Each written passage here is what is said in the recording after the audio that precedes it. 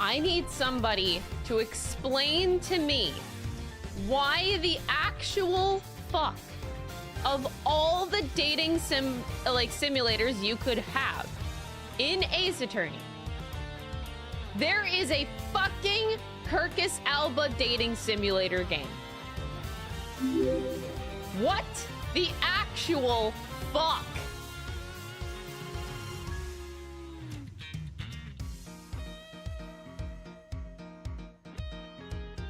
Let me tell you something. As soon as I switched my Twitch category to Investigations 2 today. Tipped $5. On the last episode of Ace Attorney Investigations, Alba about drove Crystal insane. Yeah, at least I'm not insane today. But as soon as I changed my Twitch category to like Investigations 2, I was trying to change it, right? And it gives you a list of games that have similar names when you put in your gaming category. And then I see Investigations 0, Kirkus Alba dating simulator on there. And my brain just,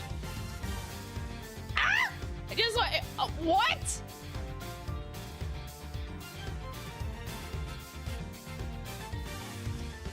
I have to play it.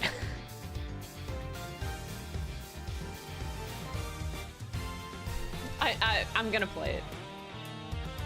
No one can stop me. I don't even know how you play it. Is this like on PC somewhere? Do I have to download this game?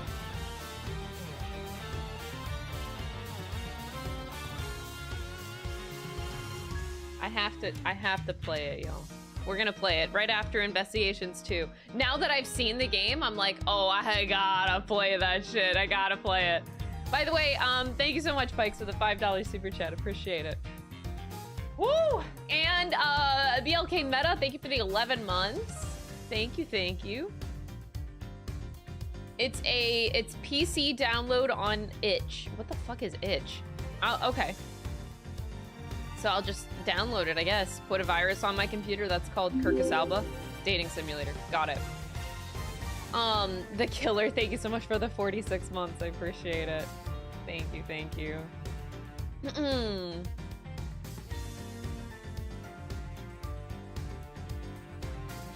No, it's not gonna be my Valentine's Day stream. Maybe it will. Maybe not. I'm gonna be gone. I'm going to Katsucon this year, so I'm actually leaving on... Is Valentine's Day... It's on the 13th, right? Like, it's on a Thursday, not a Wednesday? Because, yeah, I'm going down to Katsucon this year, so I will be gone. And that's Dom's birthday, too. I'm leaving for his birthday. I'm so sorry, Dom. I'm so sorry. I'm leaving him.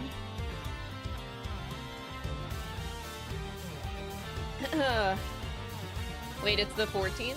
Oh, wait, Valentine's Day is the 14th? Whatever. I'm gonna be gone on Valentine's Day weekend. Maybe I'll stream it like the weekend, the week before I leave or something. We'll see. It kind of depends on how long Kingdom Hearts and Investigations 2 take me. We'll see.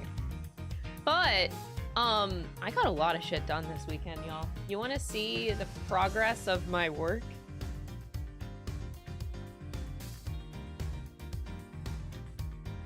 These took me way too long. Oh, these took me way too long to make from scratch.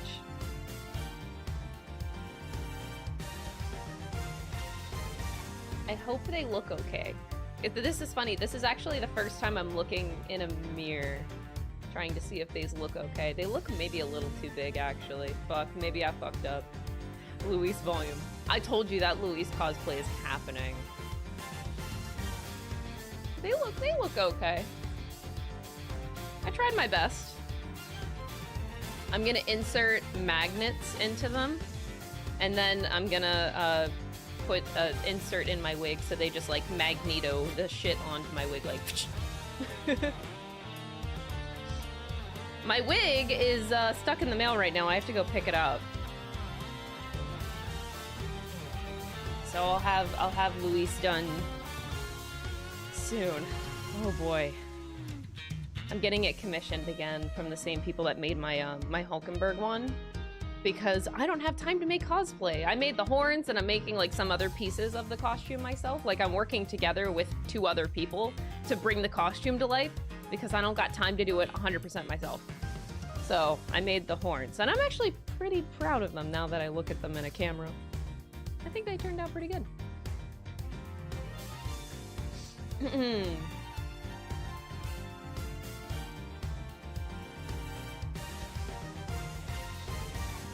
Magnets will be smart. Yeah, magnets are the way to go. Magnets are the way to go. Also, so tomorrow's a sponsored stream, but after that, I am filming. I am going like full degen, and I am so happy about it. I'm filming literally 33 shorts tomorrow after stream. I'm putting on the Hulkenberg cosplay, going over to my friend's house, and we are going to just bang out 30 fucking shorts. 33. All in my Hulkenberg cosplay. I'm just like, I'm inspired right now. I'm really, really inspired. I'm very, very excited. Yeah, so it's gonna be fun. Tomorrow I stream and then I go put on my Hulkenberg cosplay and then film a whole bunch of stuff. My friend just moved, so she has this like beautiful, beautiful house right now. And she offered her house for me to film in, and I'm like, yeah, anything's better than my fucking apartment. So like, yeah. So, oh, thank goodness. I'm going over and I'm filming so much shit tomorrow. It's gonna be one hell of a productive day. It's gonna be a lot of fun stuff. Like it's a lot of very, very, very memeable ideas that I had. I have like a whole sheet that I made, like a Google Excel sheet of over 70 shorts ideas that I have had over the past weeks. And then I basically categorize them to what I'm gonna be doing for Hulkenberg. And then whenever my Luis cosplay is done, I already have like 20 short ideas to film while wearing that cosplay.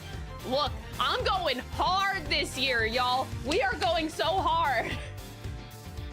This is the year of Crystal. I have so much content and cosplay shit to dish out, and I am so fucking inspired.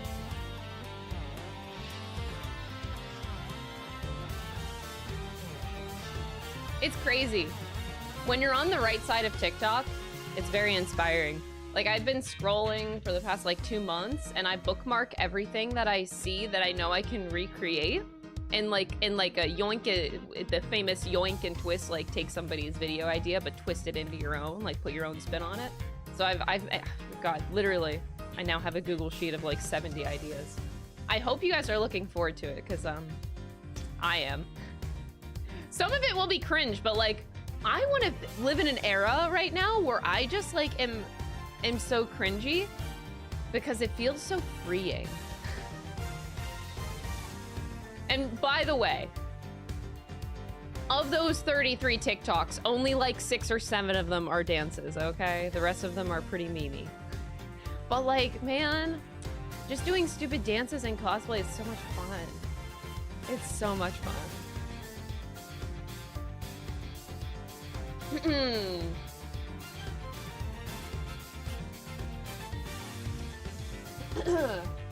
I won't be 1 million on TikTok, that's for sure. But I actually am very close to hitting 1 million likes on TikTok, I think.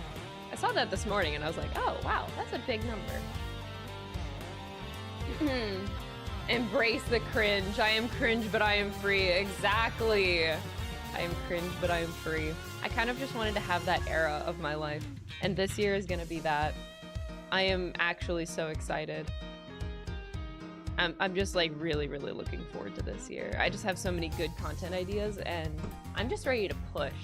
I am pushing myself so fucking hard this year. And I also edited a whole video this weekend on top of finishing these horns, which even though these horns look small, okay? Like, they look small, but they took me all weekend, okay? They took so much work to get them to look like this. You don't understand. I hate that about cosplay. Something may look small and like it didn't take a lot of effort, but like, fuck, this took so much effort to make these. And I managed to edit a whole video too. Man, I had a good fucking weekend, okay? That's all I'm here to say. I got shit done. I was having a good week. Oh. Don't kill the part of you that's cringe, kill the part of you that cringes. You know what? That's a really, really good line. Thank you for that. And as I get older, I care less and less. That's the beauty of age. I actually really, really like that. Some people fear aging. Me, I don't. I look forward to it because with every year, I gain more and more wisdom about how much I don't give any fucks about what people think about me. And that does get better with age. It is a beautiful and freeing feeling. So I am in my era right now, okay? Like, we're just living. We're living.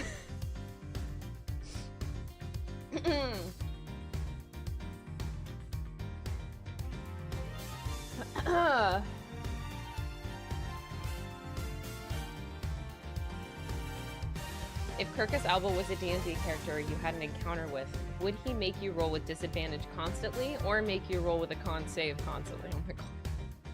These are the questions we must ask ourselves.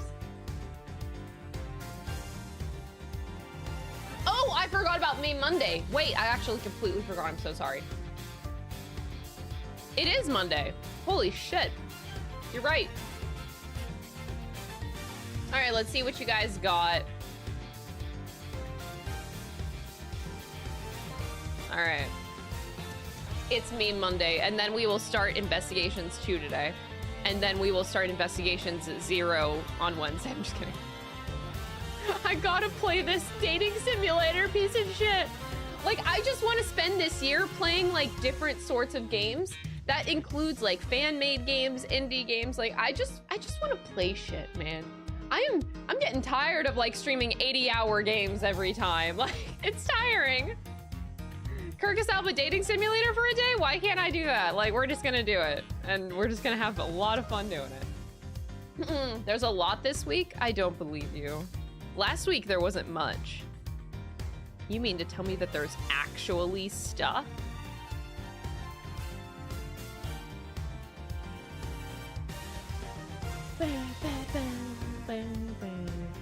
Oh, that's my OBS. Hold on. I'm on the wrong monitor. There we go. Alright. What do I have to do? Control and then this? No. Master Game of 15 tipped 22 euros. Pop off Queen. Live your best life. We here love and support you. Wishing you a great Monday, Crystal. Thank you. I really am living my best life this year, man. I'm very, very excited. I'm inspired this year. I hope you guys are ready for the ride. Also, uploading double the amount of shorts.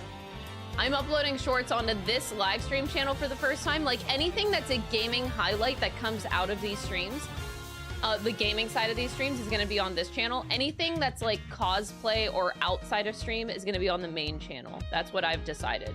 So gaming highlight shorts are going to be on this channel now, and then any other kind of short is going to be on the main. So I'm also doing that. Like, I'm going. This is one hell of a year. Play Balatro. No. Who suggested that? Ban them.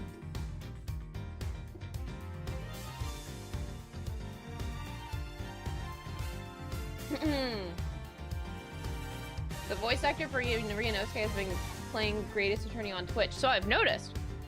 He seems on board to play Phoenix Wright and Ghost Trick Nest. Oh, I'll be watching anybody that plays Ghost Trick. Are you kidding me? Also, I noticed he followed me on Twitter, I think, a few weeks ago. I was very surprised about that. He knows I exist now, which is kind of scary. But, what was I gonna say? I have been watching his streams occasionally. I think I was watching him yesterday. He was streaming yesterday, wasn't he? I've been like tuning into those streams here and there.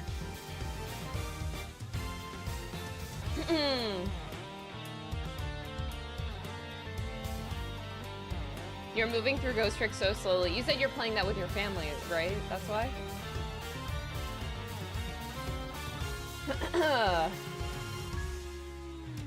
What are the crystal arcs we're getting to this year? Well, apparently Kingdom Hearts now. That wasn't the plan. Zero Escape, you know, some stuff. Zero Escape, Professor Layton. We got Pirate Majima next month. Literally 1 month away from Pirate Majima. I'm so excited. There's another Xenoblade Chronicles X is also coming out, which I'm questioning my life on. We'll see if I could be bought out to play that new Trails game of the Sky or whatever that fucking game is coming out this year. We'll see. We'll see. If they sponsor me, I'll play it earlier than I was anticipating. If not, then yeah. By the way, I never thanked you, Master Gamer. Thank you so much for the 22 euro donation. I really, really appreciate it. That's really kind. That's a large donation. What do I think of Kay? She sucks. I hate her. She's ruined Fridays for me. Is it sad to say I've never played Ghost Trick? Yeah, you get banned for saying that, so rip that guy.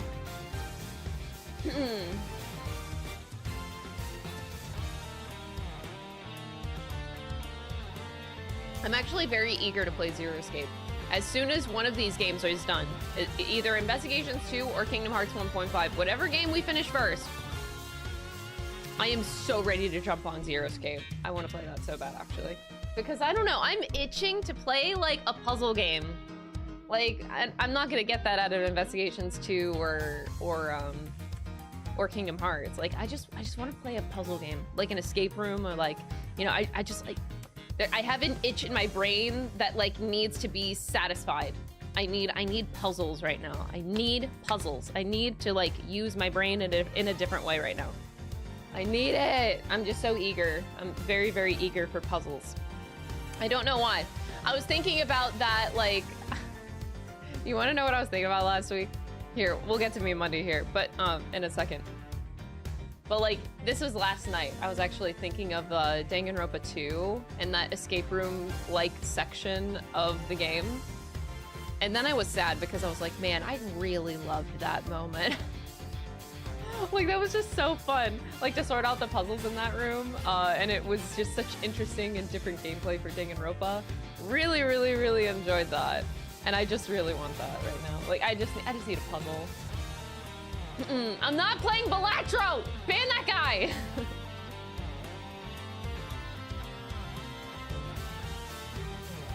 But yeah, I just need a puzzle game in my life right now, and I know these two games that we're currently playing aren't that exactly, but I'll get there. I put a banger puzzle game in your suggestions. Oh, did you now? Oh, did you now?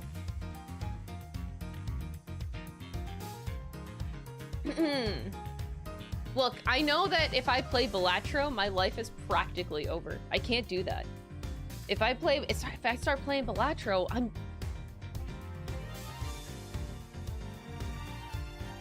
my time will be gone, and I already don't have time, okay? I don't.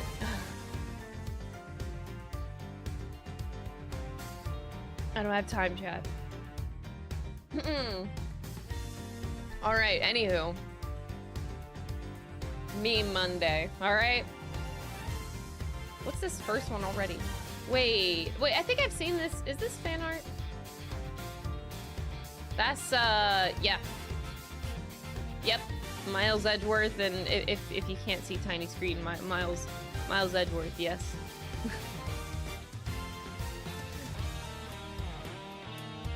Oh my gosh, Kingdom Hearts enjoyers, you are all very cool, but I will never forgive you, says Tion. Master Gamer 15 tipped 22 euros. No need to thank me, Crystal. I have been a fan for years, about 4, and it's the least I could do to show some appreciation. I think chat can agree with you. No, chat surely doesn't agree with you. That's way too kind, dude. Thank you so much for another, like, 22 euro donation. I really, really appreciate that. Giga Chad, my goodness.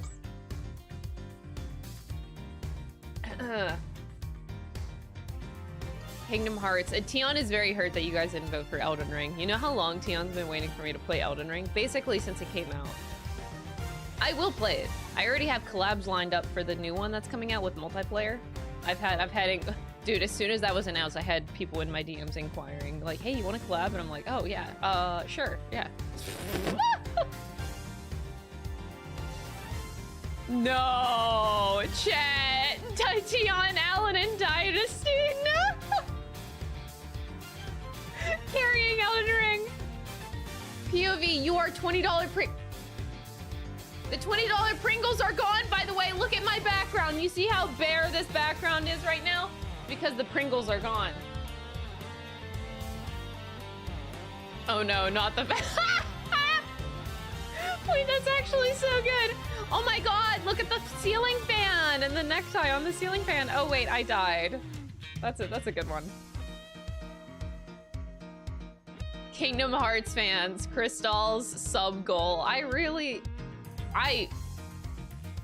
thought 1,000 subs was gonna be almost too much. Like, I thought it was a reachable goal. But that was a goal that was smashed in what, 2 streams? Like, that was actually some crazy shit you guys pulled off. D's nuts. No, stop. No. Extraterritorial rights. You can't defend me, Dark Age of the Law. I know, but he can. 7 years!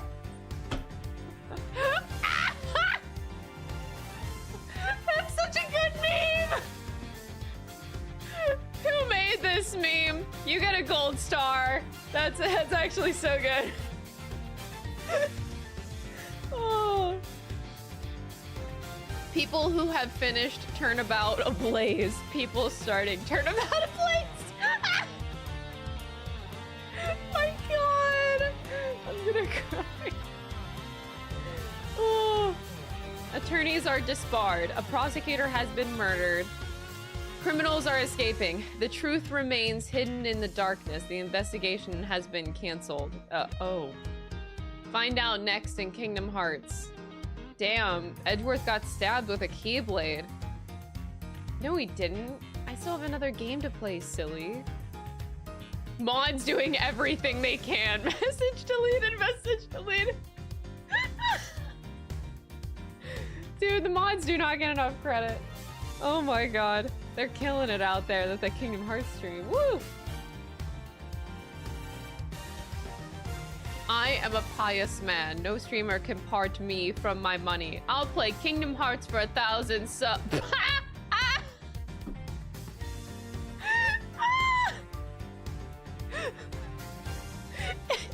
Chat really went rabid. It's crazy. Crystal duck. What?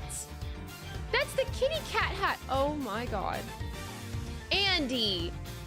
Andy! Andy did this!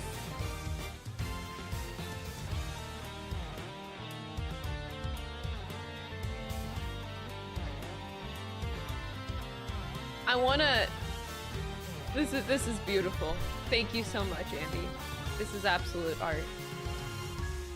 Rematch of the century in a WWE premium live event. WrestleMania, Destiny Island, streaming on Peacock. Rematch, 3-on-1 handicap. Handicap! I could have beat them, by the way. I was just going easy on them. What is this? Crystal. Fuck, I should have called that plot twist. Yeah. That's yeah. I should have. That was, yes. Nobody. Crystal, have you seen my badge? Wait. Oh my god, where is my badge?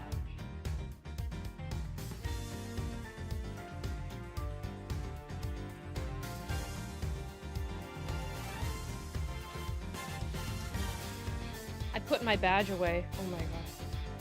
I have my 2 defense attorney. I have one resin casted, and then I have one that's actual brass. But the prosecutor one, we could find the prosecutor one.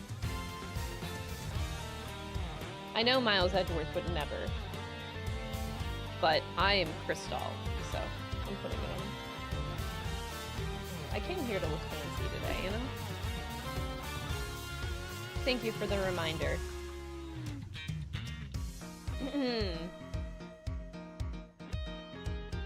Oh no, Dom. This extraterritorial rights are my passion. Why did you get Dom involved? Why would you get Dom involved like this? Wow, Dom is so talented. Oh my god. You're lucky that Dom is actually gone right now. I am alone right now. He left to go to a doctor's appointment. You're lucky. If you gift 500 subs to my channel, I will take over my partner channel and force her to stream Elden Ring instead with me. P.S. Kingdom Hearts is mid. But, oh god.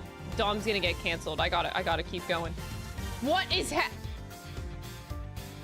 What did you do to Dom?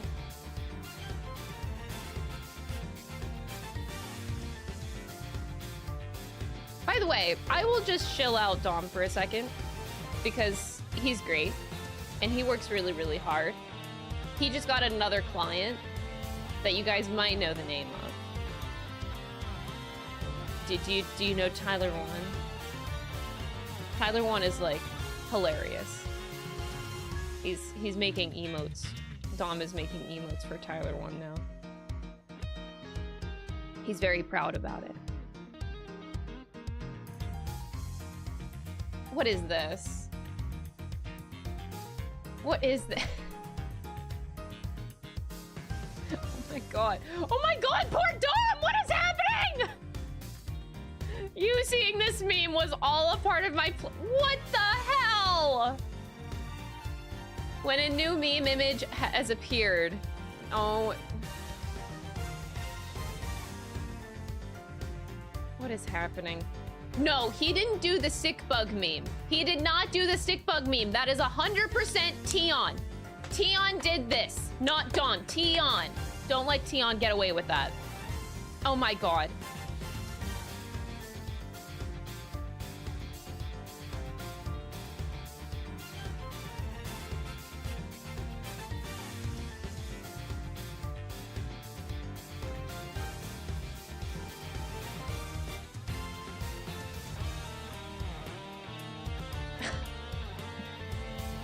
What is happening? I didn't realize Dom became such a big meme all of a sudden. This is too wholesome. I hate it. Get it out of here.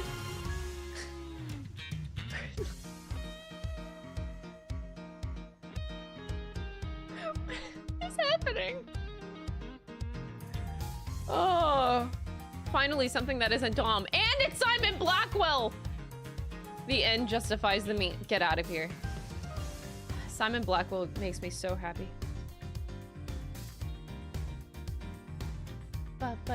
Oh no, sorry, TikTok isn't available right now. An extraterritorial right on banning TikTok has been enacted in the US by Ambassador Alba. Unfortunately, that means you can't use TikTok right now. We are fortunate that Chief Prosecutor Edgeworth has indicated that he will work with us on a solution to reclaim its rights and reinstate TikTok once he solves the concurrent case. Please stay tuned. Okay, that's pretty good. Okay, that's pretty good. Good job. You get a gold star. You get a gold star. That is what I'm talking about. That's a goddamn motherfucking meme right there. Evil Dom. Wake up, Chad. It's me all along. Your streamer Crystal and the mods never existed. What is happening? Turnabout TikTok. Wait, that's actually so good though. Oh, you want to know what gets me excited?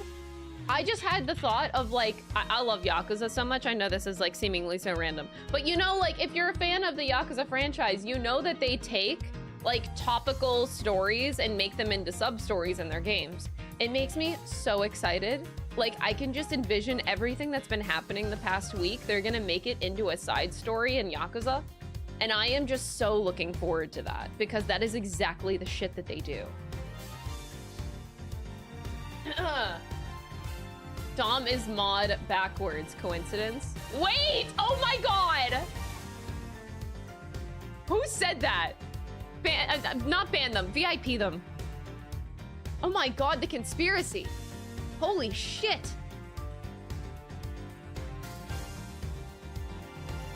In response to how much Crystal despised the image of Nahabino in an Ambi Kigu, I have decided to stop making memes. Just kidding. How is it possible to stop? Making memes is so enjoyable. Ambi became Pirate Majima. Got it. Got it. This is actually kind of cute, though. I saw this and knew it had to be done. Oh no, Dom. Goofy can't hurt you. First person Goofy can't hurt you. All right, that's all the memes, y'all. That's it. Dynasty, why are you suggesting Baba is you? What is this? What is this game?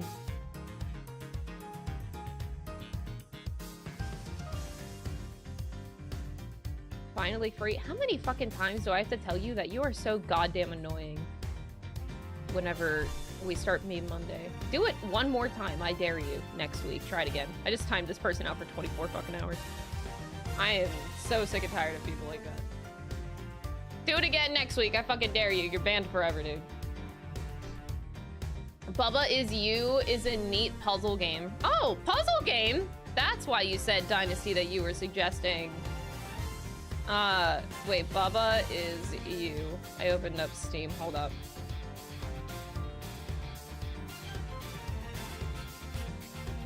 Overwhelmingly positive. 18,000 reviews? Holy shit. I don't want to look at the gameplay too much, but if you're telling me what, what's it? Okay. It says puzzle, indie, difficult, single player, logic. That sounds exactly the kind of tags I would love to play. Huh. Maybe I'll play it tomorrow. About how long is Baba Is You to play? Like, could I do it in one stream? You can tell me, I don't care.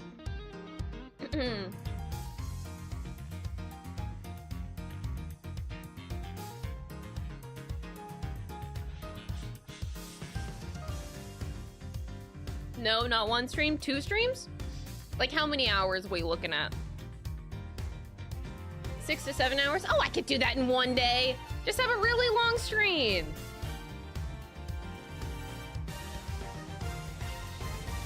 You know what? I challenge you guys. I bet you I could do it in 5 hours. Because I'm so good at puzzles. I'm gonna solve everything so fast. You can't stop me.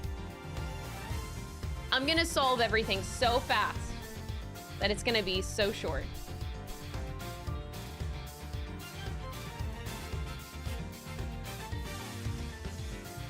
I bet you won't. 25 gifted. 25 gifted. You're gonna gift 25 subs if I actually do beat it in less than 5 hours? Okay, you're on. Alright, Bubba Is You. I just have to add it to my game list because I will forget otherwise. That sounds like a lot of fun, actually.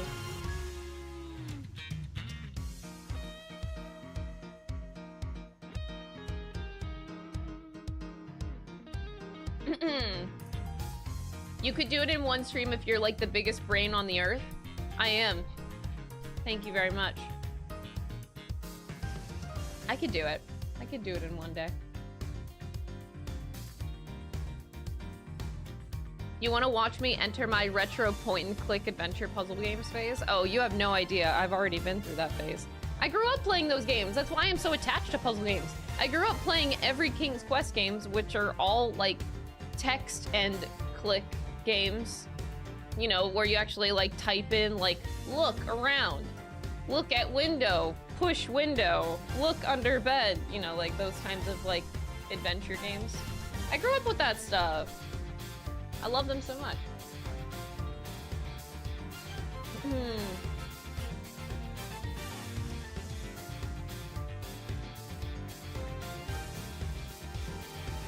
She's locked in. Oh, I am so locked in. You're right. I should get the cravat.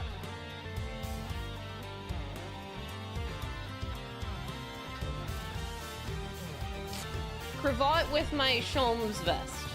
All right, that's... But the cravat kind of covers the little bow. If you fail to finish in 5 hours, I request an extra window for the mods. No.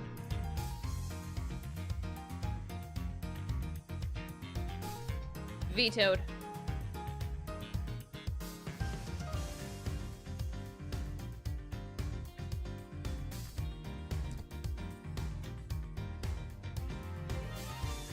Put the cravat below. See, like, yeah, it covers the bow. It's a little awkward. I like my bow. It's kind of cute.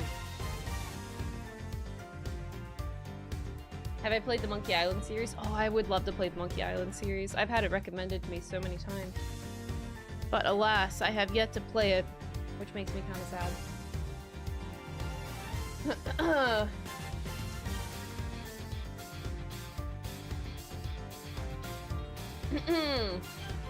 Alright, are we ready to start investigations too? Because I as sure as hell am. Let's fucking go. Surely this game is not gonna have more Kirkus Alba, so it'll be much, much better. Alright! Let's do this. Ace Attorney Investigations 2!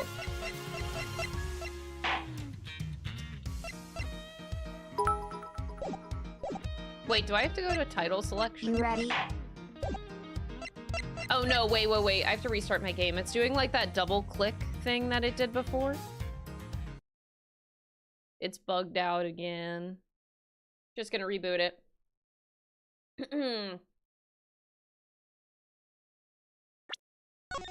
Let's see if it fixed it.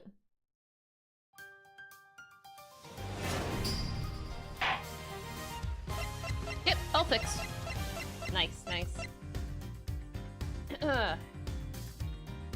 I've been waiting for this. Got a bunch of like Akihikos in here.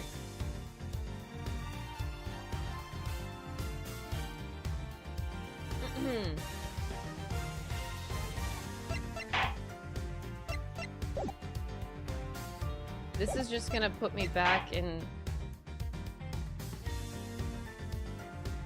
Whoa, I just heard voices. I just heard... Why do I hear voices?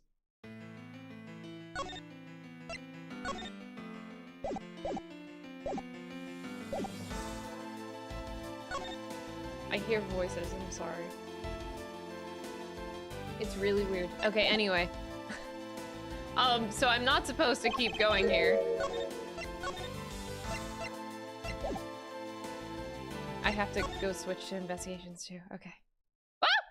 I accidentally clicked exit game instead of back to title screen. Sorry, the voices are very distracting. I never hear voices in my apartment. That's why it's weird. Oh no, not the title screen being that. Stop. Alright, Ace Attorney Investigations 2, Prosecutor's Gambit. Oh boy. Let's go. New to the stream, welcome to the stream, happy to have you. Turnabout trigger.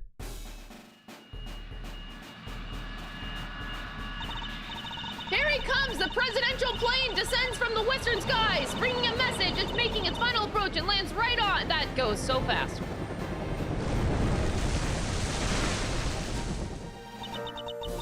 Just listen to that crowd. Welcome, Zhang Fa. Welcome, Mr. President. And now, sir, your audience awaits.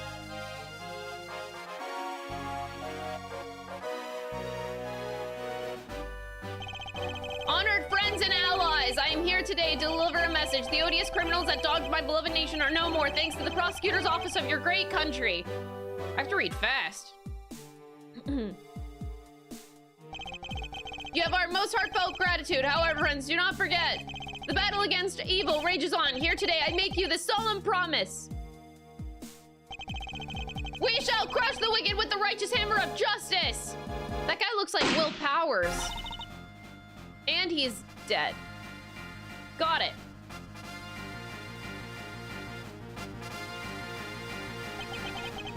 Call the prosecutor's office. Get Miles Edgeworth here right now. If anyone can solve this, he can. Wow, relying on Miles Edgeworth. That's where the image comes from. I've seen that image meme to hell and back. Call your lawyer. I'll have sex with him. That's where that image comes from. Okay, now I know. March 25th. Wait, this is my birthday. Something happened on my birthday for once. Gourd Lake, spectator area.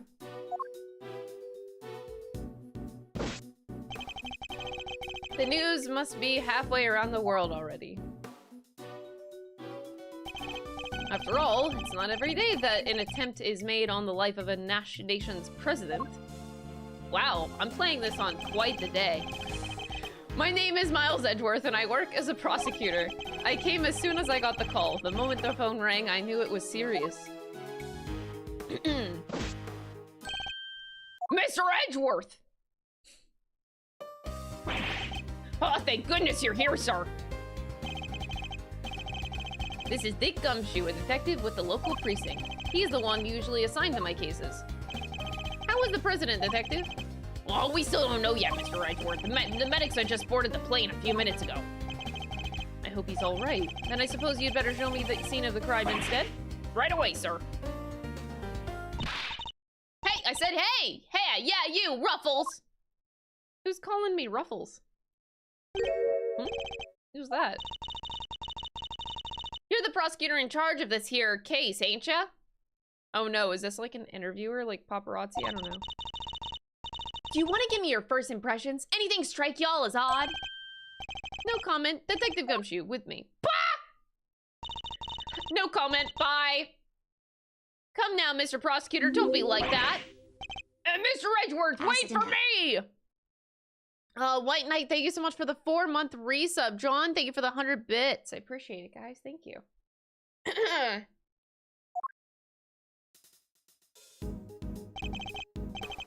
Now, detective, I'll need the facts of this case in as much detail as you can give me.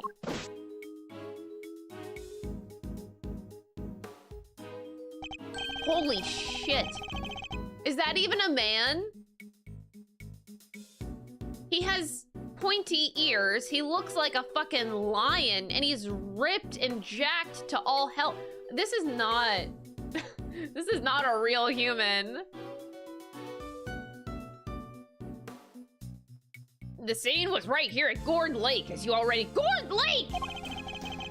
A bunch of people were gathered and welcomed the president of Zhang Fa. Daijun Wang. Ah, yes, I read about his visit. It's been all over the news for days now. Jotted down in my organizer. It was raining until just before he landed. Luckily, it let up and he went on to stage his plan. And then, smack dab in the middle of his speech, bang! A gun goes off and everybody just runs for cover, terrified for their lives. Apparently. Apparently? Truth is, I only showed up myself. I don't know a whole lot more than you do, sir. You were summoned on short notice as well. Sure was, right in the middle of my day off. I was at the office taking advantage of the peace and quiet to prepare for my next case. And then the boss himself calls you to the scene. Never a dull moment, huh, Mr. Edgeworth?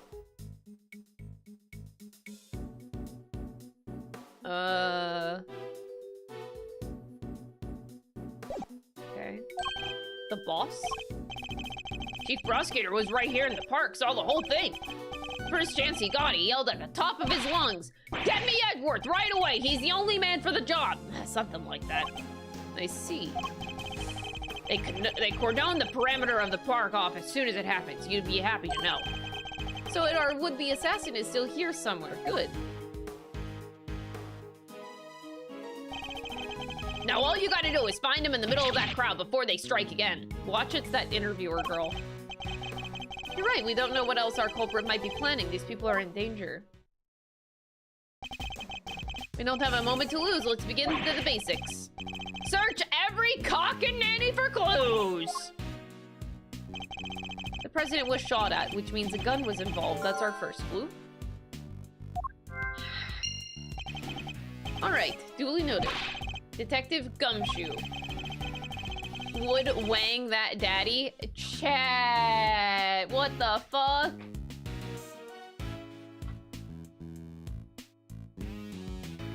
How exactly was the security detail surrounding the president's speech organized? Sir, our officers were mainly focused on securing the perimeter of the park. The president's people took charge of the rest. He has his own team of bodyguards. See those guys over there? Maybe we should ask them a few questions. They look so friendly. If I want to talk with them, I'll need to walk over and press...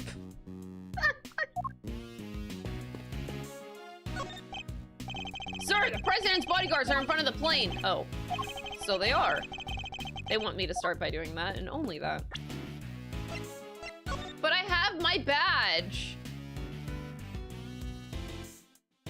Look at my badge.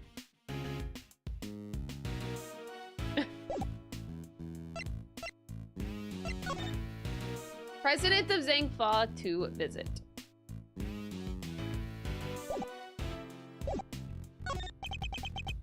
Can I help you?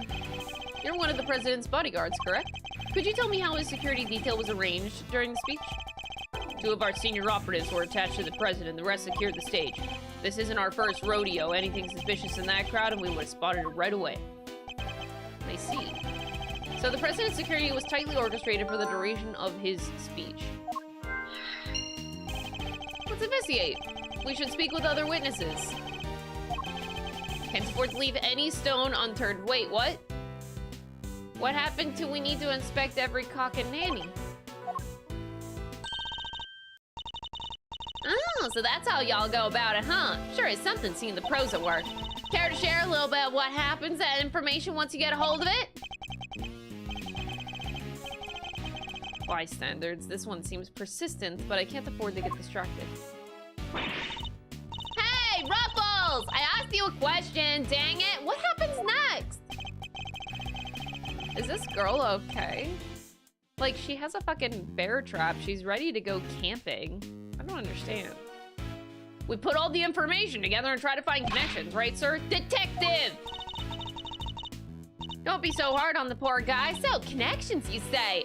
And what next? I guess you'd say we connect the dots. Oh, God.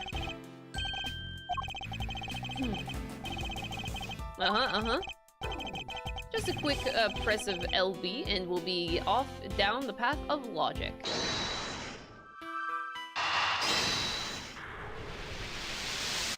I love logic. Despite the president's tight security, the perpetrators still managed to carry out their attack, completely undetected by a contingent of highly trained bodyguards, no less. No mean feat. This would have taken some serious planning. In other words, the assassination attempt was almost certainly premeditated.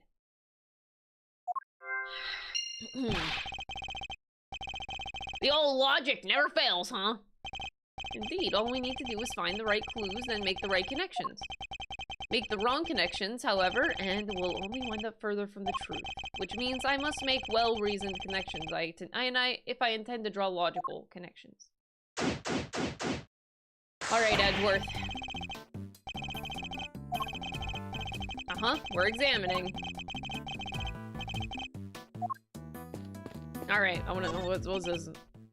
Wait, is that this balloon for the Steel Samurai? No. Oh, no. It is. I was as surprised as you, sir, but there's no mistaking it. It's the Steel Samurai. The Steel Samurai, the warrior of New Old Tokyo. It's a popular TV show. Old, young, it doesn't matter. It truly has something for everyone. Beats me why they had a Steel Samurai balloon at a welcome party for a foreign president. It is a little odd, although, now that I think about it, what better hero to represent our nation? I must scour the scene and inspect anything that catches my attention. That's a new line? I must scour the scene and inspect anything that catches my... What happened to inspecting every cock and nanny? This game sucks. Who said this game was better? You're fucking liars, all the lot of you. These flowers are in full bloom. They look exotic, but I don't know. My favorite flowers are maybe roses. Well, yeah, roses and lilies. Roses make me think of weddings. The romance. And lilies, well, they're funerals. That's funerals, I guess. Sad, but part of life, you know. It's no coincidence that both types of occasions tend to feature a free buffet. Come on, sir, that's not fair. Or Gumshoe. This flag kind of looks like the fairy tale flag. I'm just gonna say that. It's the flag of Zangfa. The key motif is a blazing red phoenix. Wait, what's this? You don't see it, detective? There's something unusual about this flag. Compare it with the one on the other side of the stage, if you will. That's a beauty right there. Just look at it flapping in the wind. It's immaculate. Which is how a flag should look. Here we see a different picture. One thing in particular stands out. I give up. Come on, spill the beans. You can lead a horse to water. I'll just have to move the cursor. Oh my god. Take that! Look closely. Do you see the hole? Whoa, look at that! You're right, sir! And note the burn marks around the edges. That's a bullet hole. There's no mistaking it. So you're saying a bullet went through this flag? Do I have to click on Steel Sam? But look at this beautiful tree. Breaks your heart, don't it? What villainy could have befallen him? Witnesses said he popped right about when the gun went off, which would strongly suggest that a bullet struck the balloon. No, not the Steel Samurai balloon also getting struck with the bullet. We got a case of cold-blooded samurai murder on our hands. This is sacrilege. I won't rest until the culprit has been apprehended. Edgeworth is such a dork.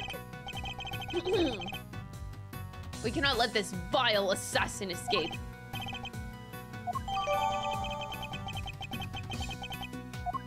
I can't believe it's popped. I think I've gathered enough information for the moment. Time to put the pieces together and see what we can figure out.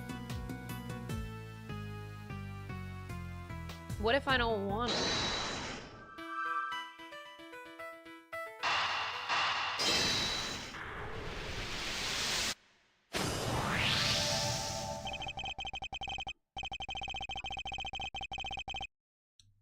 There's a bullet hole in the flag, and it seems highly likely that the balloon was popped by a bullet too. Actually, let me pin this comment because I have a feeling a lot of people are going to be annoying. I should give this as a preface. Please do not bring up the fan's translation. Because a lot of the time you're going to ruin it if you keep bringing it up. So please, throughout this playthrough, do not bring up the fan translation. I will look at it at the end of the playthrough and see what was done, but like, I do not want it brought up in chat, okay? There's a bullet hole in the flag, and it seems highly likely that the balloon was popped by a bullet too. Which means 2 shots were fired, right, sir? Possibly even 3. The president was shot at as well, remember? Equally, the hole in the flag and the hole in the balloon could have been made by the same bullet. What we need to know is how many gunshots there were. Alright, on with the investigation. Ruffles! Ruffles! Y'all figured something out, huh? Care to share? Who exactly is she and why does she keep shouting? Rubbernecker, I guess, seems pretty interested in the case. Come on, give me something here! We do need to speak with some witnesses to find out how many gunshots there were. Fine, let's see if she can tell us anything. Oh god, I hate this design. Tabby Lloyd at your service? Oh, please. Tabby Lloyd at your service. I'm looking into the case for, well, just for me right now, but looking into the case. Miss Lloyd, was it? Miss Lloyd, there's something I'd like to ask. Well, what can you tell me? Any exclusive details you want to share? How about the perp? Have they made any demands?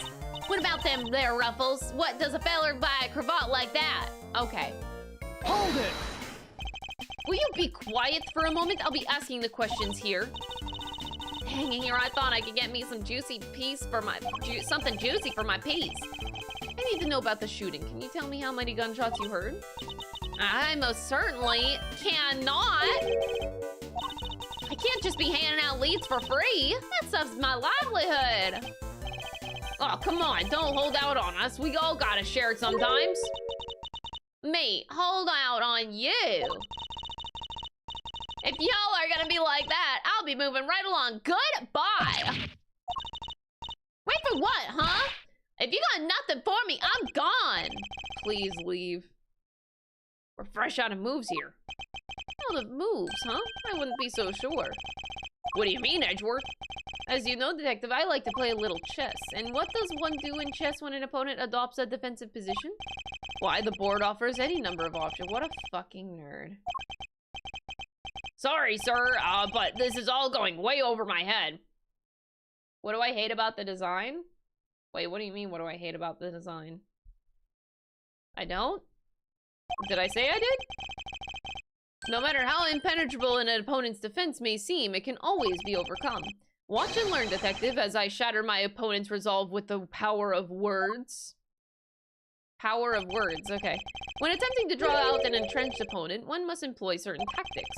Let us picture the board, and see if we can anticipate our adversary's next move. Wait, what?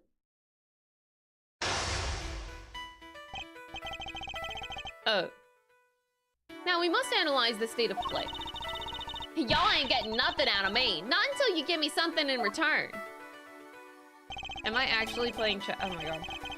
This guy is a fucking nerd. My opponent has dug herself in deep. Her defenses won't be easily... I can't afford to try her patience by taking too long to plot my next move.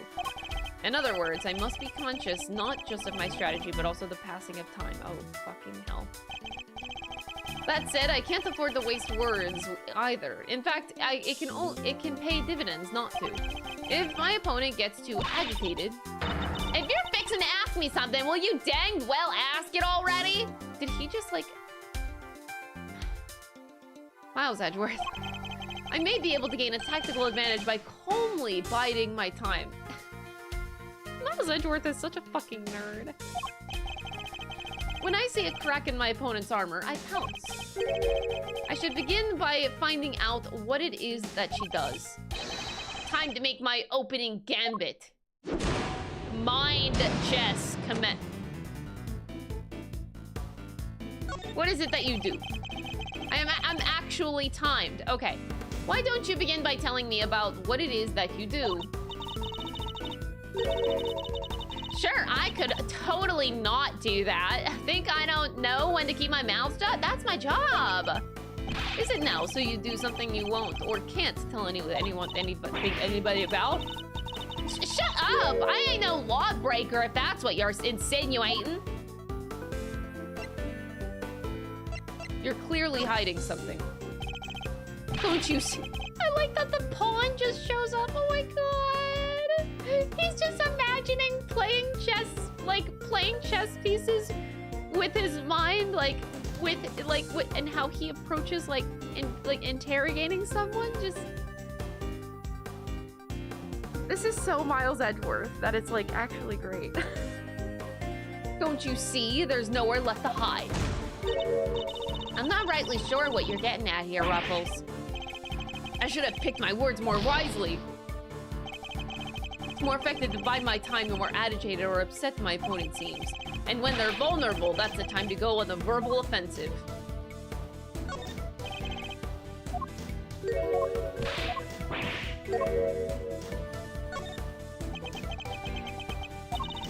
I'm a law-abiding, everyday citizen. You got no right to say otherwise.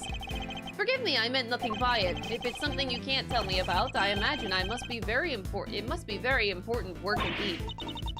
Well, sure, I guess. Leastways, it will be once I bag me my first scoop. What was that about scoops? I see, it's a scoop you're after. So you're a journalist, is that correct? Wait, really? We're just now getting... Okay. Sure, I'm your friendly neighborhood reporter. The hungriest cub on the beat.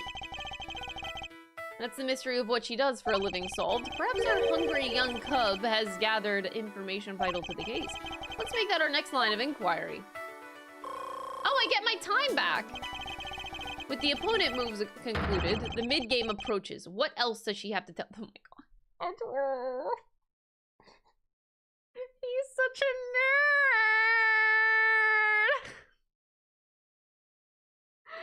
Ah, yes, my opening move has begun. Now it is the mid-play. Ah, ha, ha. Were you at the scene? At the time of the incident, were you present at the scene of the crime? Come on now, Ruffles. You ain't gonna live. You're gonna live. Oh, God. You ain't gonna give little old Tabby something first. Absolutely not. Then I ain't giving you nothing neither. You think I'm a sucker? Think again. Come on, this is my career we're talking about here. You gotta give me something. Sadly, the more you know, the more I might find yourself in danger. You might find yourself in danger. I ain't scared. I'm a pro. It takes more it takes more than the sound of a little gunfire to faze me. You heard gunfire. You may be a pro, as you put it, but I'd say you're still a little wet behind the ears. You say you heard gunfire, which proves that you were here at the scene of the crime. Therefore, you must have seen something. Oh my god, this is so nerdy! Double dang. Fine, I was here. I saw it, came to report on the big speech, wound up reporting on a shooting. And you won't get no more out of me than that. I'm done with your tricks, Ruffles! She came to report on the event. She must have made a record of some kind. A record I would very much like to get my hands on. This is quite the clue as to where to take the conversation next. You're a reporter, which means that you must have been making a record of some kind? You got more questions, you gotta give me something first. That's the deal. I'm not in the habit of making deals. Now tell me what I need to know. Sorry, Ruffles, can't help ya. Time to deploy my clue. No self-respecting reporter would leave the house without a means of putting things on the record. So tell me, Miss Lloyd, where is yours? Of course I made a record! I told you, I'm a pro. Dang near wore my shoes out running around on this one. Which is why I'm not about to just hand it over to the first person who asks me. I'm not just anyone, young lady. I'm the prosecutor in charge of this case. Don't you young lady me! You ain't getting it no matter how many times you ask. I'll young lady you as many times as I like.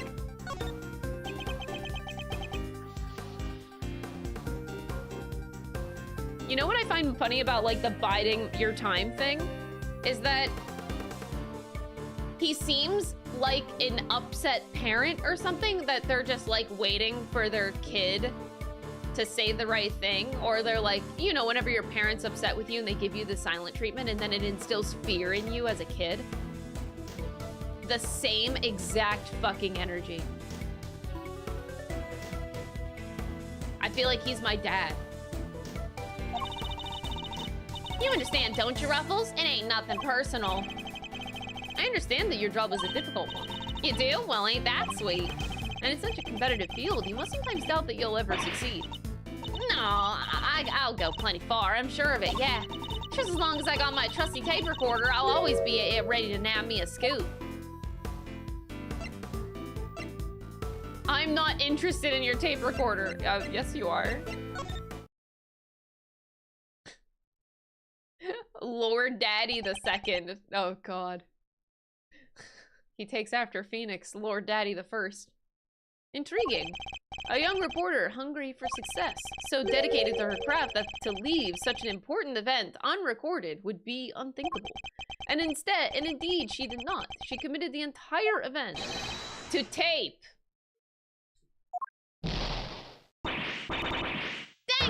Dang it! This is my scoop you're messing with, my big break! Fine, sure, I recorded the whole darn thing.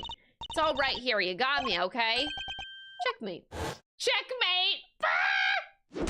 Fucking nerd!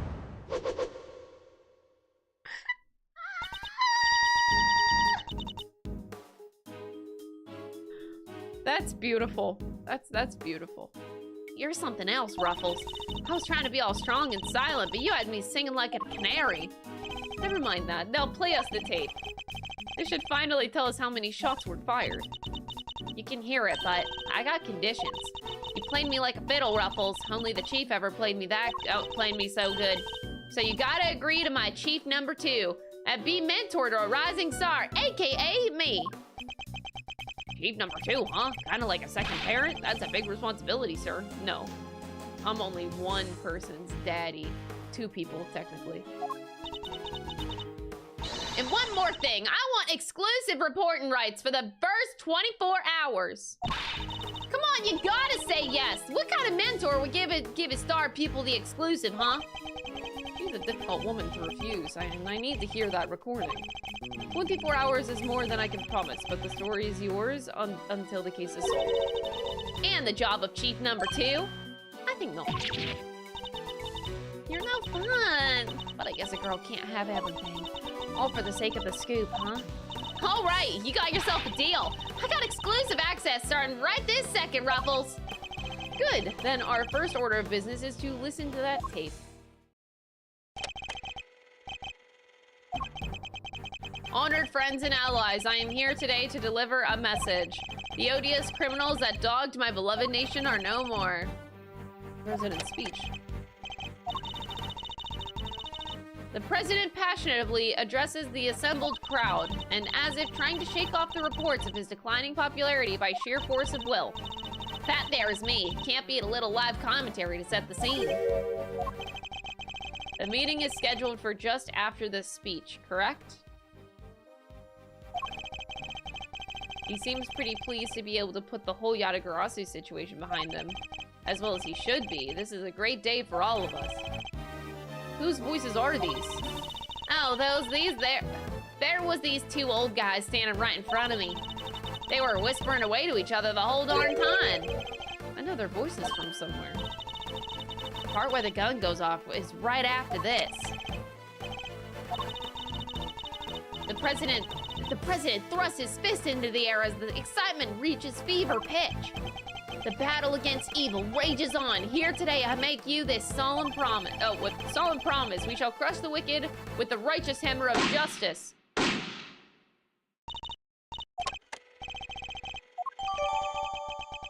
2 gunshots can clearly be heard. Okay. And that tells us something? Something very important indeed. It allows us to deduce the trajectory of one of our bullets. Of the 2 shots fired, one hit the president, which means that the other must have passed through both the flag and the balloon in that order. Which, as you can see, allows us to deduce the position of our shooter.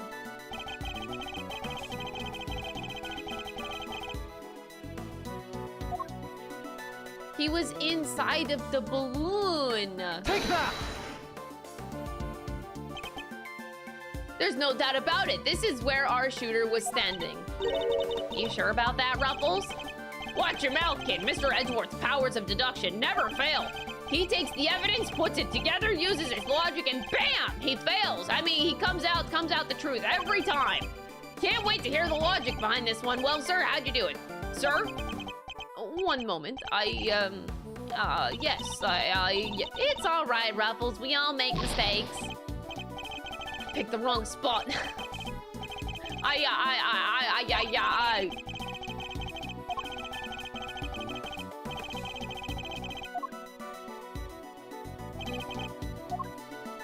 All right, so if we go weep.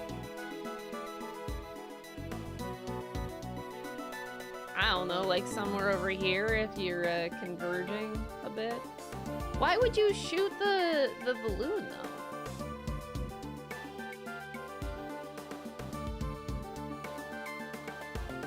Take that! Drawing a line between the flag and the balloons gives us the trajectory of one of our bullets and places our shooter on the left side of the spectator area.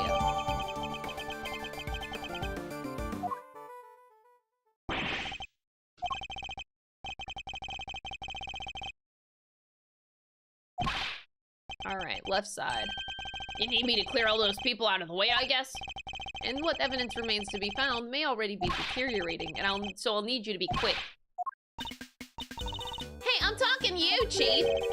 I suppose you mean me, Miss Lloyd? I surely do! You gotta let me help out. This stuff's my forte. I'm the best crowd herder you ever did see. I'll prod, pummel, and push him whenever you like. Very kind offer, but I think a less hands-on approach might be preferable. Also, about this chief business, I am nobody's chief. He's chief of my... I'm just kidding. Whatever you say, Mr. Edgeworth, sir. Your wish is my command. Somehow doubt that.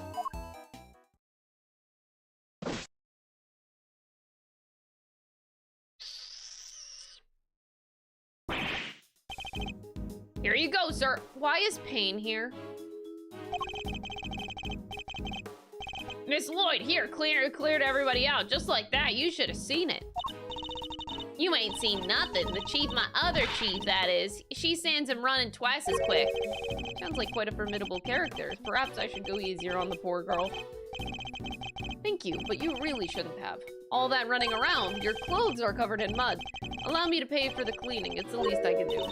You mean my jacket? Oh, don't be worrying your pretty little head about that.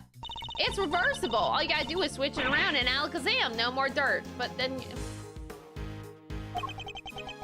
on the outside, but you'd still have something of a problem with the inside. We're ready to go back to the investigation, whenever you are, sir. The crowd has trampled the entire area. I'll be lucky to find any traces of our shooter at all.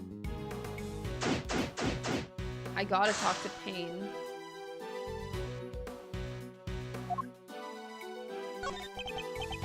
Well, this is quite the situation, wouldn't you say, Mr. Edgeworth? Who is he? Wait, what is this track?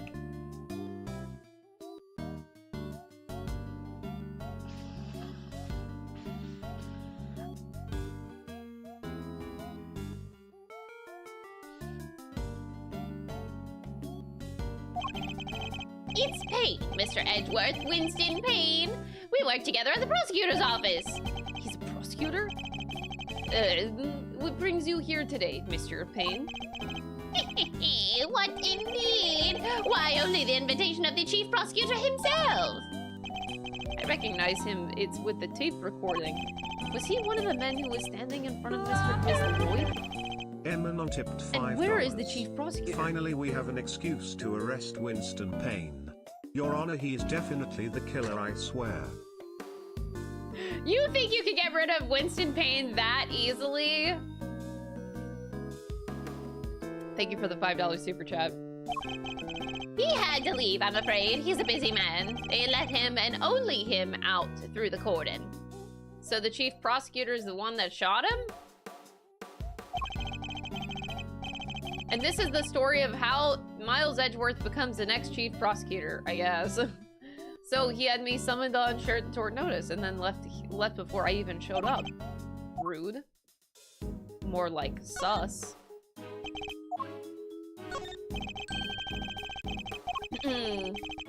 Why do they need pictures of the crowd anyhow, stupid nosy no-shots?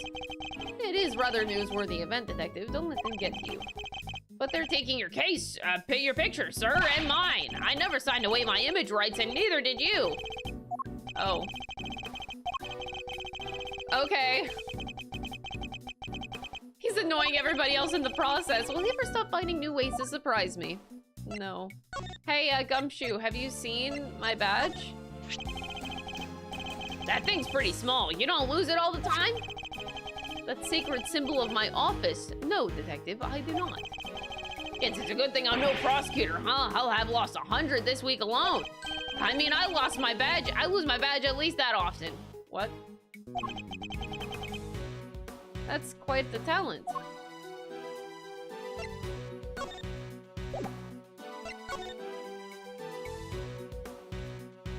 The poor Steel Samurai. This is so sad.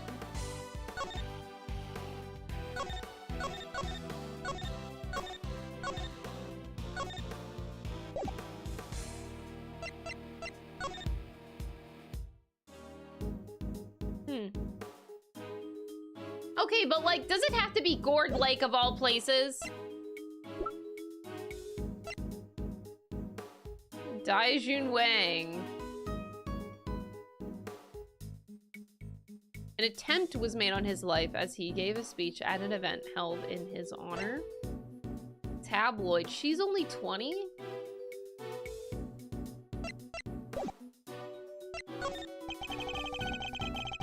Oh, this is like tutorial type stuff. Okay. you've forgotten my first name, you could look that up in your organizer. What exactly are you insinuating, detective? I know your first name perfectly well.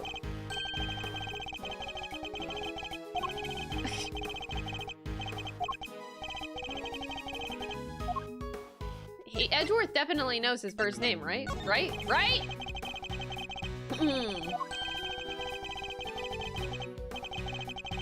Cock Gumshoe. That's right. Wait, I thought his first name was Detective.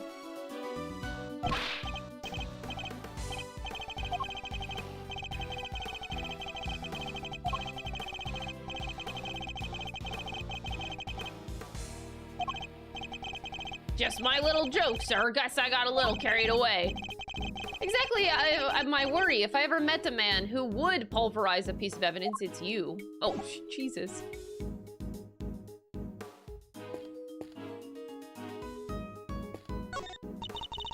You ever gotta pick through the trash yourself? You even gotta pick through the trash? A prosecutor's life ain't easy, huh? If Edgeworth knows anything, he knows dick.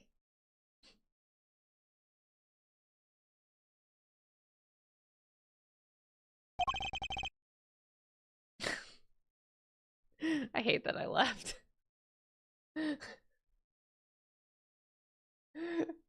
Get out!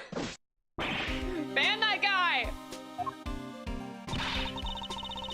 A faithful detective scrabbles through the garbage as the prosecutor looks on, his hands unblemished. Time to pop a little, treasures. Is he enjoying himself? Bingo! A popsicle stick! Gotta love the jokes they put on these. Detective! Relevant evidence, relevant evidence.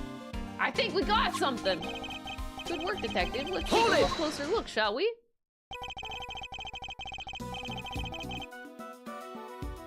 Thank you for the remembership. No, I appreciate it. Be kind to your dick, Edgeworth. Yeah. By examining a piece, we can uncover hidden details.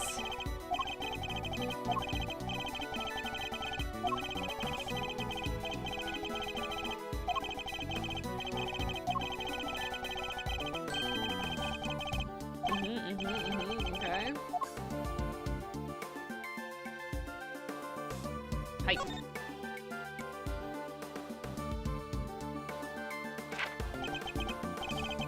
Really?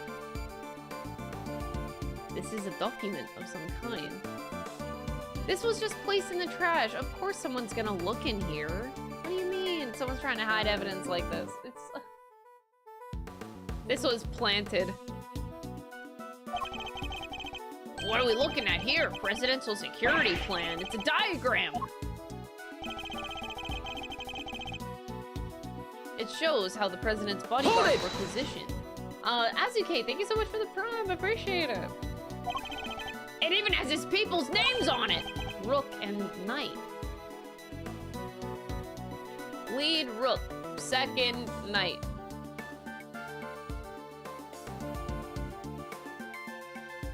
Less cover for Lakeside now. Eyes on this area. Rook positioned in light of Knight's injury.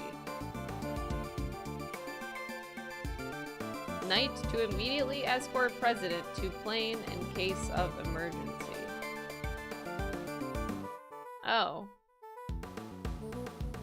So that's how the person knew, but still. Stay frosty, we know who might be in the audience. So his bodyguards aren't natives of Zhangfa.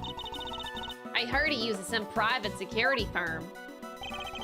Why not employ people from his own country? I know, why not? Y'all want to hear a little tabloid exclusive? I was over at their embassy not so long back sniffing out a story. While I'm there, one of my sources tells me that the president's got more enemies than you got hairs on your head, including a bunch of bigwigs in the National Police Force. Interesting, so he's unable to trust his own domestic law enforcement. I wonder if one of these enemies could have been behind the attempt on his life. What was it doing dumped there in that bag? You raise an interesting point. It's a document relating to a matter of national security. It would surely be highly classified. There's something else in here. Oh, come on. What's a gun doing in there? It's gotta belong to the... It could have well been disposed of by our would-be assassin. A revolver. It would have taken a lot of nerve to dump it here amid all the chaos.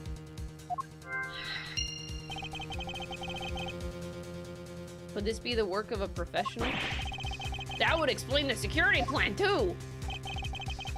I think we need to take a very close look at our latest find. It looks like a Pokeball.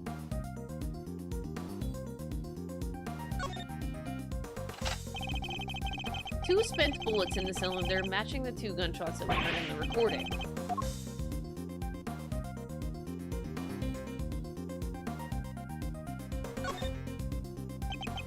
This is a laser sight. It can be lined up with a target to make aiming a bit easier. If I press this here, definitely a red laser. But the assassin have used a laser sight to target the president.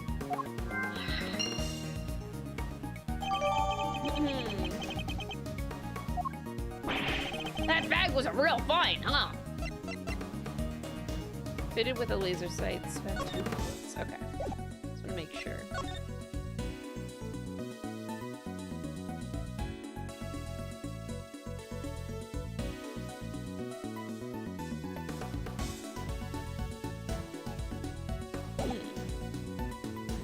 Okay. Just goes to show a bag in the hand is worth 2 in the trash. Nice work, detective. Now, there's something else I'd like to ask of you, if you don't mind. I need you to take the bag and the gun to forensics to see if they can find any prints. Good set of fingerprints could really help this investigation along. Got the results, sir. That was quick. You bet it was. Told the text it was ultra super high tech priority. What? That was like, you cannot do that in like 10 seconds. They came up empty. And they checked everywhere? Inside and outside, top to bottom, sir. They even took the bullets out of the gun and dusted them. I should have known it wouldn't be that easy. That's way too fucking fast.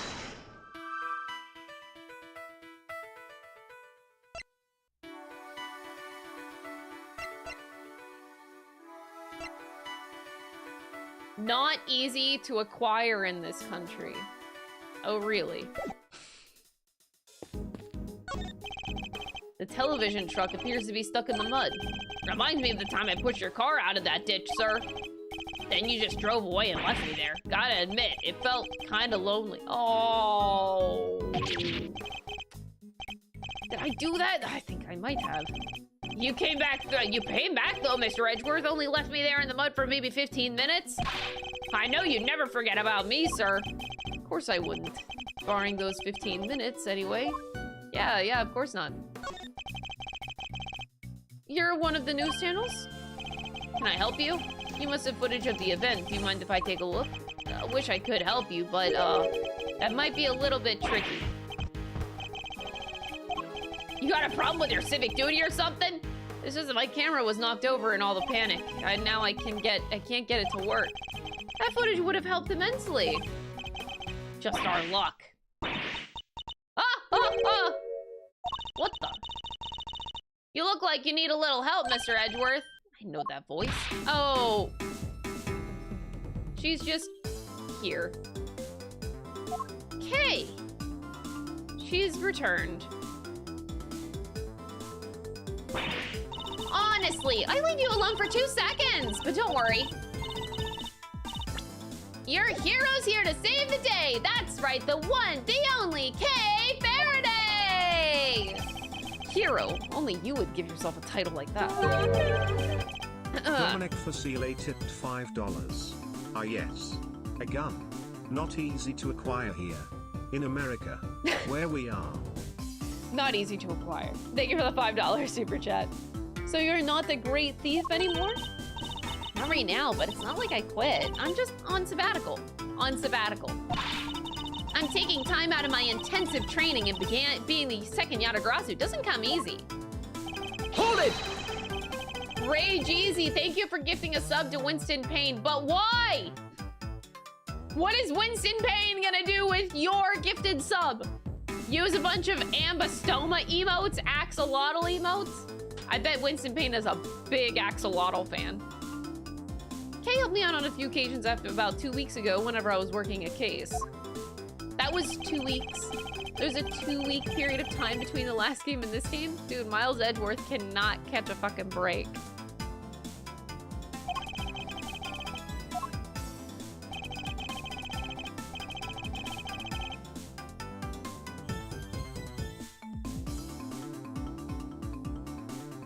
It would have been a pain not to gift him a sub. All right, now you're banned. There's not a lock I can't open or a trap I can't escape. And when it comes to stealing, well, I'm still in training, but I'll get there soon enough. What are you doing here, Kay? What do you think I'm doing? I've been enjoying the festivities, of course. I suppose she did mention being fond of such things. And afterwards, I was thinking of dropping by your office to see you guys, but now I don't have to. Good to see you, kiddo. You're as bright and breezy as ever. Hey, Gummy, how you been? You're looking pretty full of beans yourself. So, Kay, are you really here to save the day? Yeah. Prepare for your jaw to hit the floor. Your best pal in the world here only went and took pictures of the whole shebang. Did you? No. Then you'd better show them. Wow, your jaw didn't even drop an inch. What's a girl gotta do to impress you? Be a man. Be Phoenix Wright. I know, right? Mr. Prosecutor here is about as much of a fun as a dang toothache. Won't even let him call him Chief. Oh, but I'm forgetting my manners. Tabby Lloyd, ace reporter at your service. Nice to meet you, Tabby. You're right, he's not fun at all. This one time, You two can chat later. Kay, can I see those pictures? Oh, fine. Thank you to whoever anonymously just gifted a sub to the Yatagarasu. That is very kind of you. Kay Faraday definitely appreciates that. I bet Kay Faraday is a big fan of axolotls. That guy on the right reminds me of Luke Atney. What if that's his father? And why does the guy on the left look like such a fucking... His head is a block. What is going on?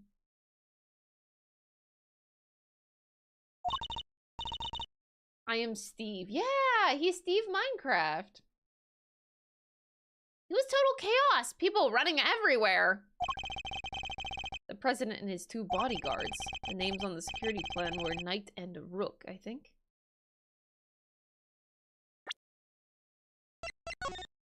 Okay. What's that? Thank you, indeed, Kay. I think you've provided us with a vital clue. Your eyes just lit up like a pair of deranged Christmas trees. It's almost Christmas! Just kidding. Well, Mr. Edgeworth, care to tell the readers what you spotted? Contradiction. I don't see nothing strange. Allow me to show you. This picture shows the moment of the incident, but another piece of evidence shows. I need to highlight the point of contradiction and then employ my powers of deduction. First, to find the contradiction in the photograph. Yes, this is it. I'll simply press Y to make my deduction.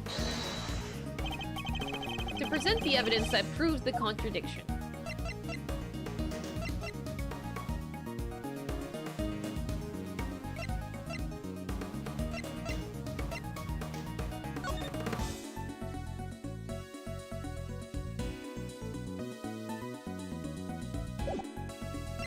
You know who is in the area.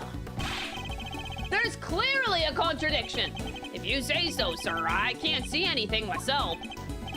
You don't see it? Something so obvious? That's a contradiction in itself. You know, if you made a mistake, you could just tell me, don't you? I have done no such thing as making a mistake, Detective Gumshoe. And I'll prove it to you. I've already located what's contradictory between this photograph and the evidence. My cursor's a little off. Now to present the evidence that proves the contradiction.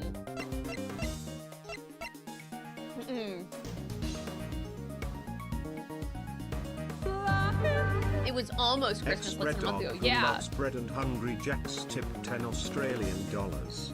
Speaking of Phoenix Wright, who looks better in their hobo clothes, Phoenix Wright or Shanaki Yama? Also, why does one of the security guards in the photo look a lot like Jonah Jameson? I don't know who that is. Thank you so much for the 10 Australian dollars. Is that what that is? Thank you for the super chat. I appreciate it.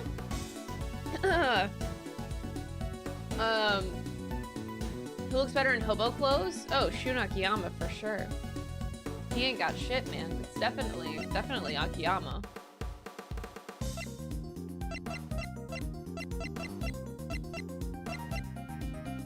Probably the location. Yeah, the location. There's clearly. Oh wait. Huh?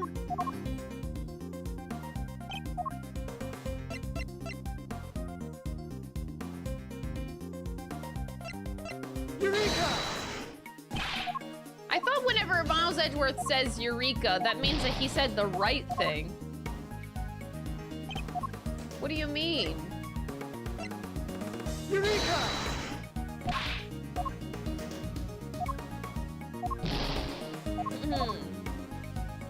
Oh, the journalist from Spider-Man. Oh, holy fuck. Sorry.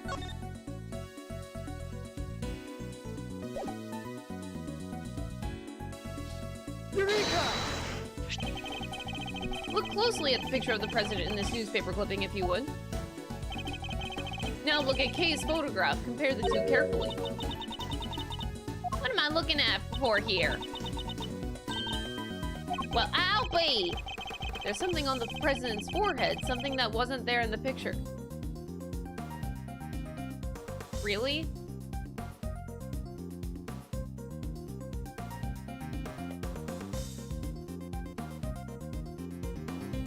Really?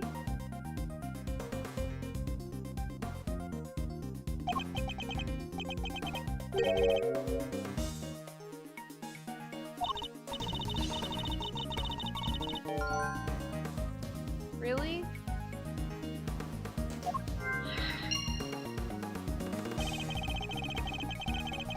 I highly doubt a birthmark just sprang up there since the other picture was taken. Did he get bitten by a bug then? Yeah, that's it. There, right there is a big old bug bite. And here I thought it was something important. The look on your face. You should know that the road to the truth is paved with just such seemingly trivial details. Can't with the face. All right. Duly noted, Chief.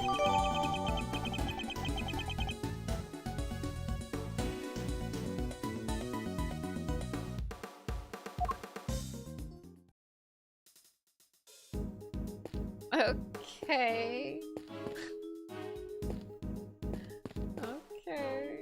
Okay. Hey, Mr. Edgeworth. Did you like my big entrance? But I bet I really am your hero now, huh? Your evidence helped things along, certainly. Hey, I'm the second Yatagarasi, remember? All in a day's work. Kinda wish I could have showed you how far I've really come with the whole Great Thief thing, though. It's been 2 weeks. You really can't get that far in 2 weeks. The training you mentioned, about that. Don't worry, I haven't stolen anything yet, I promise. Yet. The whole Great Thief thing is just on hold for now, anyway. That's a relief, I suppose. I wanted to get out there and start stealing, but back the truth like my dad.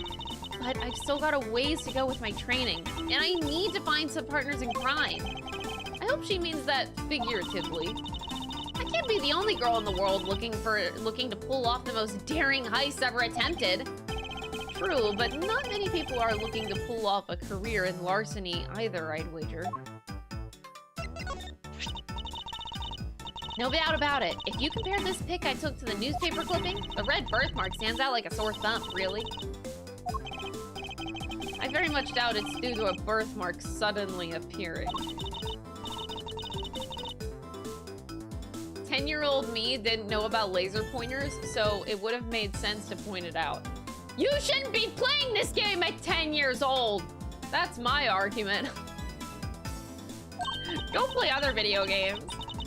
The road to the truth is paved with seemingly trivial thefts. Funny, I don't remember that being the exact sequence of words I used. Why just rob a horse when you can rearrange the furniture too? You may call it rearranging, but I call it irretrievably corrupting. What do you have to say about my badge? It's a cool badge. Very severe. As it should be. After all, it symbolizes both the sanctity and the strictness of the law. Well, my badge symbolizes, love, justice, peace, courage, duty, and compassion. And what about your beloved truth? Damn.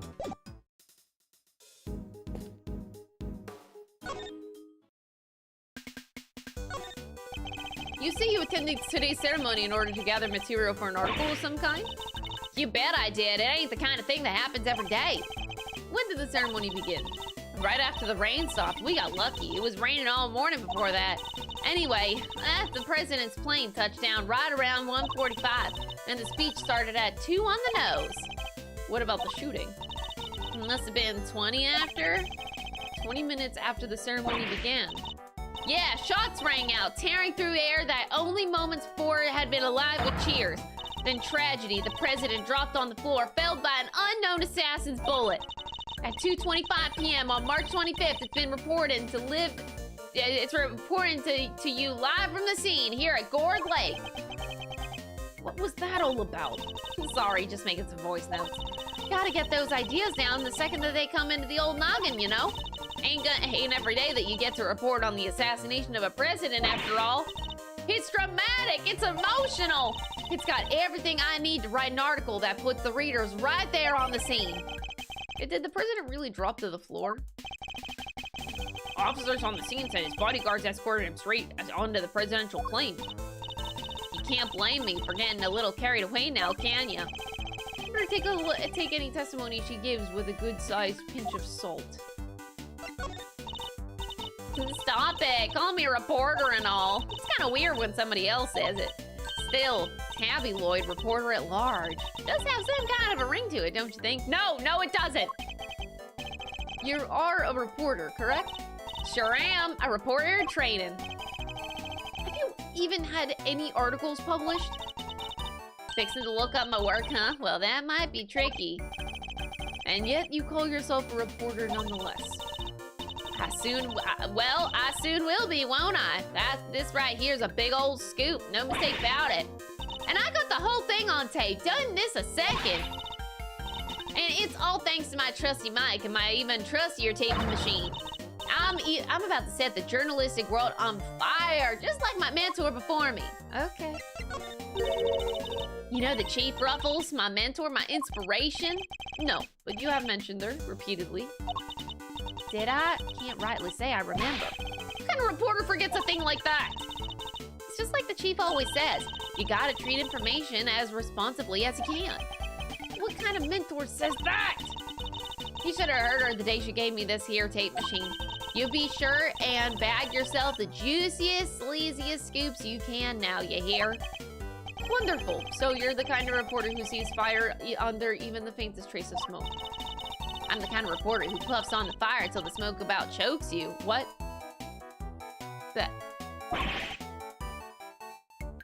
How is that any better? Oh boy.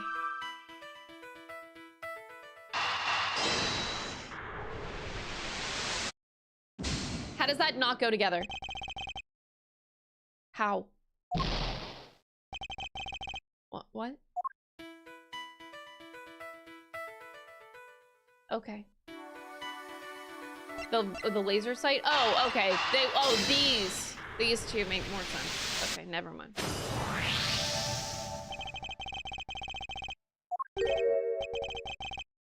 Man, the mystery of the red birthmark, that's quite the mystery. We're dealing with isn't something that would itch for an day and then disappear. It is in fact the beam of a laser sight. Our killer was aiming to shoot the president square in the forehead? And shortly after this picture was taken, a second shot rang out. That's gonna do more than itch. Indeed, I fear the president may be in even more danger than we thought. And that the gun we found was the weapon used in the crime. Why would the perp use a laser sight, though? He's right. You sounded like crazy. Sounded like crazy using something like that. Pew pew pew! It's not like you can just go around shooting lasers all over the place. No, and anyone who saw it could trace it right back to the shooter. Seems like a pretty bad idea all around. Oh, I almost forgot. I took a couple more pictures. Maybe the laser sight's in one of them. It's a long shot, but it's worth a look at least. All right, Kay, let's see these other pictures. Yes, sir. Right away, sir. First up, here's one I took over before everything started going south. It might be more useful to us if half the frame wasn't taken up with your face. Oh no, Winston Payne got it on his back. Dude, they should have killed Winston. I mean, Can you blame me for wanting to get a selfie with the president? Lucky for you, this was right before the gun went off. And this one I showed you before is from just after the first shot was fired. The second shot just came seconds after this. Then there's... Why am I staring at a dude's crotch? I can hardly see anything, Kay. I got knocked over when everyone started running right after that last picture. Guess I must have pressed the shutter by accident. Not sure this one's gonna be much use, kid. And that's all of them.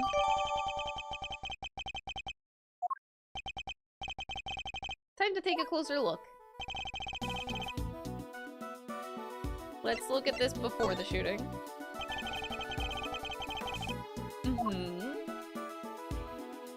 Take that! Look closely at the person with the red hood. Indeed, that's our laser sight right there. Oh, that's our perp! The one in the red hood must be the shooter, yes. We found them, and all thanks to yours truly. Indeed, you led us right to the greatest treasure of all, Miss Great Thief, the truth.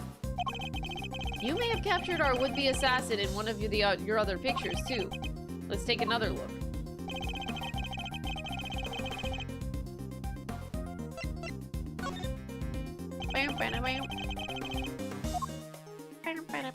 Take that!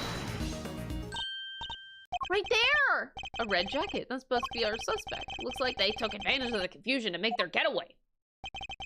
Look at these photographs. There's so many. Luckily, we can see exactly where they were headed. The samurai dog stand! Which means they escaped toward the right-hand side of the spectator area. Detective Gumshoe. Consider it clear. I'm counting on you. Why are the people still there is my fucking question. Also, why does that guy right under my camera look like Scar? I'm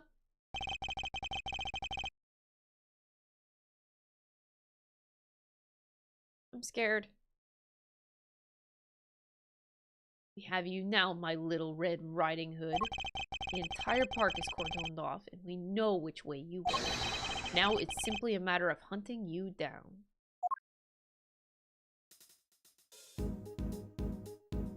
Why did that have to be so creepy, though?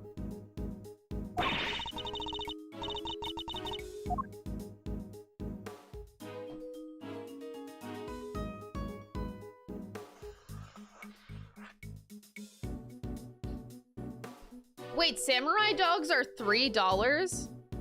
That is a scam. I can go to Costco and get a fucking giant hot dog for $1.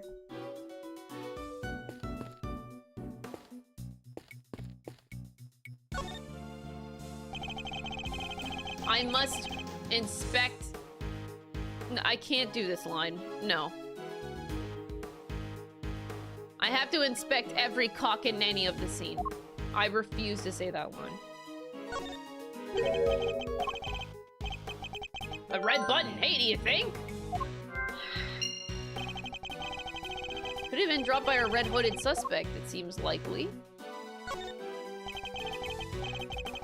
It says samurai dogs, now with Sakura relish. Just in time for spring. Sakura relish? What does that taste like?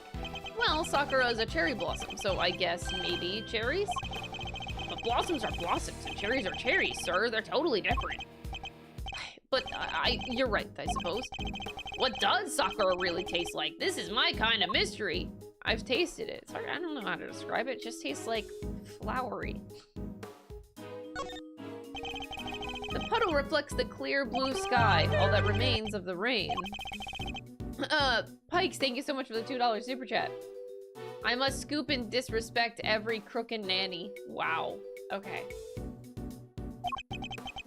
Very funny, detective. How would you describe it? Let's see. A pool of water left behind after a real heavy downpour. Just like I get left behind after a real heavy dose of Mr. Edgeworth's lot. I would say don't give up on your day job, but it seems you don't even have that down, detective. Ouch. Flimsy-looking food stand made of plywood, and it sells samurai dogs. Hey, Mr. Edgeworth, I've got $1.50 if you know, You're not actually suggesting I subsidize you eating on the job. I didn't mean that, maybe when we're done? Fine. When we have finished investigating, you can have one. And only one. Understood. Why is Edgeworth just the team dad? Sorry, sir, I never should have. Wait, did you just say I could have one? Yes. Why? Is something the matter? No, it's just I wasn't expecting. Oh my god, thanks, sir!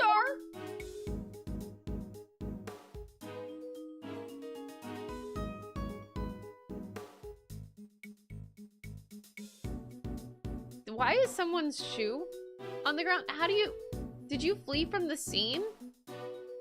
And leave your shoe behind?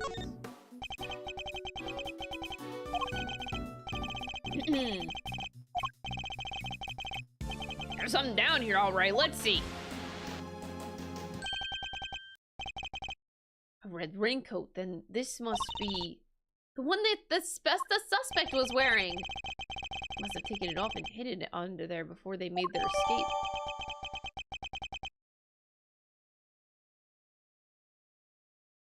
Oh.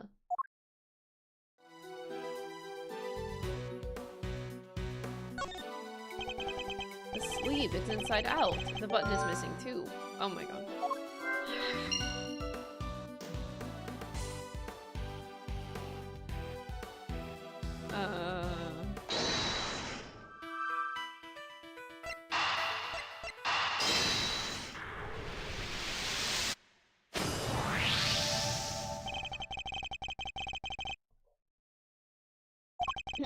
It must have been pulled loose when the killer took it off. The right sleeve's inside out too. It was removed in a hurry, fast enough to tear a button off, no less. I surmise that our assassin disposed of their gun and bagged in the trash immediately after shooting at the president. They then slipped into the panicked crowd and moved from the left to the right side of the spectator area. This was because they knew the trajectory of the bullet would point to a shooter on the left side. Finally, they removed the raincoat and hid it under the samurai dog stand. The killer would have needed to get rid of the coat as soon as possible, hence its hurried removal. The fact that the right sleeve is inside out is a testament of how quickly it was taken off.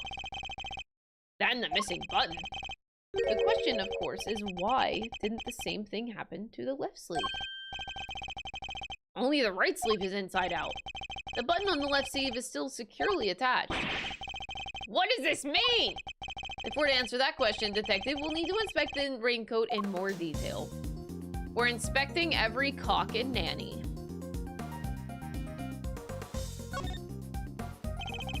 The right sleeve is inside out. You can clearly see where the button was torn off. Whoever discarded the raincoat did so in quite a hurry. Let's take a closer look at the inside of the raincoat. Detective Gumshoe? Got him. A blood stain. Considering where it's located, I'd say the blood belongs to our would-be assassin. Oh, we're looking for someone with an injury. Not just any injury, detective, an injury on their left arm.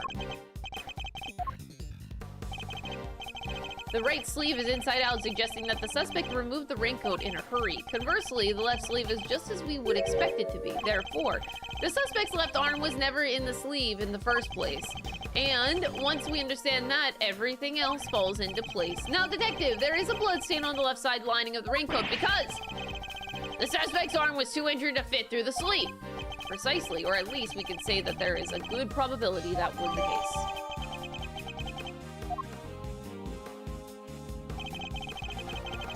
The pieces, they're starting to fall into place. The dots, we're connecting them. I don't get full health back? Oh my god, I'm gonna die. Detective Gumshoe, I need you to go and search the crowd for likely suspects.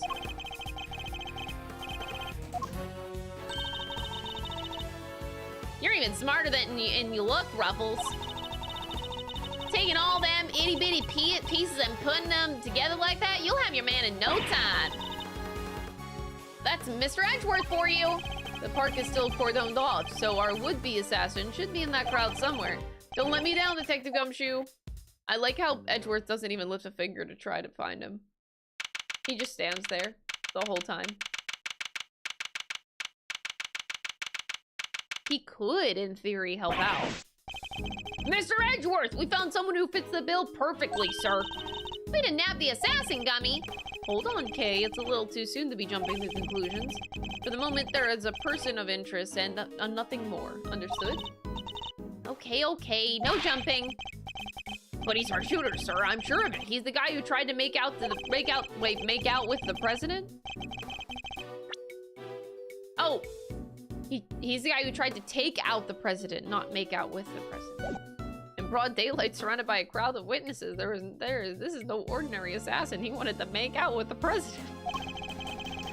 Bring him over here, detective, carefully. Come on, boys. You heard him, Mr. Edgeworth. Oh.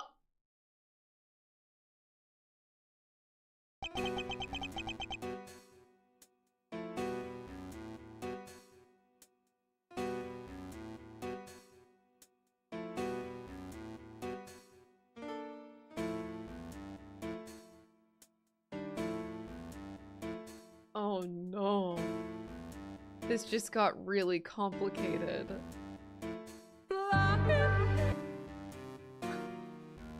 Get out! De Killer delivered the ice cream!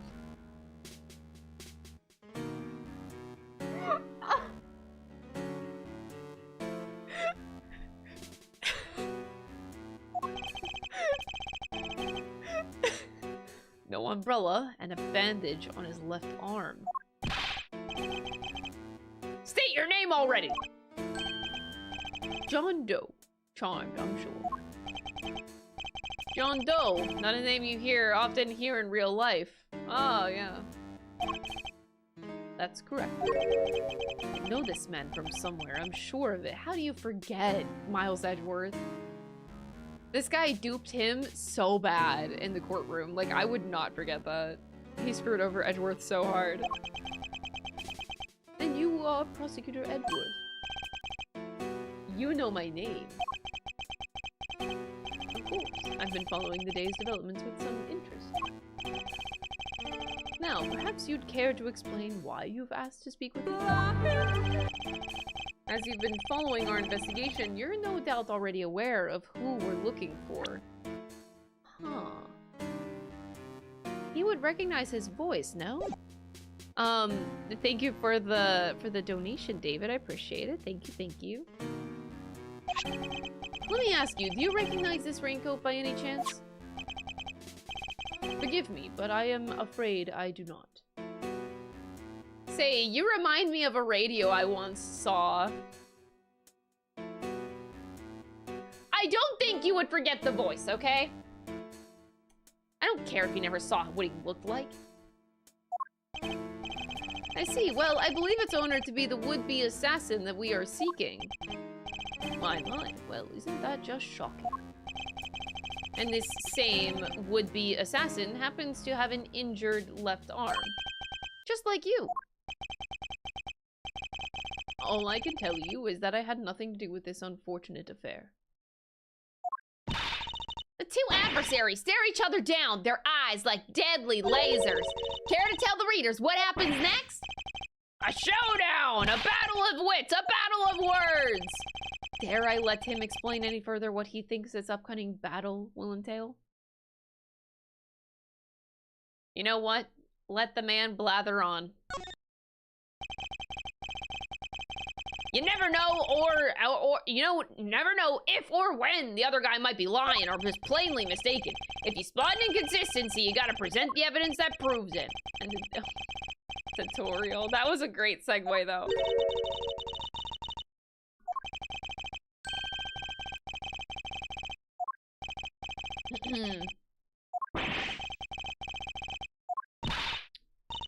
Stepping up to the bat, our nation's top prosecutor.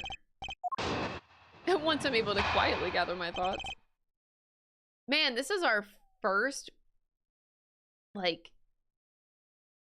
dang. What a callback to bring back Shelly de Killer. And the killer delivered the ice cream. I still hate that comment. I can understand why whoever wore the raincoat would be of interest to you, but you have no proof that this person is injured as you claim. My left arm may be injured, but I can still use my right.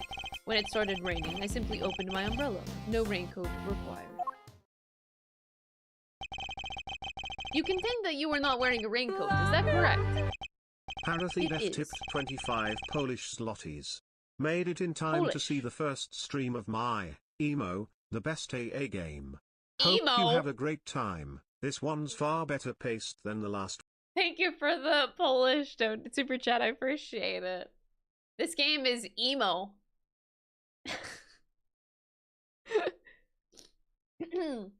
Thank you, appreciate it.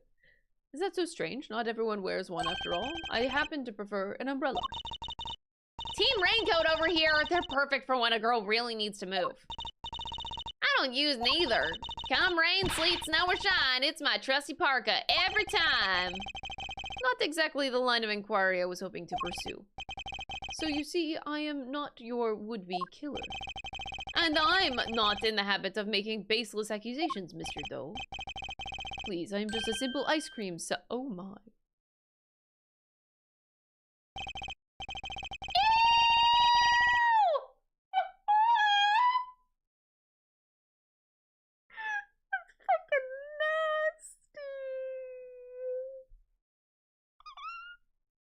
Forgive me, my wound seems to have begun bleeding again in all the excitement.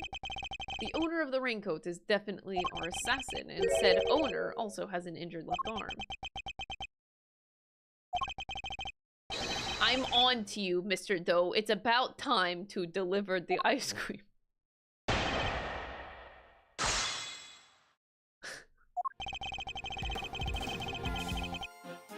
Hold it! So you admit that whoever wore the raincoat is a person of interest? I know they are. I was able to follow most of your investigation from the spectator area. One never thinks one could get caught up in such an awful thing as an assassination. Hold it! So, you'd like to see some proof that the owner of the raincoat has an injury? I would certainly expect such a renowned prosecutor to have some. I still don't understand how you know who I am. Come on, Mr. Edgeworth, you're famous. He probably read about you in the newspaper. Just like that Phoenix Wright guy did at one point in time in his life, and then altered the whole course of his life for you. Anyway, I have also been observing you in your work, lest you forget. I don't believe a word he says. If I can prove he's lying, we'll be one step closer to apprehending our shooter. The music, though. It's like groovy.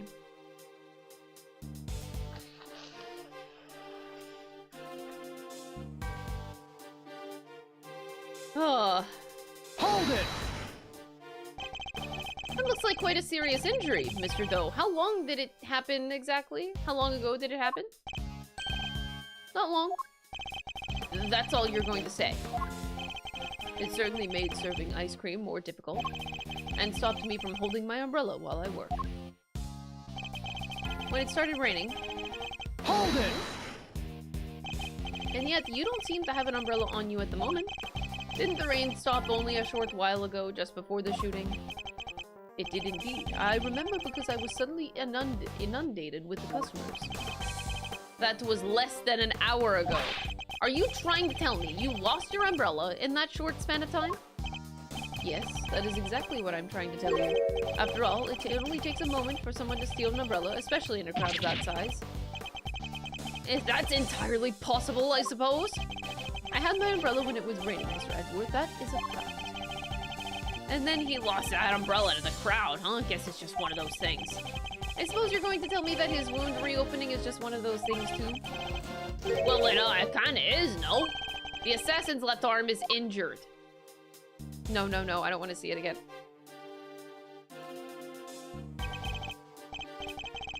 Ew! As is Mr. Doe's. Why, it's even bleeding as we speak. That is pretty suspicious. Nonetheless, we need to find something concrete that will link Mr. Doe to the crime.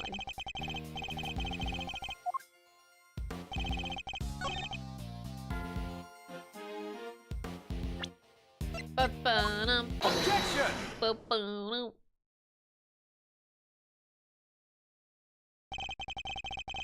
You seem like a careful man, Mr. Doe, but not quite careful enough. After all, you left something behind, something of vital importance.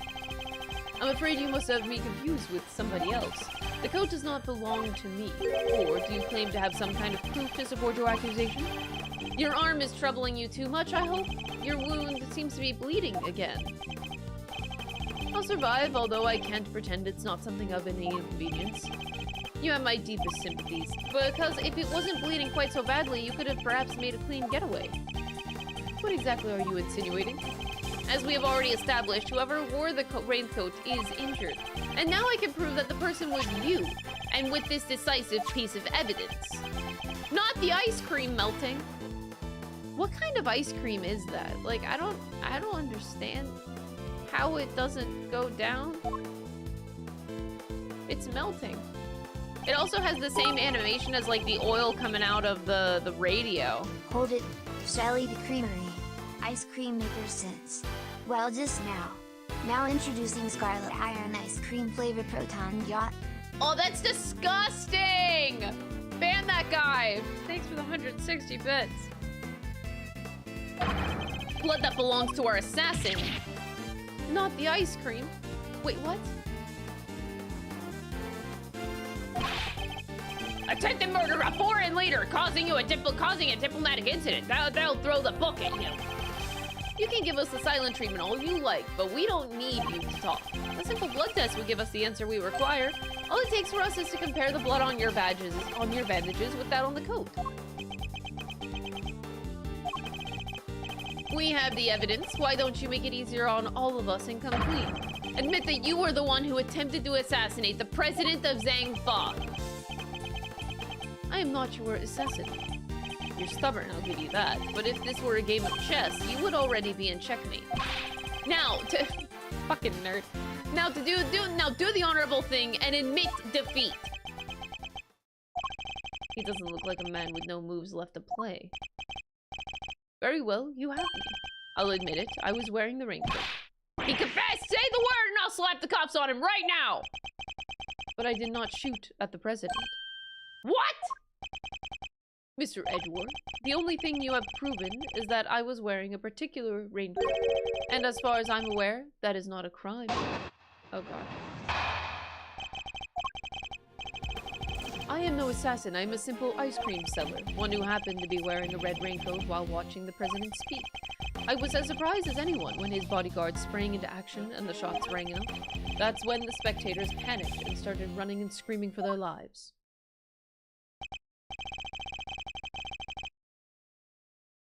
Are you finally satisfied that I am telling the truth? As if! Your story stinks! You don't scare me! The evidence is on our side, you know. It's right there, plain as day, the assassin, and they're wearing a red raincoat. Intriguing, but that is not me. Oh, come on! Tell me, Mr. Edgeworth, do you really think I was the only one in the entire park wearing a red raincoat that day? Really? I do, actually, but then why? Why does he seem so sure of himself?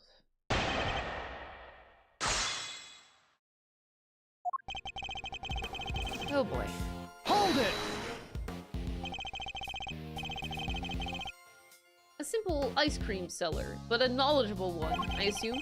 On the subject of ice cream, at least. But of course, you ask me anything you wish. I don't know the first thing about ice cream. What?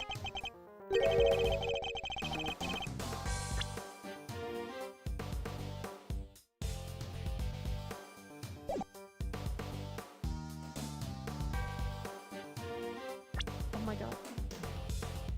Has Miles Edgeworth never had ice cream before?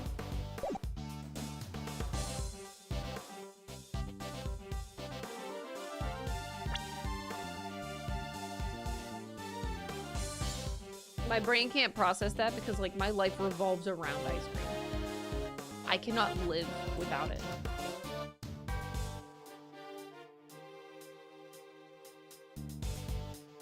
I can't imagine living in a world where ice cream doesn't exist. And you mean to tell me that my favorite character in this franchise doesn't even...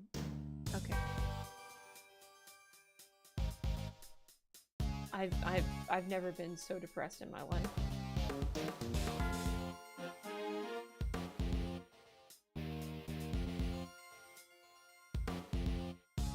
You know what the most important thing about making ice cream is, of course, Mr. Edgeworth?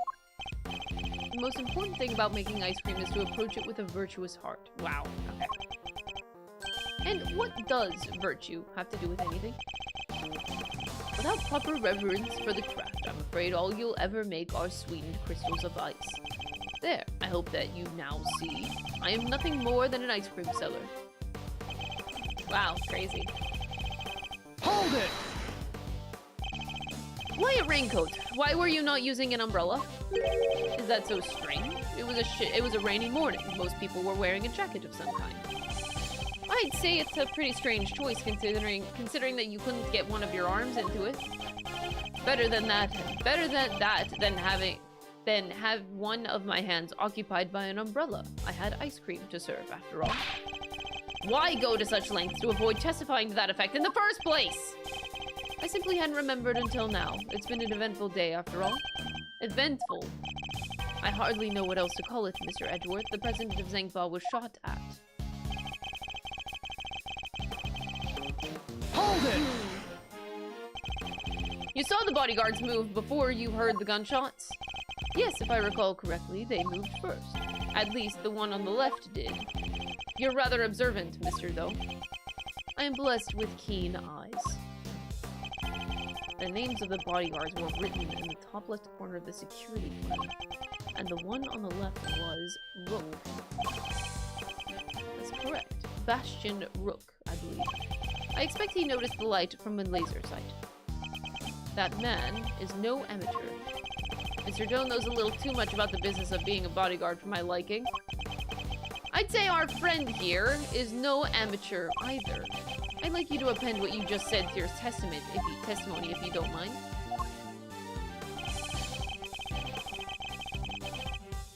The killer should deliver the information about the ice cream to Edgeworth.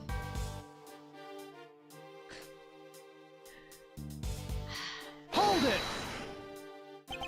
So the bodyguard on the left was the first to move? By the smallest fraction, yes, he reacted admirably swift. His name was Bastion Rook, did you say? It appears you've assessed the situation quite astutely. No more so than anyone else, I'm sure. He's good, he didn't even flinch. Hold it! So you yourself didn't start running and screaming? I was hardly in a position to. Oh yeah? In what position were you in? One of extreme pain. Somebody bumped right into my wounded arm, hard. It was excruciating. I thought my eyes would pop out of my head. Yeah? Well, they clearly didn't. Of course they didn't, Kay. In any event, the shooter was wearing a red raincoat. We have photographic proof of that, and yet... Mr. John Doe here swears it wasn't him. Guy's lying through his teeth! No one gets away with disrespecting Mr. Edgeworth, pal! Not on my watch! Calm down, detective. We will catch him with a lie.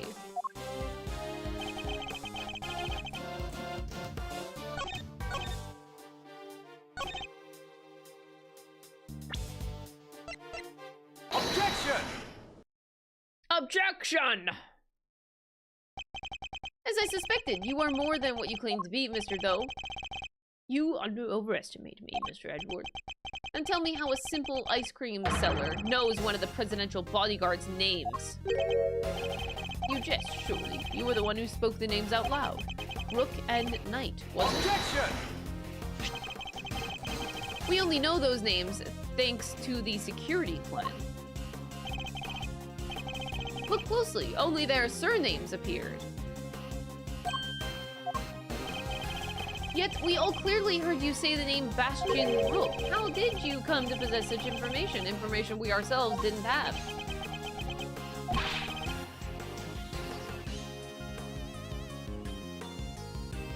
Seems pretty darn suspicious to me.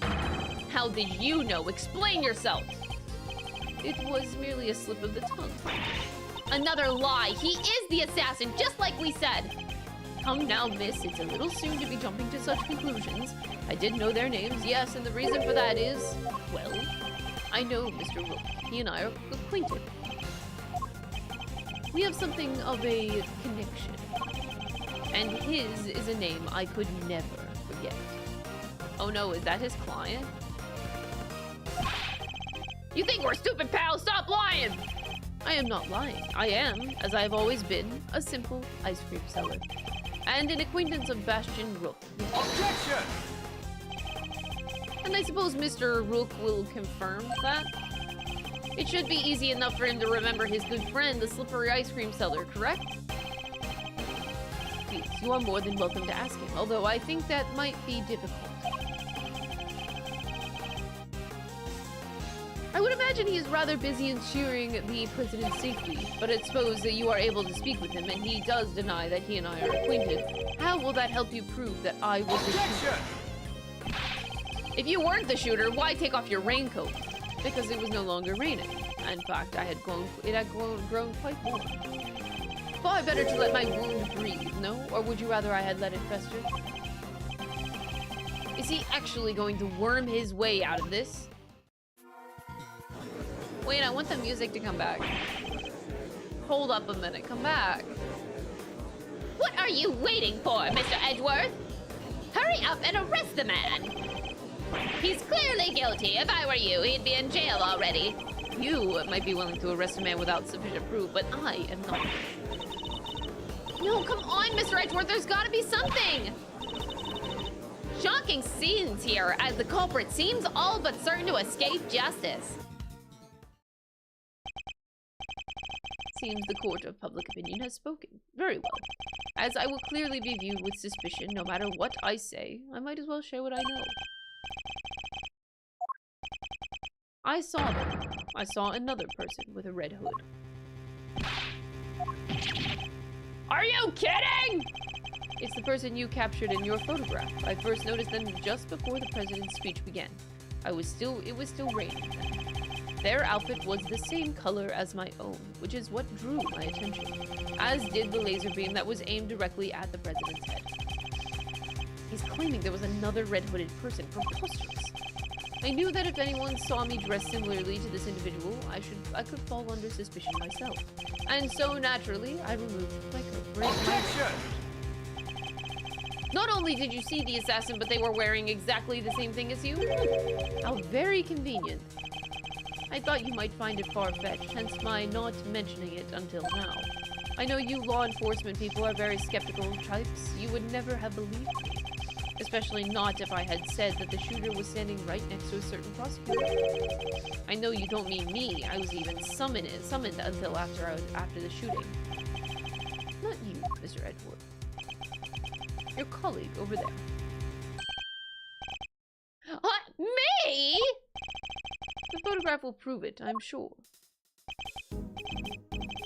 Right there in front of the person with the red hood. That's me, yes, but what exactly are you saying? What's his endgame here? As I mentioned, I've been following your investigation with some interest, Mr. Edgeworth. And while pondering the details, I noticed something strange. Come now, a man of your talents should be more than capable of spotting a contradiction such as this. I'm afraid I don't follow. The picture shows the chief prosecutor, Mr. Payne, and the shooter. But there's nothing weird about that, is there?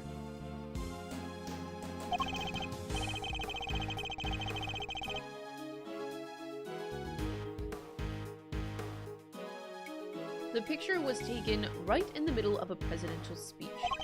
One of the other pieces of evidence you've gathered is inconsistent with what we see here. What is Mr. Doe talking about? What evidence is inconsistent with what's in the picture? Take that! If I'm honest, I'm not entirely sure why, but I think the conflicting piece of evidence is this.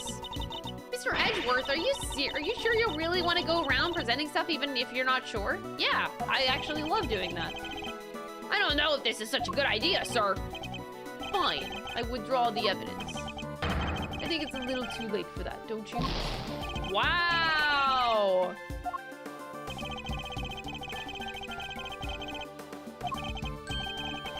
The president is in the middle of his speech. You need to think carefully about this moment in time. What is Mr. Doe talking about? Which piece of evidence is inconsistent with what's in the picture? Take that! Of course! The tape contradicts the photograph. So if you have noticed at last. What's he going on about, Mr. Edgeworth? Someone's missing. Someone who should be here. Who? Who indeed? The person who is missing from this photograph is Dick Gumshoe. Take that!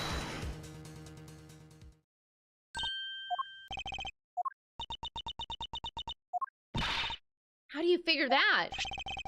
Mr. Payne's voice...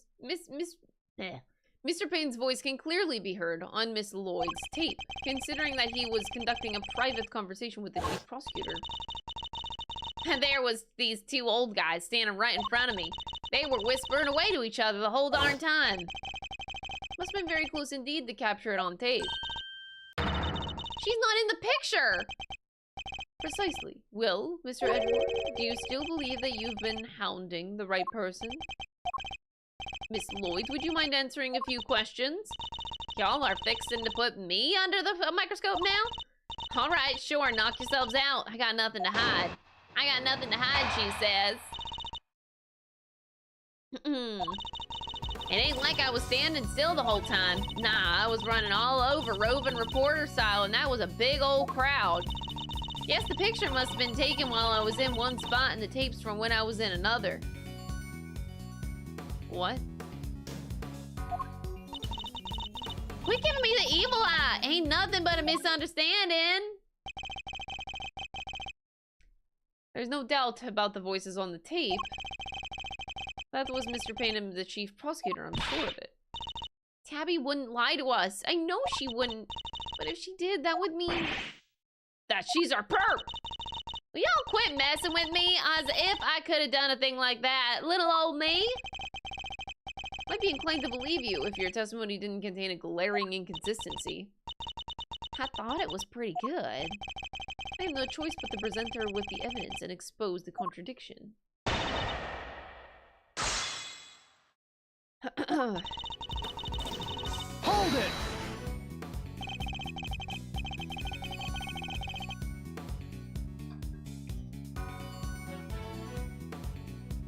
Why would you be moving around if your main aim was to record the president's speech? What now? How do you mean? Surely the speech would have been best recorded from a single consistent position. Well, see, that is, oh yeah, ambience.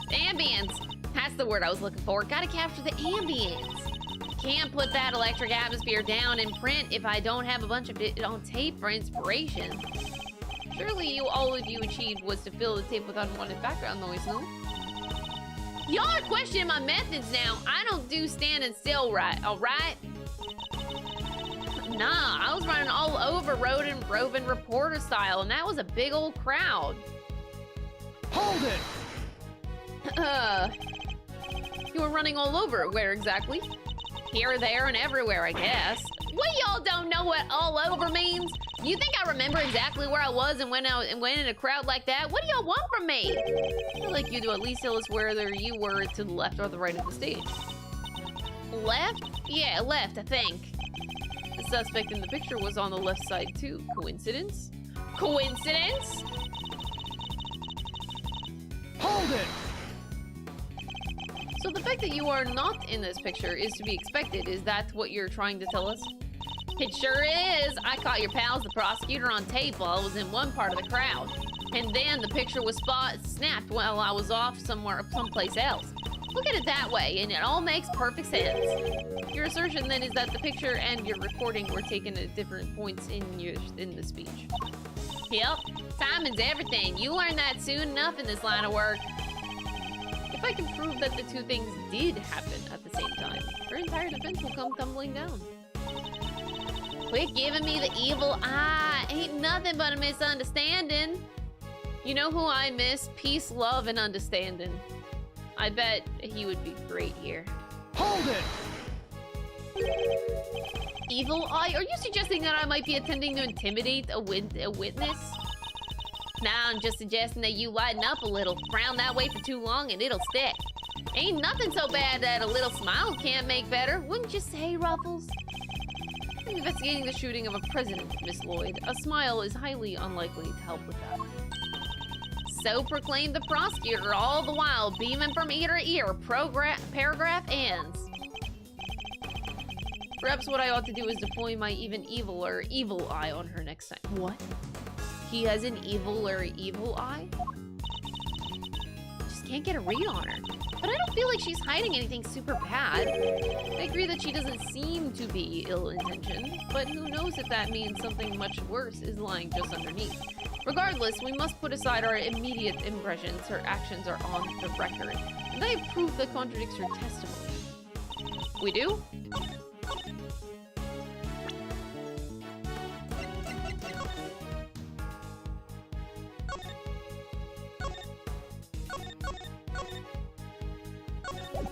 We do? It's either this or the tape, right? Objection! Miss Lloyd, it's imperative for a reporter not to lie, wouldn't you say? You're deranged, right? Right it is, and I don't lie! And yet the photograph and the recording were definitely taken at the same time. You can't prove that! The evidence is right here in these pictures. This one in particular shows something that lines up precisely with when you are making your recording. What part of the picture indicates that it must have been taken at the same time as Miss Lloyd's recording? Take that! Look closely. This is the answer to all our questions. I don't rightly know that it is. Right here, look again. It's faint, but it's there. Is it a speck of dust, maybe? Happens all the time. Amateurs don't think to wipe the lens. Wind up thinking that they caught a ghost on camera. You into that sort of thing, Ruffles? And that's not what I meant at all. You should listen to Miss Lloyd's tape again. The recording was made right when the photograph was taken. I'm sure of it. Just need to point out the part of the picture that proves it. Honored friends and allies.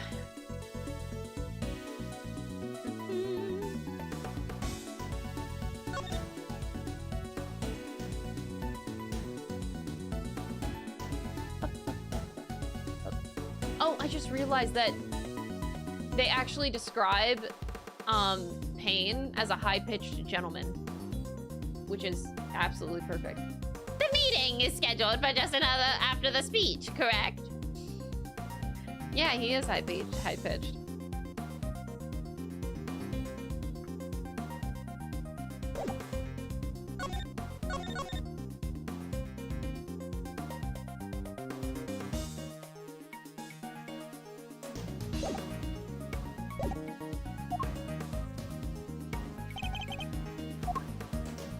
Take that!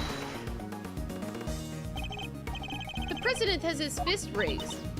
And what about it? Would you be so kind as to play the tape again?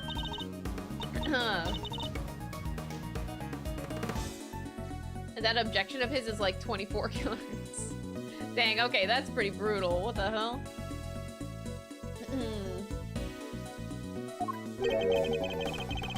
What if I were to tell you that you don't have a choice? Ugh, you don't make it easy, do you, Ruffles? Remember, we are concerned with the moment the president raised his fist. No criminal organization, no matter how big, is above the law. The president thrusts his fist into the air.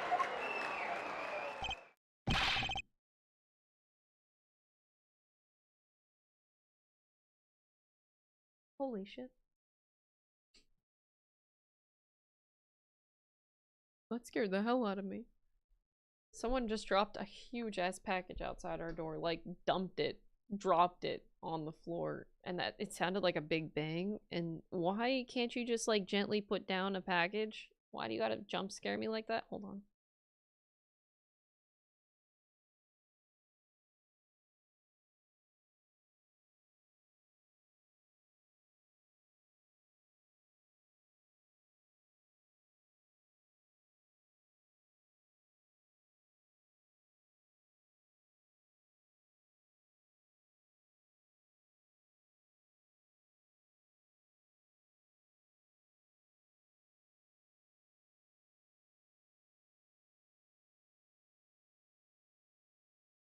Alright.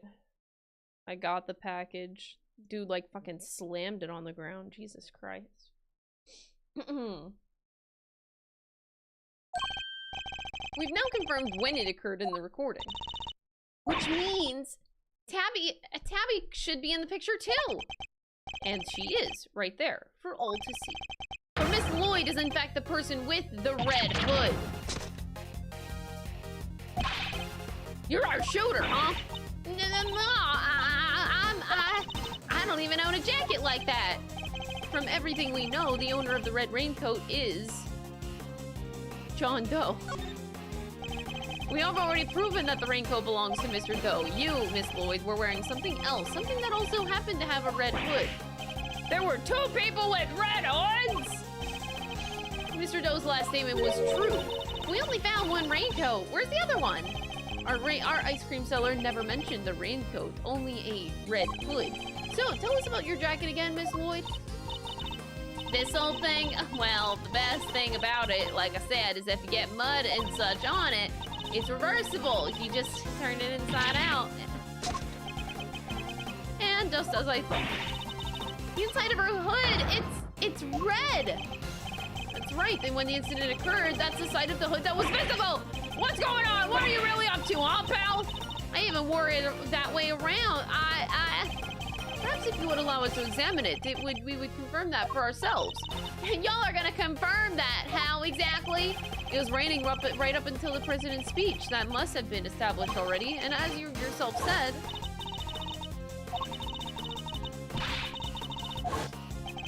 you haven't reversed your parka since the rain. Then the inside should be dry. Wait a sec now, that's it. I got this big old backpack on, see? I can't take off my jacket. Maybe I could show y'all some other time? You think an excuse that week is gonna wash with Mr. Edgeworth?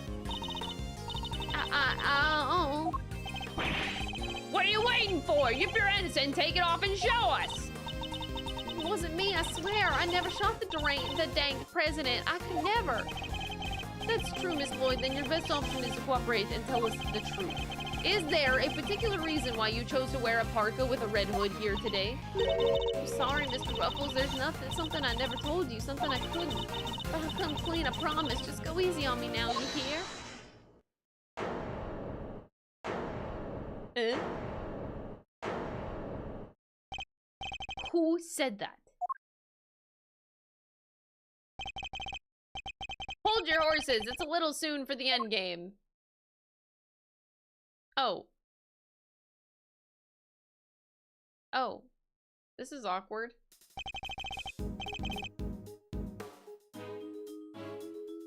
Dude, I just realized that their pin has like the palm, and now I think anytime I look at a palm, I think of fucking Kirkus Alba now. I'm fucked. That goes for you too, Mr. Prosecutor. You lost this one the moment that you made your opening move. That's one of the men from Kay's food ground. Guess I'd better introduce myself.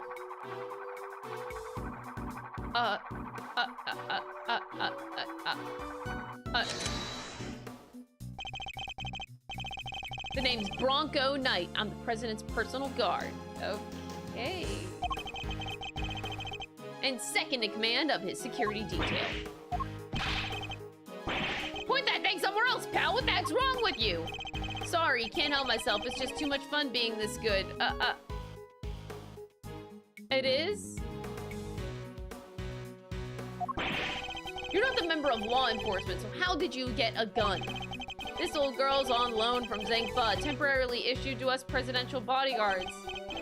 Anyway, never mind that. I got 2 tidbits of news for you. You want the good or the bad? Choice is yours. I'm indifferent, whichever you prefer. You're giving up the first move advantage, just like that. Whatever, you're lost. Guess I'll push out the first pawn then.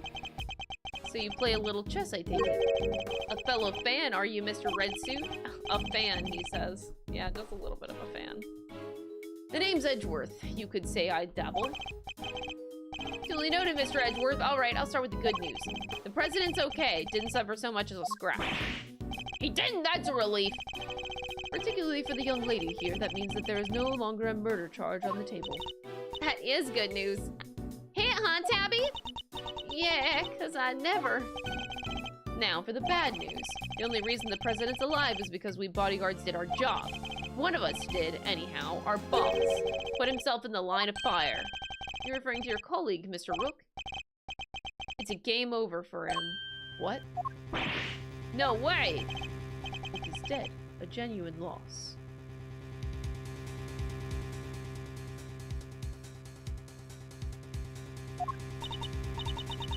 You're saying that Tabby... Yeah, your friend here killed my colleague, my brother-in-arms. Heck no, I didn't do it. I didn't kill anybody. I could never. I'd shut my mouth if I were you, murderer. Sure, we did what we had to do, sacrifice one of our pieces to protect the king. But to lose someone like him during a castling, it's a real shame. What's that even mean? It's a chess turn. Very simplistically speaking, it's a move where a rook switches places with the king. Why didn't he just say so? Mr. Knight, was it? We'll need to see the victim's body right away, and if possible, I'd like to ask the president a few questions. No can do. That's the third piece of news, and it's the piece you're gonna like the least. But you said there were only 2. The National Police Force of Zhangfa will be handling things from here. Does that mean that Lang is gonna come back? You better be kidding, pal! This investigation was assigned to us. We're not about to hand it over. You're the Edgeworth, right? The one who solved the Yatagarasu case the president mentioned you. I'm honored to have warranted his attention. Makes sense that the chief prosecutor would assign this one to you. Wait, stop. Stop with this, the extraterritorial rights chat. Oh my gosh. Rodney, hi. Is that why this has been happening? Got it. Thank you. So is my stream right now in 720p? That's what's going on. Okay. Thank you. Very much appreciate that. I'll fix that for next stream, chat. At least my recording is still in 1080, so that's fine. As long as the recording's fine. But yeah, at least we got that fixed up. My extraterritorial rights are kicking the door down. Get out of here. That's toxic. Makes that the chief prosecutor would assign this one to you. Wait, did the chief assign me to appease the president? But that was a mistake. A big one. He should have given the chase to somebody with a spine. You're free to take it up with President Wang if you enjoy diplomatic incidents, that is.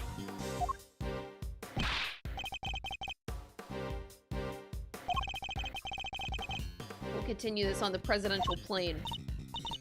No, no, no! I never did nothing, I swear! We can do this the hard way if you like, but in Zhangfa, justice is served one way or the other. Come on, Ruffles, you gotta help me out here, please! Miss Lloyd, she was the one in the red hood. There's no denying that now. But I can't help feeling that we still don't know the whole truth behind the case. I'm innocent, you gotta believe me! Can I really let this happen? Is this really how it ends? The look in her eyes, the crack in her voice as she begs me to help her. This is no act by a criminal. She's genuinely scared. And if I let him take her, we'll never know what really happened. Objection! What? What? Now someone's screaming? Get your filthy hands off of... What's going on? Quiet now. Is that really any way to greet me? What is Shelly de Killer doing? Your neck has barely begun to heal. You've already forgotten who I am. I'm disappointed. Oh.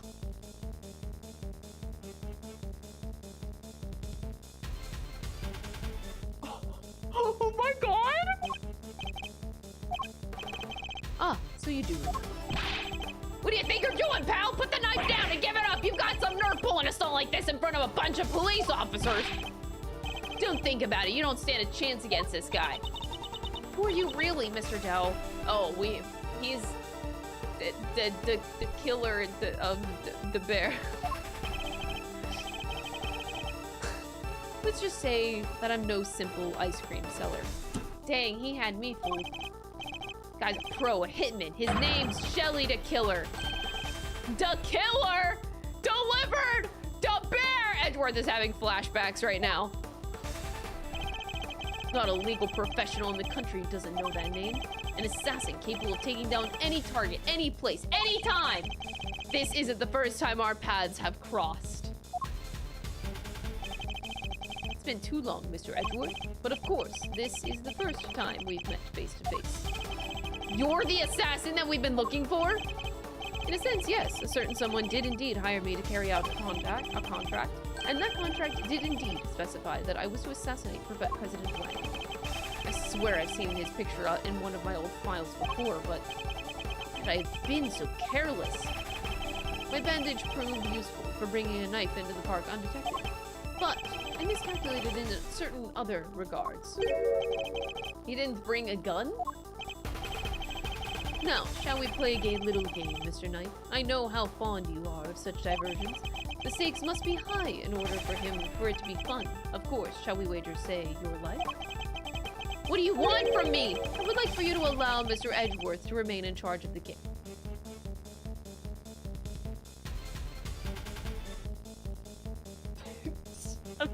What?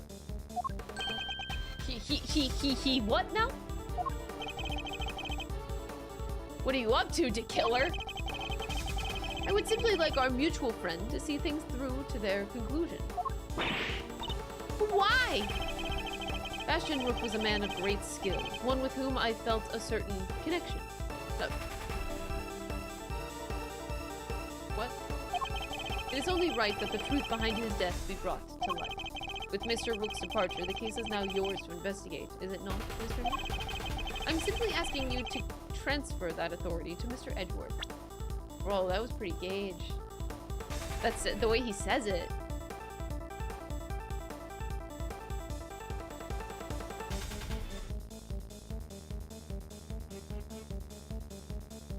Maybe not. It can't be Gage. He felt a certain connection because he was hired to do so. Clearly.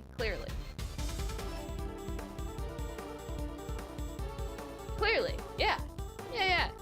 I'm simply asking you to transfer that authority. It's not something worth losing your life over, surely. You're just using the investigation as an excuse to get close to the president. Am I really? I suppose it is true that in order for the investigation to proceed, we will need to enter the presidential plane. You think I'm gonna let you near him? I'm his chief bodyguard! Are you? And here I thought you were only in second in command. Rook's not around. That means I'm number one. I wonder if you have what it takes to step into such capable shoes. Of course I do! I'm the leader now! Me! If that is indeed the case, then I would ask that you make a choice worthy of a leader. Will you needlessly throw your life away, or will you allow the investigation to continue? Is he really doing this to gain access to the president? Does he even need to? What is he plotting? What is happening? I'm so fucking confused. You have no objections, I trust, they are Mr. not Edgeworth? gay. They are intellectually attracted to each other. Clearly. But then again, I look at Shelly de Killer right now, who is wearing pink, and then I start thinking otherwise. The signs, man. I trust Mr. Edgeworth. Come, let us continue the investigation. Oh, what do we do, sir? It would seem that we have little choice but to do as we're told. That said, listen, detective, and listen well. Don't say to be continued. Okay. I'll buy you some time as I investigate. Meanwhile, you gather the other officers. Have them surround the plane and make absolutely certain that there is no way that he can escape. I am so confused. No. No. This game sucks. This game is shit.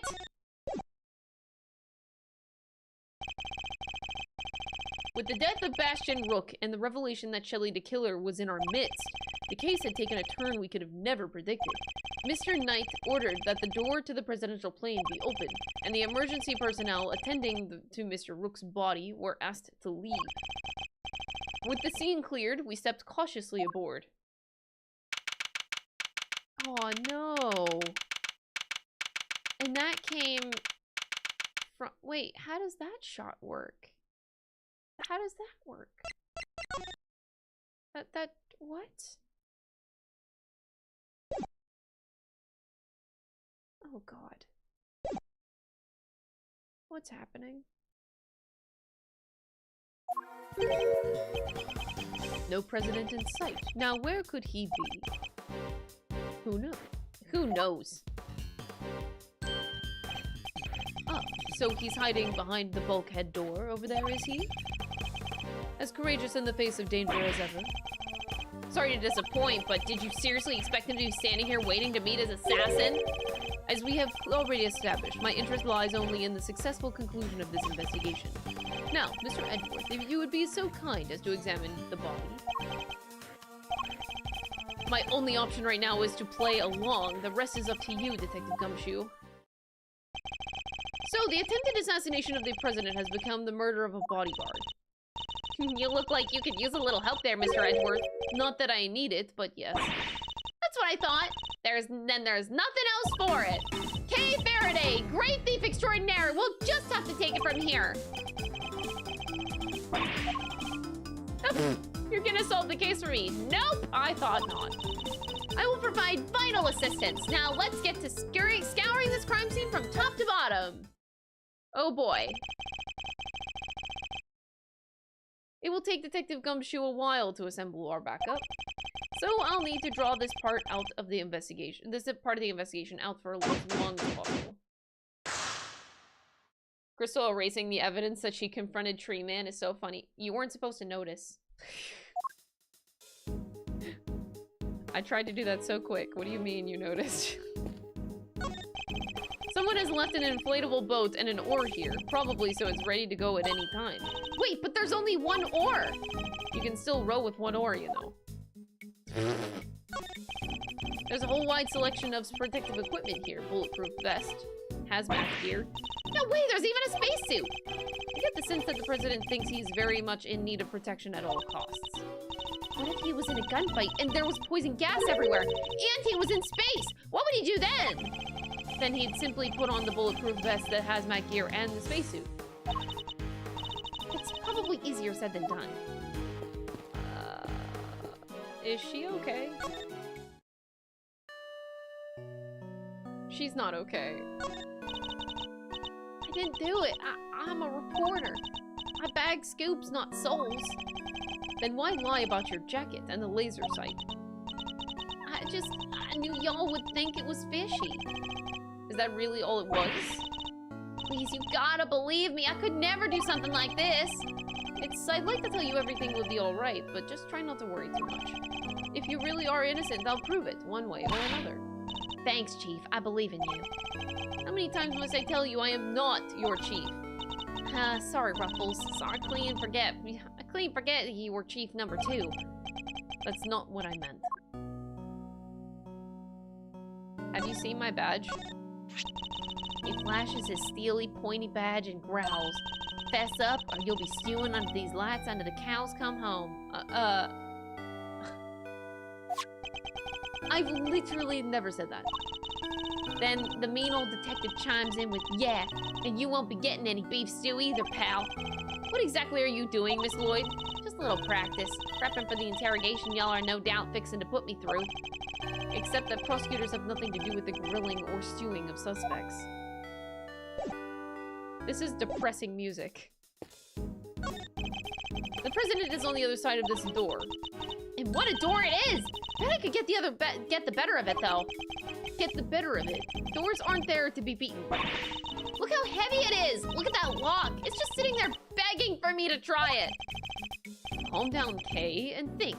Why might this door be locked? For me to open it, of course. Precisely for you to open it, of course, yes.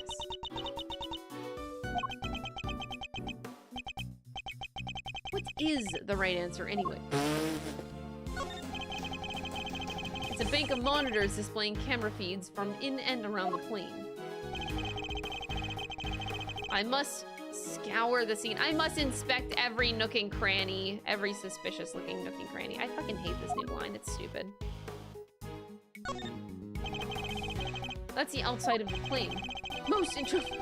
Anytime this sprite comes on, I'm just like shocked that Shelly is still holding a knife to this guy. Most intruders could not hope to approach without being spotted, but such measures would be mere child's play in my case. You're saying you could get past cameras like this without being seen? Of course, with ease. You have to teach me how, please? Are you taking on apprentices by any chance? Kay, you do realize you're talking to who you're talking to, don't you? Sorry. Had to ask, though. What a great skill for a great thief to know. Unfortunately for you, I am not the type to take on understudies. You're not, huh? Shame. Shame? In what way exactly? These monitors are displaying the cockpit and parts cock of the plane's exterior, but I don't see anything out of the ordinary. Oops. An elaborate precaution, but a futile one at best. No assassin worthy of the de Killer name would ever allow their image to be captured by a mere child. Please, you have to teach me if I could totally evade any security camera. I could. Kay, control yourself. Have you no shame? Sorry. Don't sweat it, mister. We can talk more next time. Next time?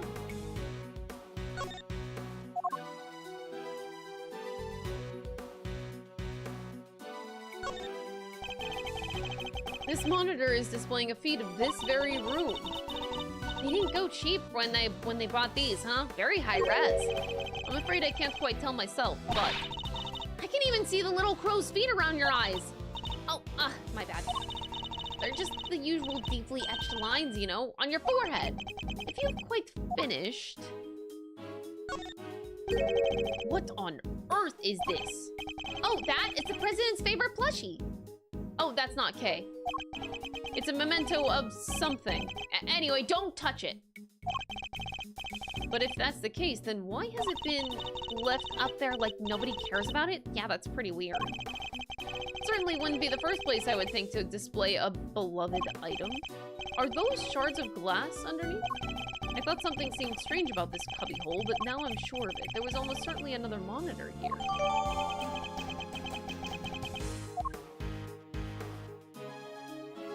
That is pretty sus. That's pretty sus. Okay.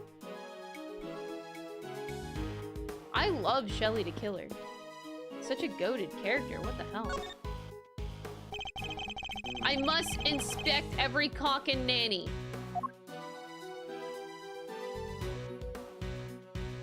A curious figure of a curious animal with a curious expression is staring straight at me.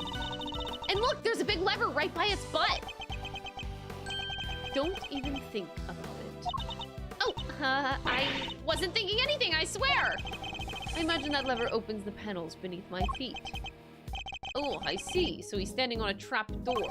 I strongly advise you to not pull it. Do so, and you will regret it. You know, I'm okay with taking some advice, especially when it's from a professional killer.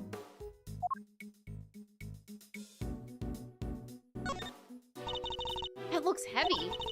This is what a president wears, huh? Must be made of something super special. to protect him from bullets.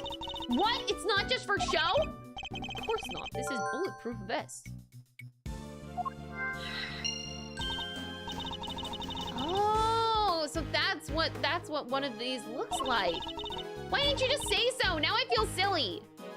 Yeah, okay, Kay. These personal safety alarms are very colorful. Looks like they got a lot of use as well. I like the president. He seems like a thoughtful guy. Buying these for his kids, maybe his wife too? Why would they all be here if that was the case? No, these are for his own personal use. Objection, Your Honor. It is simply not possible for one person to use this many personal alarms. Why, you ask? Because he's human and therefore possesses only 2 hands.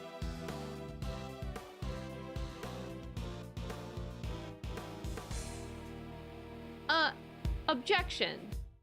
No. 20 hands wouldn't be enough to count the number of objections I have to that objection. Same reaction as Miles Edgeworth. I can't believe I did it. Documents of some kind. We can always, you know, steal a glance. Another security plan.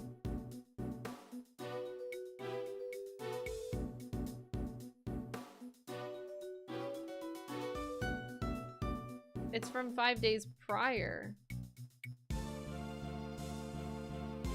What? Like the one from the trash can! Something feels off. I mean, the date. The date? Eureka! Wait, what?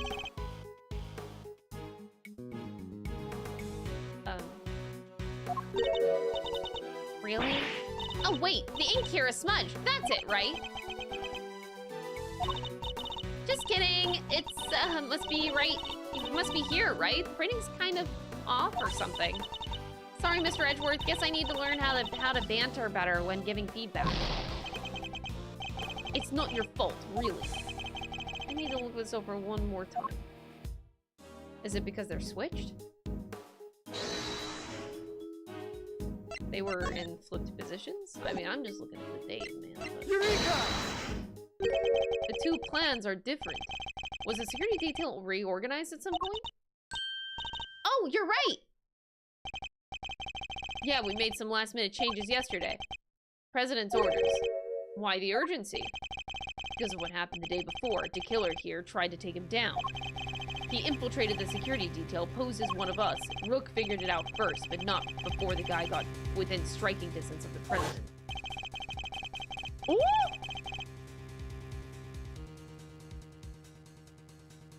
Is it bad that I really, really like Shelly de Killer? What an interesting guy. If our leader hadn't stepped in just then, we'd all have been out of a job. But he made it, and our friend here wound up with a seriously twisted arm. Rook put a bullet in it for good measure, too. Where were you while this was happening? You were the first one I overpowered, were you not? That's embarrassing. Ooh! Shut up, kid! Now I get it.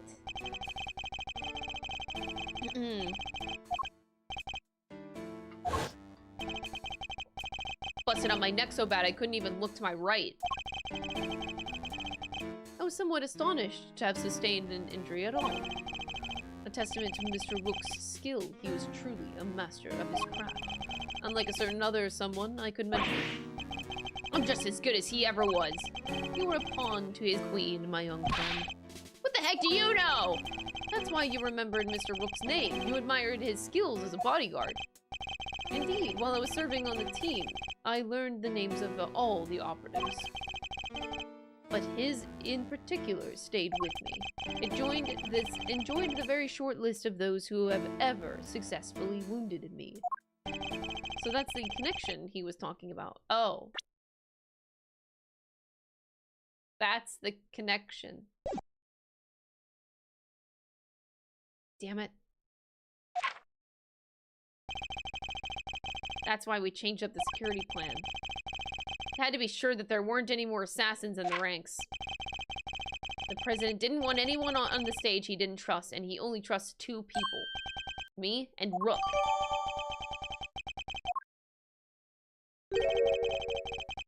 Does that explain your change of position? Tom! Hold on, I'll be right back.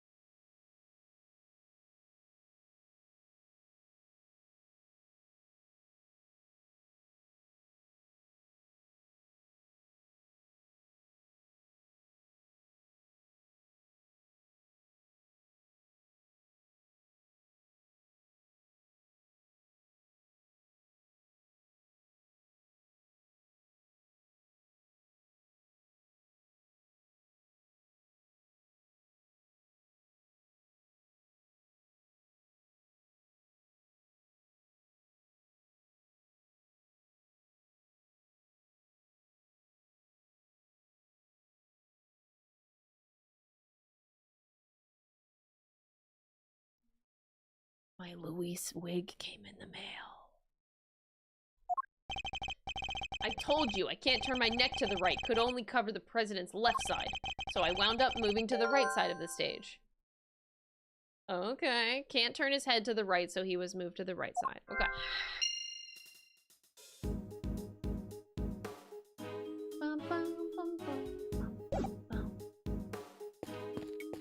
I really like Shelly de Killer. I hope he's not just in this case. I hope he's like in the whole game. It's a solid circular life preserver. It's designed to be used in case of an emergency on the water. Or rather the sea, to be more precise. Oh, the sea! I love the sea! We should go sometime! Sorry, but you'll have to make that particular trip without me. Aw, don't be like that. Come on, it'll be fun! You can have lobster rolls, ice cream, all that good stuff. Something tells me the sea isn't the main attraction for you, is it? A riot shield, and next to it a canary in a cage. Aw, she's so sweet! I want one! Did you ever see a cuter partner in crime? Partner in crime? Well, yeah, she can help me with lockpicking, stuff like that. A great thief has no greater ally than nature, Mr. Edgeworth. Sadly, such birds are most commonly used for detecting poisonous gases. Wait, this one isn't actually for that, is it? There is so much shit in this room. 2 gas masks in case of a poison attack, gas attack, I suppose. The president certainly seems to think he's at risk for assassination at all times. Wow, gas masks! I've never seen one before! I've heard plenty about them, of course. Oh, from a fellow thief, I presume? No, from the Jammin' Ninja! You know, my favorite kids' TV show? Princess Murasaki was getting married, but toxic ninja Wolfsbane showed up to lay down some sick burns. And time to tune out. Might save myself a brain cell or 2. Save myself a brain cell or 2, he said. I'm trying to save the best for last. Talking to Shelly de Killer. I'll just inspect the body, I guess. I must inspect every suspicious-looking cock and nanny. It's the victim, Mr. Bastian Rook, bodyguard to the president of Zhangfang. He's one of the guys that brought the president inside as soon as the shooting started. Hi, everyone. Private Butter, thank you so much for the 5-month resub. I appreciate it. Enjoy your emotes. He's one of the guys that brought the president inside, which means he continued to do his duty right up until his dying breath. At least he'll get posthumously promoted? Oh, wow. Okay, it's better to know when to say nothing at all than to end up with your foot in your mouth. What do you mean? Bodyguards don't even operate on the same rank promotion system as the police in the first place.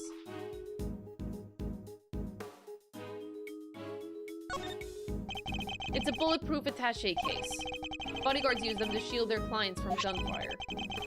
There was some in case photograph, too. looks like Rook and Knight each had one.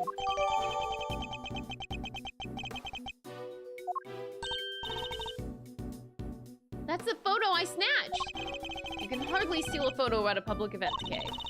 But I'm snatching up a moment in time with every picture I take, you know? Wow, she's really trying here. I take it snatch is your new favorite word. Maybe. Why? It's a trap door connected to a lever on that curious figure. If someone were to open it, everyone would fall through. Mr. Rook, Mr. de Killer. Don't even think about it. I'm Nook, and I'm Cranny, and we are the suspicious-looking brothers. I wouldn't dream of thinking up ways to take you down.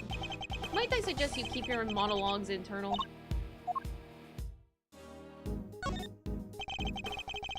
The bullet seems to have entered just under his armpit and went clean through his body.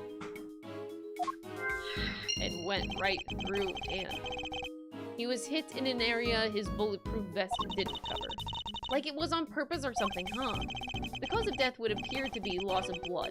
Attempts were made to stanch it, but to no avail. The victim bled to death from a gunshot wound to the torso. The bullet passed clean through his body. The medics must have been brought in to try and save him. Sadly, it was too little too late. The victim was also carrying a revolver. It looks like he was trying to use it. He probably drew it on instinct when he felt threatened. We should check to see if he managed to fire any rounds off. All there, and no other signs of the weapon having been used. Was this one on loan from Zangba too? Yep, sure was. We're always issued with the same model gun.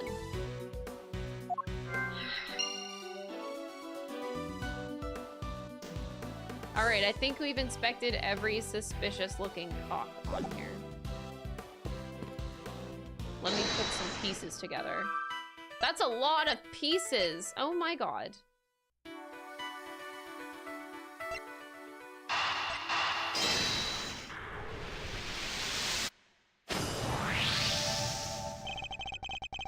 Two bullets were fired in total. We know this because 2 shots were heard. One traveled through the flag and into the balloon. The other took Mr. Rook's life. But there's a bullet in the president's vest too, right? How is that possible? How indeed, the numbers don't add up. However, there is one possible explanation. There is? Another, after passing through his body, the bullet that took Mr. Rook's life then found itself lodged in the vest. In other words, 2 of our bullets were in fact 1. He's right. If the president hadn't been wearing that vest, things could have been a lot worse. And he wasn't injured at all by the impact. Even when obstructed by a vest, a bullet can inflict serious damage. Sure, I've known guys who got broken bones that way, but the president's okay. He's made of strong stuff. Sounds like he didn't even need a vest. Let's not get carried away here. I want that bullet's ballistic markings analyzed. Remind me what those are again?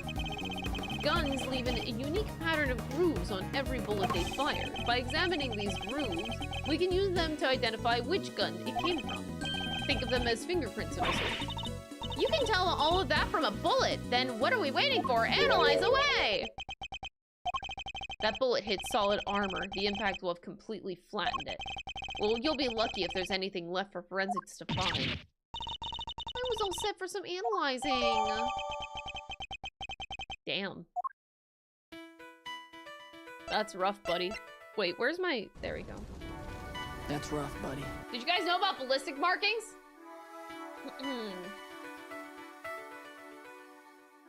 Bum, bum, bum, ba-dum, ba-dum, bum, bum, bum. Did you inspect his? Wait, are you asking if I've inspected Edgeworth's cock? Oh.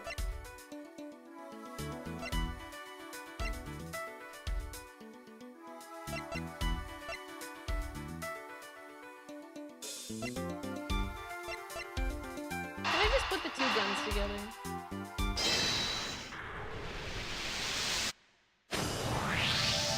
Gun and gun. The two guns are exactly the same, meaning it's likely that the one we found is also from Zhang Fa.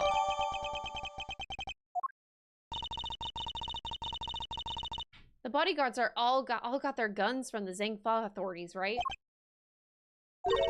Are they like super rare or something? No, I don't believe so. This model isn't exactly easy to come by in this country, but it's certainly not impossible either.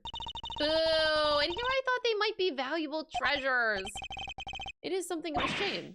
Oh, I just mentioned treasures and you actually responded for once. I only mean to point out that if the guns were rarer, it would be much easier to trace them, which would have made them treasures of the evidence variety, I suppose. Ha! See, everything's a treasure hunt one way or another, including this investigation. You could say that. All right then, it's treasure hunting time. On with the investigation. She certainly seems a lot more enthusiastic all of a sudden. That's quite enough investigating for now. What is taking so long, Gumshoe? Well, Mr. Edgeworth, have you solved the case? No, not yet. Is that so? Then perhaps interviewing another key witness might help you to do so? Another witness? Who? You don't mean... The most important witness of all, the man on the other side of that door. He really intends to have me question the president. Now, if you would be so kind as to summon him, Mr. Edgeworth. Stop right there, De Killer! You're nuts if you think I'd let him anywhere near you! Well, Mr. President, I'm sure that you are watching us through your security feed, aren't you? In which case, I politely request that you show yourself. That is, if you value your bodyguard's life. De Killer is insane.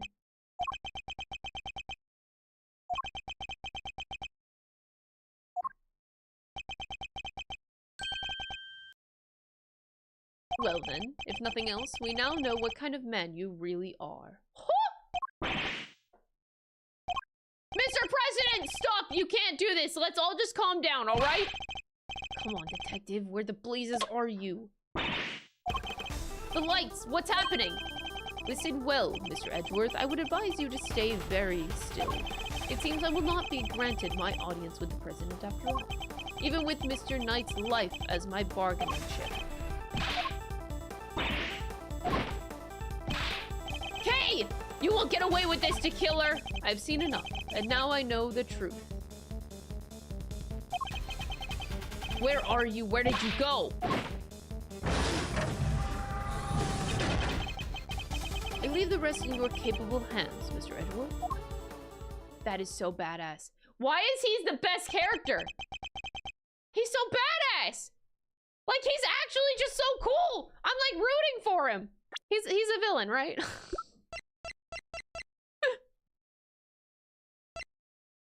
He's a villain. I love him. I just want him to win. I just want him to win! Why is he so cool? Mr. Edgeworth! Detective Gumshoe? Mr. Edgeworth!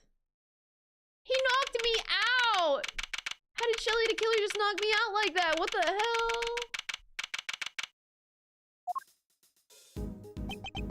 I think I am attractive. Dang, dude.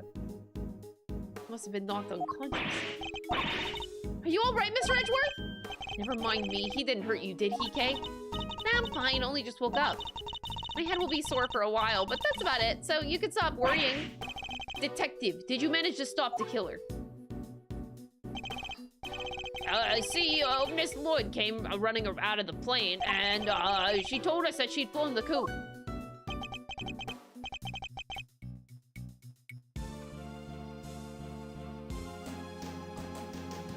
You have to fight me for him? Hope you're going down.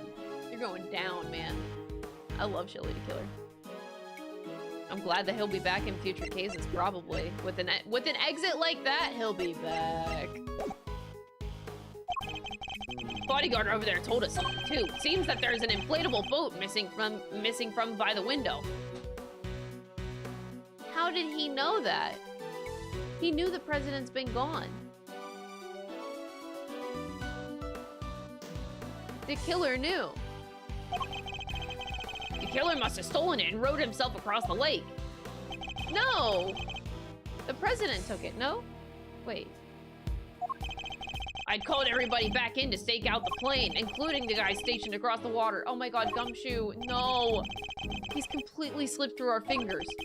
Not the best look for the department, but yeah. Hey, Edgeworth. Mr. Knight, you're alive? No thanks to that murderer. That reminds me, I found this lying on the ground next to you, Mr. Edgeworth. Oh my god.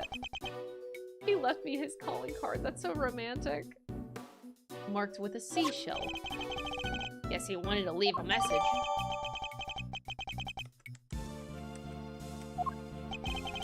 The killer usually leaves these next to the bodies of his victims. You're not dead, sir. I'm gonna be! Oh my god, I'm gonna die! I could have been. Maybe that's the message. He let me live. Oh my god. I can't stop thinking about his parting words.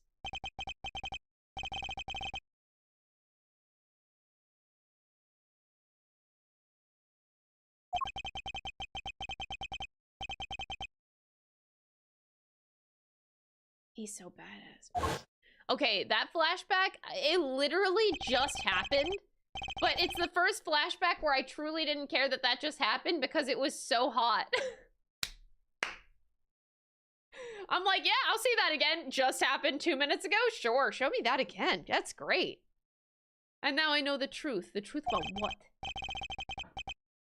Roger that. I'll clear out. Sorry, here, sir. Over. That was the president. He's coming out. Now? Oh, he was in there.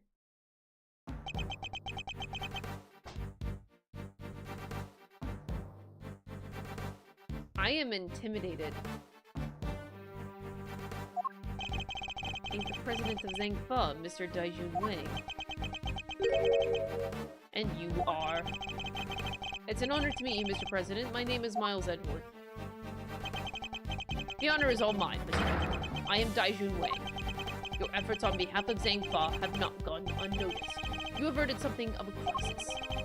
You must be referring to the Adagarasu case.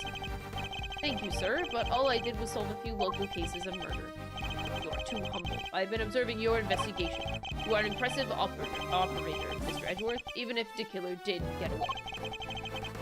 It's very kind of you to say. So he was watching through his security feed. I must inform you that this is as far as your investigation goes. The palm? Don't talk about it! What do you mean? Oh, I thought he was flicking me off. My peripheral vision saw the middle finger instead of the pointer finger. Hear me, foolish prosecutor, for I shall say this only once. Knight has apprised me of the state of affairs, and from this point forward, the case will be handled by Zhangfa's police force, the finest in the world. Even with the killer out of the picture, they're still looking to get me thrown off the case. What do you think you're doing, pal? Nobody talks to Mr. Edgeworth like that! If it hadn't been for him, de Killer would have... Detective! Forgive him, Mr. President, but I must confess to being somewhat confused. I fail to see how or why this case falls within Zhangfa's jurisdiction. You fail to see. Enough, puny prosecutor. You see explanations from the head of state? I say no. 1,000 times no. I will not explain myself to you. Now hand over the evidence that you have gathered, and remove yourselves from this plane. I'd do as he says if I were you, Mr. Edgeworth. This can't really be the end of the line, can it?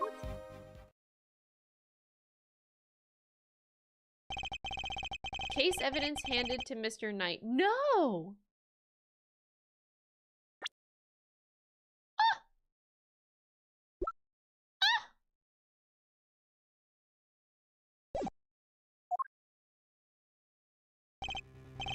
Why let us come so far only to pull the case out from under us?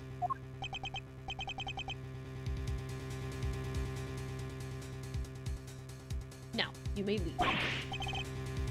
Knight, detain the suspect. Right away. To make an attempt on my life to murder one of my faithful servants, the effrontery, the villainy! I didn't murder nobody, because I... Shut your mouth, Miss Journalist. Answer answer me this. In a world already lousy with lies, with deception, with sin and iniquity, can we stand by and suffer yet another crime to go unpunished? I say no! 1,000 times no! There can be no forgiveness. There can be no surrender. Why, you ask me? Then I will tell you. He's hiding something. I'm certain of it. And if I leave now, we'll never know the truth. Mr. Edgeworth! Mr. Edgeworth, there's gotta be something we can do! Extraterritorial rights? I don't know. Think, Miles. Remember, how many times have you faced situations like this in the courtroom? With that man. You've confronted the lies of witnesses and countered the arguments of other lawyers. Has the critical evidence always been laid at your feet? No. And yet you always got to the truth of the situation in the end. With your greatest weapon of all, your words. Oh, man. Miles Edgeworth can keep talking to me until I fall asleep, too. You know, I'd love that, too. That's fine. Oh, God damn it, he's so hot. Okay. Oh, my... Maybe not this part. Wait, I take it back. Nerdy Edgeworth. Alright, chess. Let us analyze this state of play.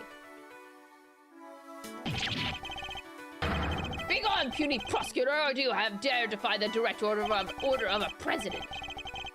He's not going to listen. He clearly means to drown out any objection by means of pure rhetorical force. When an opponent is on the offensive, the best thing I can do is bide my time. As he said himself, he's a head of state, a seasoned politician. He won't open himself up to attack easily. I can't let him bully me into submission. I have to stay calm and alert. If I can read his movements and expressions, I may be able to find my moment. My first aim should be to find out why he is insisting on Zhang Fa taking over the case. The board is set. Time to make my opening gambit. Mind chess commence. Could you at least explain to me why I'm off the case? Imbecile! Cease your insolent jabbering! I need not explain myself. My reasons are my own and they are none of your concern. If I want to take this any further, I will need a clue of some Why kind. am I thinking about he is look like saying Trump, but also, how did this know the future? Thank you so much, Shadow the Ace, for the 39-month resub. I appreciate it. Let me try another tack for now. Please, about the case. Did I give you permission to speak? No! 1,000 times no! Yet I will be heard. I am the leader of Zhang Fa. I have no time for your insolent backchat. I was simply hoping to confirm one basic fact. You say that the investigation will now be assigned to your national police force?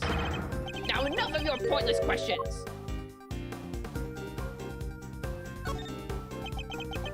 I just wait. Good boy. The interior of this plane is the sovereign territory of Zhang Fa. You have no rights here. Is that so? I have extraterritorial rights. Could it be that our current location itself is significant? Oh no. Wait, no!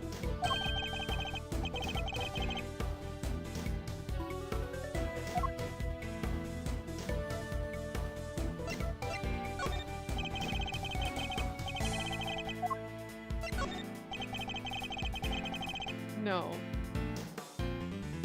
No. Could you at least explain to me why I'm off the case?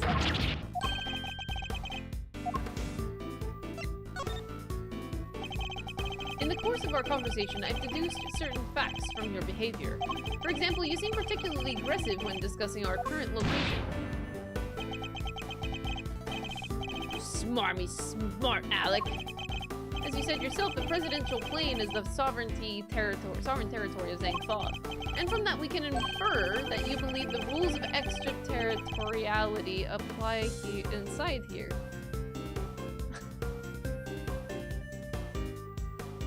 No! He said it! Enough! Cease your objectionable whining! Are things getting too hot for you? I should have said it. If you have nothing else to say, then stop wasting my time and get out of my sight!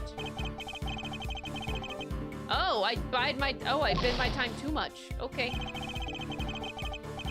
I have to stay calm and alert. If I can read his movements movements and expressions correctly, I may be able to find an opening.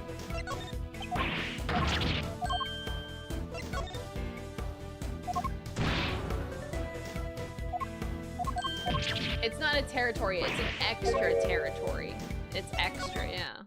You can rant and roar all you like, but you won't escape my scrutiny. It was unmistakable. The moment I mentioned extraterritoriality, you became visibly agitated.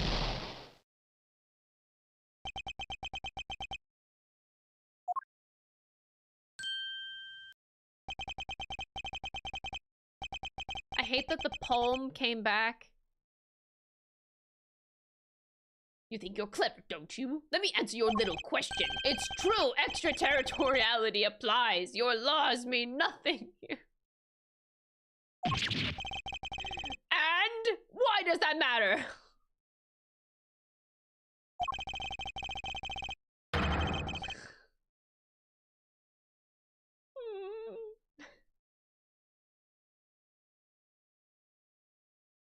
You have neither influence nor authority. Interesting. So the extraterritoriality issue does have something to do with all of this. Let's dig a little deeper into the claim that the plane is sovereign territory, shall we? Close enough. Welcome back, Quirkus Alba. Stop. Stop. Thank you for the 100 bits. He may be the president, but nobody is untouchable. I just have to find the right angle of attack. Does that rule really apply here? You believe that extraterritoriality applies here, but can you prove it? Do you even understand what you're asking? Of course, if I didn't, I wouldn't ask it. Have you no shame, calling into question the good word of one such as myself? I have nothing to be ashamed of. You must have realized by now what a massive corner you've talked yourself into. Worthless, meaningless bluster, some pathetic ploy to buy time. Maybe it was pathetic to chime in. Not pathetic.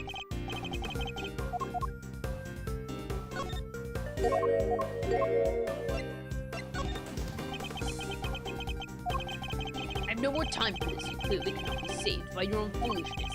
You needn't worry about me. I'm not the one who needs saving. That would be Miss Lloyd, the woman who is being wrongfully accused of this crime. Your chivalry is admirable, but it changes nothing. The right to extraterritoriality cannot be denied. This is Zangfa! If I want to take this any further, I'll need a clue of some kind. Let me try another tack for now. Surely you see that you have overplayed your hand? Nobody asked for your opinion. You need only obey me and nothing else.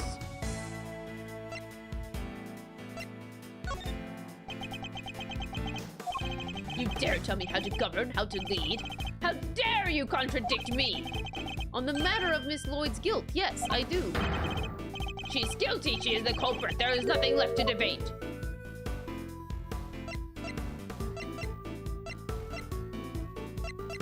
I don't know what to say. I still have plenty to say. You must have realized by now what a mess— oh god, it didn't work, it didn't work, it didn't work, it didn't work. Oh my god, abort mission, oh my god, abort mission. Oh my god, we're dying, we're dying, we're dying, we're dying. We're dying.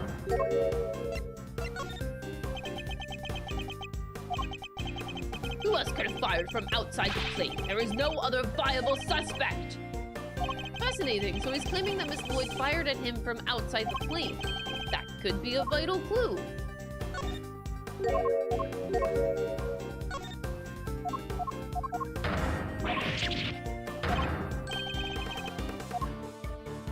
She fired at you from outside the plane. I may not be able to call the extraterritoriality of the presidential plane into doubt. However, according to you, she shot at you from outside the aircraft, correct? In which case, the extraterritoriality could not possibly apply in this case. Your assertion is entirely without merit, and the detainment of Miss Lloyd cannot be justified. We did it, Your Honor. manifested by a mere prosecutor, but I am the president! The president! Checkmate. That's hot, Miles Edgeworth. Mind chess checkmate. This game is so funny. I trust you wouldn't mind if we continue our investigation now, Mr. President?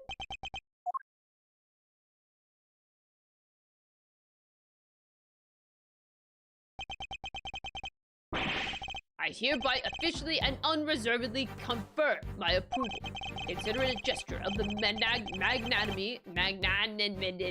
magnanimity and generosity for which my good office is known. Yes, for without noble acts such as these, unmistakably and irrefutably, for which reason we hereby... Words. There can be no other outcome, for our goals are lofty and our hearts... People of Zengfall, I swear to you here and now, this investigation will continue!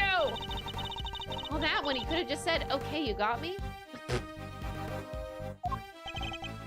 Mr. Knight, if you would care to return the evidence? Take it. Phew! Magatama Nibbity, ban that guy. Alan.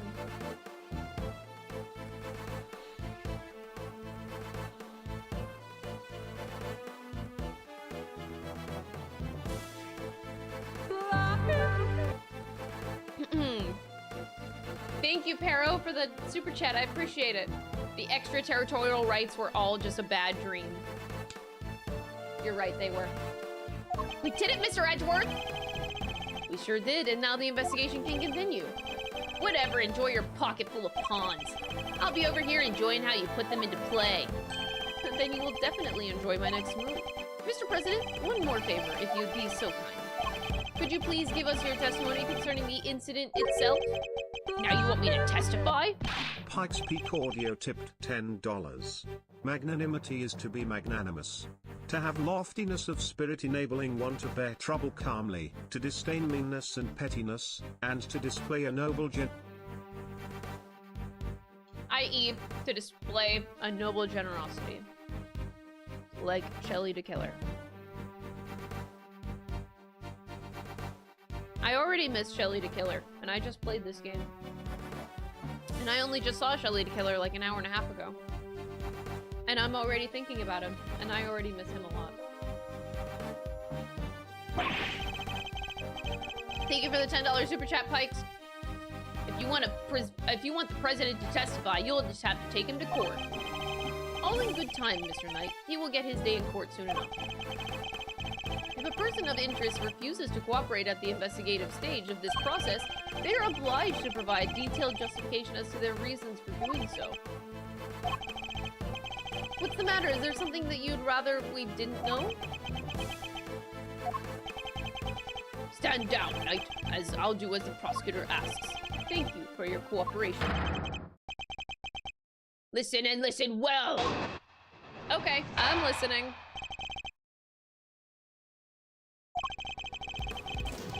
Where was I when the incident occurred? The stage, of course. Suddenly, Knight and Rook jumped in front of me. Then, bang! A shot rang out, and a plain, unembellished balloon of red exploded nearby. Unblemished balloon. Not hesitating for an instant, my bodyguards tried to escort me back to the safety of the plane. And then the second shot. The bullet went right through Rook and lodged itself in the bulletproof vest that I was wearing. Why does this guy need to wear a bulletproof vest when his abs, I think, are bulletproof enough? His abs could definitely take it. 4.5 hours ago was only 30 minutes, Crystal? No, I'm saying from when we first saw Shelly de Killer appear on the stream. That's what I was saying. He showed up like an hour and a half ago for the first time. The victim of an attempted assassination, Rook, was simply in the wrong place at the wrong time. But that makes it even weirder! Why would the target of a crime try to obstruct the investigation? My guess is that there's something behind all of this that he doesn't want made public. I knew there was something more to this case than meets the eye! And the president isn't the only one who knows the truth. Isn't that right, Mr. Knight? Time to get to the bottom of this once and for all.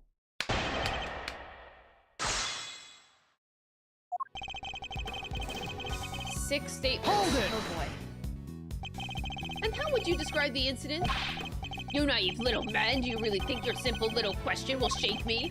I was involved in a craven attempt to silence me with cold steel, and while I was speaking to my adoring public, no less. Hold it! When they stepped in to protect you, were you aware of the fact that you were being targeted? Was I aware of— No! I was aware of my audience and nothing else! When I step up to the podium, I enter another world entirely, a place of rapture, a place beyond words! I think that's called stage fright. I bet you were like a deer in headlights. 1,000 times no! I remember every second. Each moment is indelibly etched in my memory. When Rook and Knight stepped in, I was shocked, overwhelmed, taken aback! Then bang! A shot rang out and a plain, embellished balloon of red exploded nearby. Hold it! About that red balloon, are you trying to test me, Mr. Prosecutor? No, I simply wish to confirm what you remember. There were 2 very large, very round balloons, one on either side of the stage. Their deep crimson hues stood stark against the sky, just as the security plan said they would. The same security plan we found in the trash can, I assume. Rook and Knight leapt to my aid just before the balloon exploded. Hold it! You said that they tried to escort you back onto the plane? Yes, that is exactly what I said. They threw open their attaché cages. That must be the moment that Kay captured on camera. Immediately helped me move back under the aircraft. Hold it! Do you know where the second bullet went? Is that how you treat a foreign dignitary? Or do you really think such needling questions necessary? Whoa, what's he so upset about? Must you insist on going over the same details again and again? Even my patience has its limits. You know full well where it went. Oh. Hold it! Okay. If I may ask, what was the victim like in that moment? He was a man amongst men, a real hero! The mere impact of the bullet took my breath away, and yet he had the strength to grab me and rush me back inside the presidential plane. So you and the victim entered the plane together, is that correct? He offered his noble protection and gladly accepted it. All was as it should be. That sounds nice and all, but doesn't that just mean he's always the first to make his escape? He's the president, detective. It's basically his job, in his job description, to do so. Nothing he's saying seems too off base. Guy's the victim here. Wouldn't make much of a sense for him to lie to us, you know? Guess we gotta assume he's telling the— No, one of the things he said is clearly wrong. Thinking back to the scene of the crime, may as well take another look myself. Just make sure. I'm thinking about, like, the 2 instantaneous bullet shots. Let me see. Where does it say that? 2 gunshots can be clearly heard. 2 spent bullets in the same model as the victims. Whoa, when did I get this much fucking evidence, dude? 2 shots were fired from the left side, so both of them were fired from the left side. Okay. Started out floating to the right of the lakeside stage, but has since popped.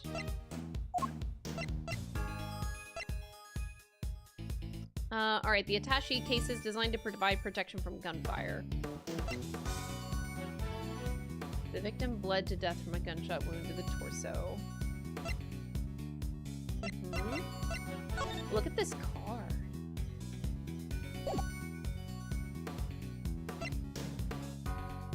Alright, the monitor is missing. Okay. Where was I when the incident occurred? The stage.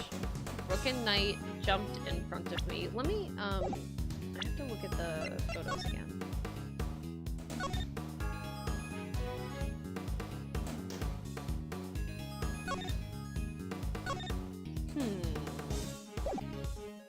Okay. Bang, a shot rang out, and a plain unblemished balloon of red exploded. Not hesitating, my bodyguards tried to escort me back to the safety of the plane, and then the second shot, the bullet went right through Rook.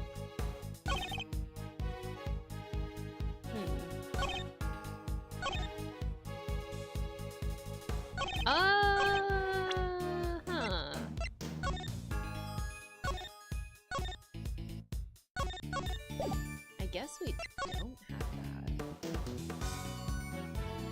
not the Steel Samurai balloon, though. That's so mean.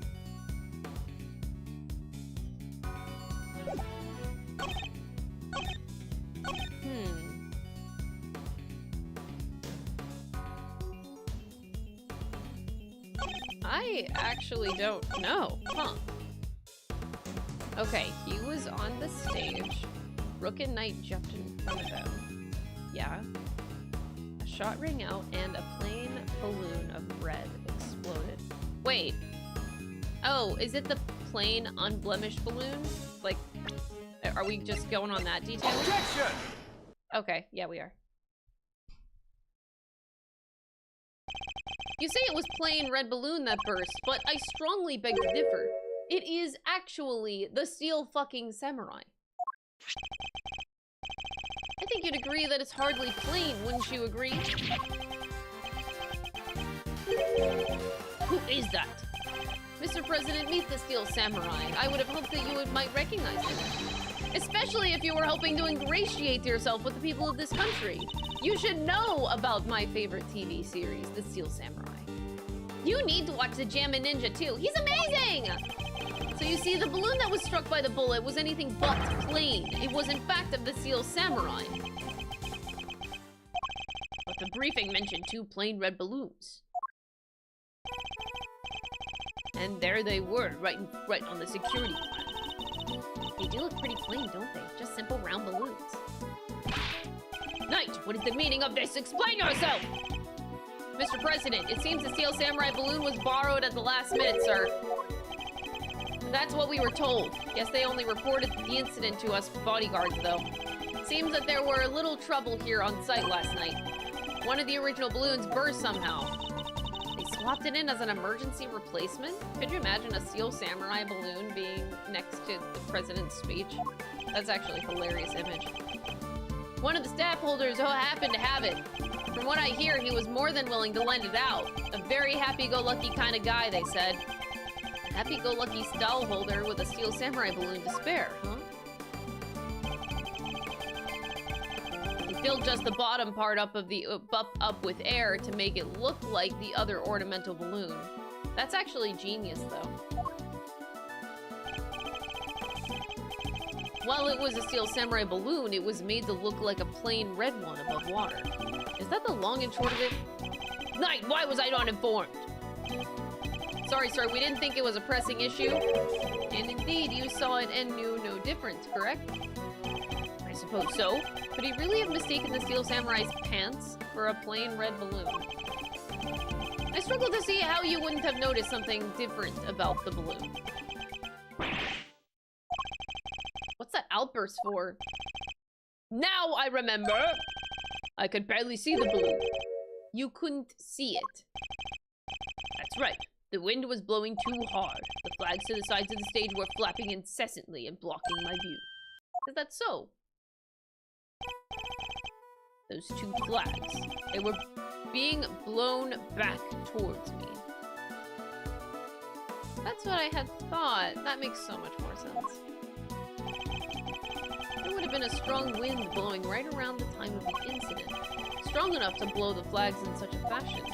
But does that conflict in any way with our understanding of the case? Yeah. Wait, so my original guess that the person was inside the balloon is legit? Because I still thought that. Your testimony has revealed yet another contradiction. A contradiction that could turn this entire case on its head. When I arrived on the scene, the wind had died down and the flags were resting calmly, for the most part. If the wind had previously been blowing the flags as the president describes, a certain piece of evidence— oh my god, okay, yes. Which piece of evidence contradicts? Take that! Either we deduce that the bullet that struck the Steel Samurai balloon and the bullet that passed through the flag were one and the same. From these 2 things, we further deduce that the trajectory that the bullet must have taken. We concluded that our shooter must have fired from the left side of the spectator area. But if the flags were being blown as the president describes, our conclusion becomes quite different. No way! If the flags were pointed in the other direction... Exactly. Our trajectory changes completely. And if we trace that trajectory back to its source, we can ascertain who really fired the shot. That would mean that Mr. Knight did it. We may not yet understand the reason why, but it could also only have been one person who did it. So was Shelly de Killer just mad that somebody else was taking his kill? Like, what? Take that! Where does that come into play? The person who fired that shot was none other than you, Mr. Knight. The path from the balloon back through the flag leads directly to the spot where you were standing. The guy's one of the president's bodyguards! Why the heck would he go around shooting balloons? This is absurd. What exactly are you trying to imply? That Mr. Knight, the man who has saved my life countless times, is my would-be assassin? Seriously, Edgeworth, we've put up with a lot from you, but this, or President Wang's bodyguards, were the pieces put on the board to protect the king. I'll handle this tonight. Mr. Edgeworth, the wind was indeed blowing quite fiercely around the time of my speech. The wind can pick up and die away in an instant. Therefore, I need proof that it was blowing hard enough to lift the flags during that crucial moment. The first shot was fired right around the time the president raised his fist. I have a piece of evidence that shows just that. Wow, they really spelled it out for you. Take that! Your proof is in this picture. This should be good. Which picture? Where? We can see which way the flag was really blowing right here. Take that! Do you deny that it clearly shows the flag? There we have it. Proof that it was blowing towards you at the moment of the shooting. That means our pal over there did shoot the balloon, making him the assassin? Mr. Knight is not the assassin. He may have shot the balloon, but the president was on the other side of him entirely. Therefore, he can't have been aiming at his boss. Besides, why would I even shoot the balloon? Why? What would be the point? And watch how you answer, or I might aim for something else next. There was a point, I'm sure of it. If I can figure out what it was, perhaps I can finally put this whole damn conundrum to rest. Knight definitely shot the balloon.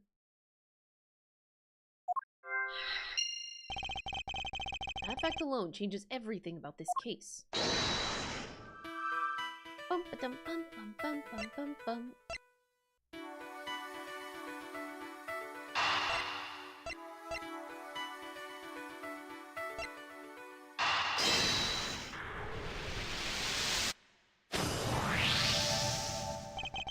Why did Knight's assigned position change? Oh boy. De Killer and a balloon? No, De Killer delivered the balloon. I'm sorry, it's so funny every time. To me at least, and only me. But is that the only reason? Let us suppose that the plan hadn't changed, that Knight had remained posted on the left. Given that he was unable to turn his head to the right, would he even have been able to shoot the balloon closest to him? Could it be that the security plan was changed for the express purpose of popping one of the balloons? And if we suppose that to be the case, the two plans are different. Was the security detail or reorganized at some point? Oh, okay. Okay. We still like flashbacks. Got it. The president was the one who ordered the change.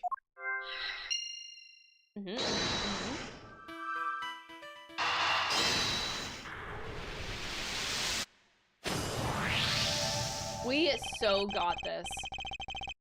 If I'm reading things right, the president knew in advance about the balloon shooting, which means he must have had foreknowledge he would be in someone's crosshairs today as well. And if that's true, then everything else that's been bothering me falls into place. How did the shooter get a gun past such heavy security? And why would they then carry out the shooting wearing such a conspicuous item of clothing? Why use a laser sight that would give away their location in an instant? And how did the president suffer no injuries at all despite a direct hit to his vest? These are the questions that Knight and the President don't want us to consider. There is only one possible reason for Mr. Knight to have fired the gun, to create the illusion of an assassination attempt.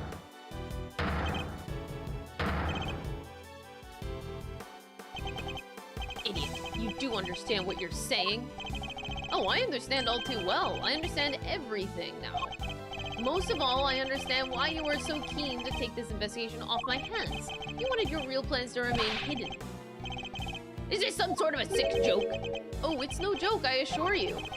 It is the whole circus. Anyway, it is simply the truth, as revealed by the careful application of logic and reasoning. Logic and reasoning, baby. We love that. The first shot was fired by Mr. Knight with a specific intention of hitting that balloon. The sound of gunfire and the bursting of the balloon were guaranteed to cause a panic. And then he fired again. Yes, he fired 2 bullets, both of which were aimed at the balloon. As for why he did so, it's because the second shot was designed to create the impression that the president had been hit. What's the deal with the one in the vest? I'm willing to bet that that bullet was planted there long before the shooting ever occurred. He looks like he's about to vomit. Mr. Heroic President didn't take a bullet after all? That's not true. I was shot, I tell you. We'll be able to verify that for ourselves when we take a closer look at the bullet. At the very least, we can expect to find traces of Mr. Rogue's blood on it, correct? Yo, Peck, thank you so much for the 2-month membership. I appreciate it. Why is hair like that? Because he's a lion. He's got a cute little mane. You said it yourself. You found the shooter and photographed the person with the red hood. Objection! I thought I made myself clear. The trajectory points to only one possible shooter, Mr. Knight. Then where does Tabby fit into all of this? She was simply one part of their plan. In order to place the suspicion elsewhere, they set about creating a fake assassin, the highly suspicious person with the red hood. I've yet to ascertain exactly how complicit Miss Lloyd was in the whole scheme, but I can say with some confidence that none of the shots were fired by her. I suspect her only job was to point the laser sight at the president. That's right, then I was tasked with turning your jacket inside out the moment that the crowd flew into a panic, yes. Thus making the mysterious red-hooded shooter disappear in the blink of an eye. Then, when the gun and the security plan were later found in the trash, it would all appear to have been the work of an assassin so skilled that they could vanish into thin air. Then the case would have gone cold! Exactly what our friends here were hoping for. Makes sense now that why they wanted you off the case. Indeed, because the entire affair was a cheap ruse perpetrated by the president himself. We got him, Your Honor. He's deflating. Oh my god, was he wearing a muscle suit? Wait, what just happened? Oh!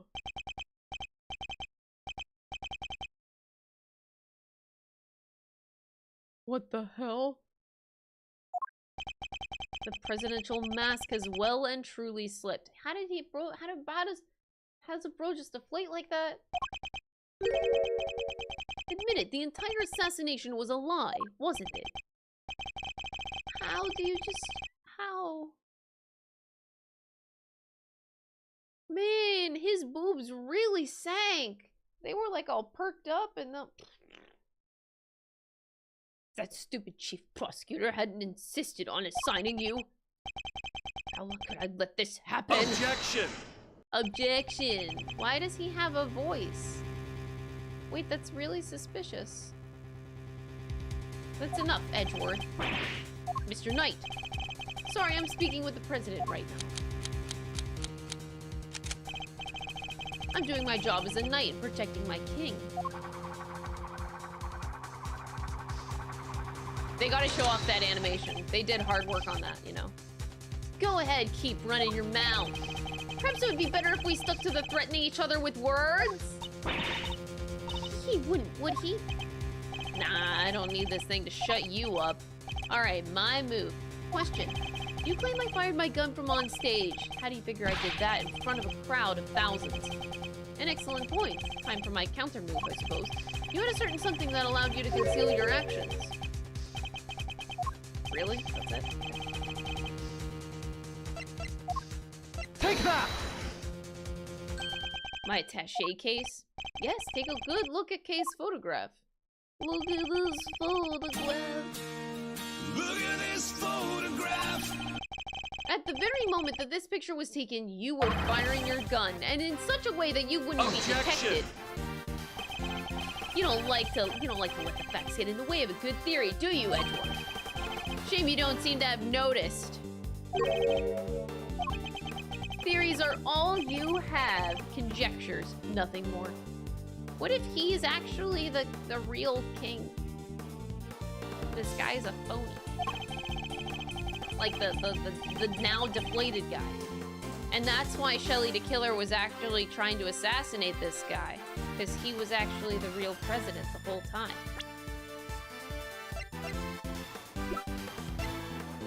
Shelly de Killer knew his target. His target was this guy, who was actually acting. He's the president. This Daijun Wang is a fake one. The flag was billowing in the wind at precisely the right moment. I had my gun with my attaché case. We changed the security plan because I couldn't turn my head. It's all just speculation, circumstantial evidence at best. You can't prove any of it. If you at least had the bullet that burst the balloon, you might have a scrap of credibility. Imagine you could have run forensics to see if it matched my gun, but no, the bullet that is at the bottom of the lake, you gotta go dredge up. I hate to say it, but he's right. I don't have anything for him. I thought not. Maybe now you can shut your mouth. Ooh. Miss Lloyd. Of course she could shed some light into this whole situation. I just needed to get her to talk. What's the matter? Something you want to say, Miss Journalist? No, never mind. That's what I thought. Miss Lloyd! I need you to be brave. If you don't speak up, the truth will be lost forever. You are a journalist after all, are you not? Dang it, I can't stay quiet any longer. You understand what you're doing, right? I'd think carefully before opening that mouth of yours. I was so focused on bagging me a scoop, I forgot the most important thing of all. Real journalists don't lie. Ain't no dang scoop if it ain't the truth. I'm sorry, Mr. Edgeworth. I should have showed you this before. It's the laser pointer I used on the president. But that's all I've done. I never shot nobody. I thought I told you, you squeal and you go down as an accomplice. It was him. He told me to do it. I was at Zhang Fa's embassy sniffing out a story like I told you. This was 3 days back. He comes up to me out of the blue and just starts talking. Help me out and I'll get you exclusive access to the president, that kind of stuff. What about the gun in the trash can? That I don't know nothing about, I swear. All he's told me was to wear a jacket with a red hood and to put that there pointer at the president. I never thought for a minute he'd blow up in my face so bad. I'm sorry, I am. Thank you, Miss Lloyd. I'd like you to testify to that effect when this goes to trial. It ought to go a long way towards proving that the assassination was a sham. What's wrong with you people? Don't any of you know what's good for you? My sympathies, Mr. Knight, that you successfully removed me from the case as you intended. Perhaps then you could have kept your pawn quiet. Oh. Broski just almost shot himself. Let me get this straight. You told Tabby if you let slip about our fake assassination plot, we'll have you convicted for murder? Or something like that? Of all the dirty! I said no such thing. President Wang?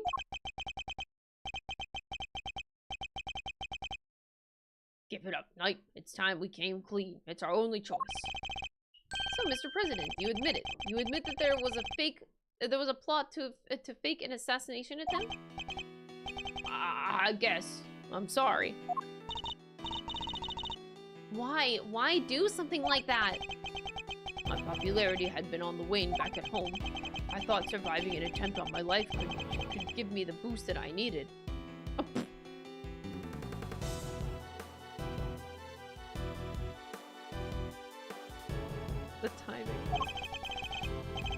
I know what we did was wrong, so yes, it was all lies. All of it.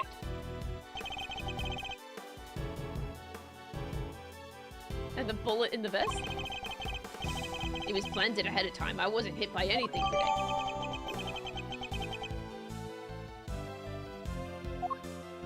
I ain't saying shit, man. Then what was up with the killer? Our plan got out somehow. And then he just appeared, hell-bent on turning our fake assassination into a real one. Hence the red raincoat, I suppose.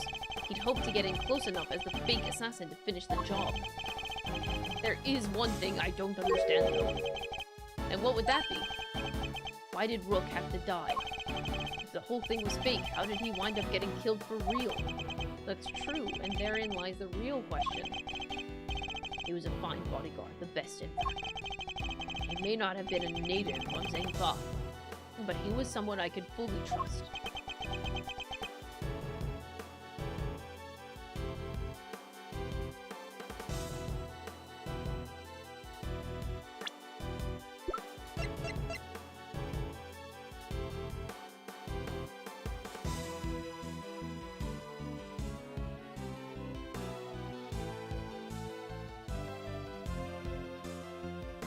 Wait! This is a choice of words!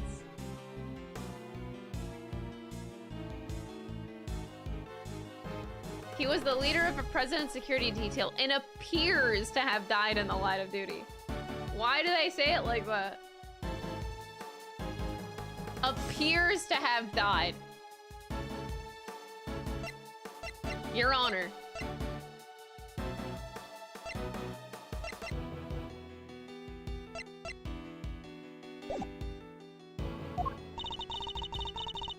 Mr. Rook must have been really getting something to gain the trust of someone who'd hide from his own shadow. Sounds like he was as trustworthy to the president as I am to you, huh, sir? I believe that's for me to say, Detective, not you. Edgeworth. Mr. Rook must have known about the plan too, then, correct? He wasn't aware of any specific details, so not really.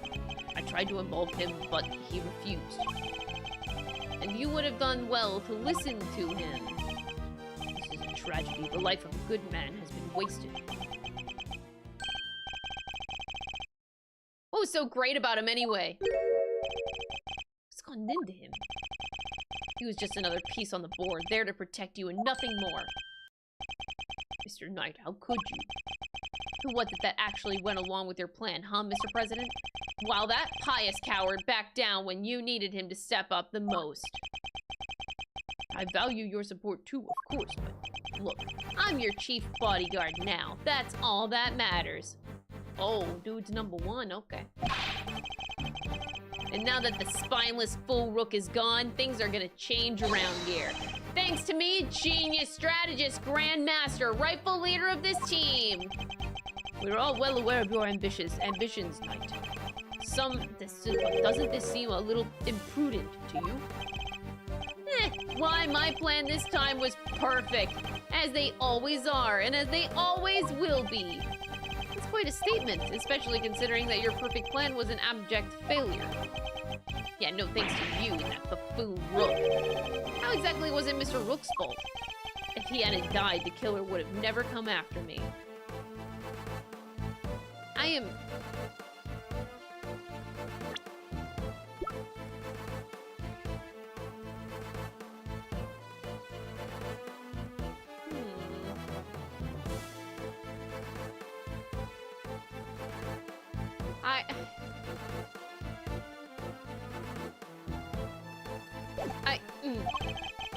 And I would have had to let you on this plane.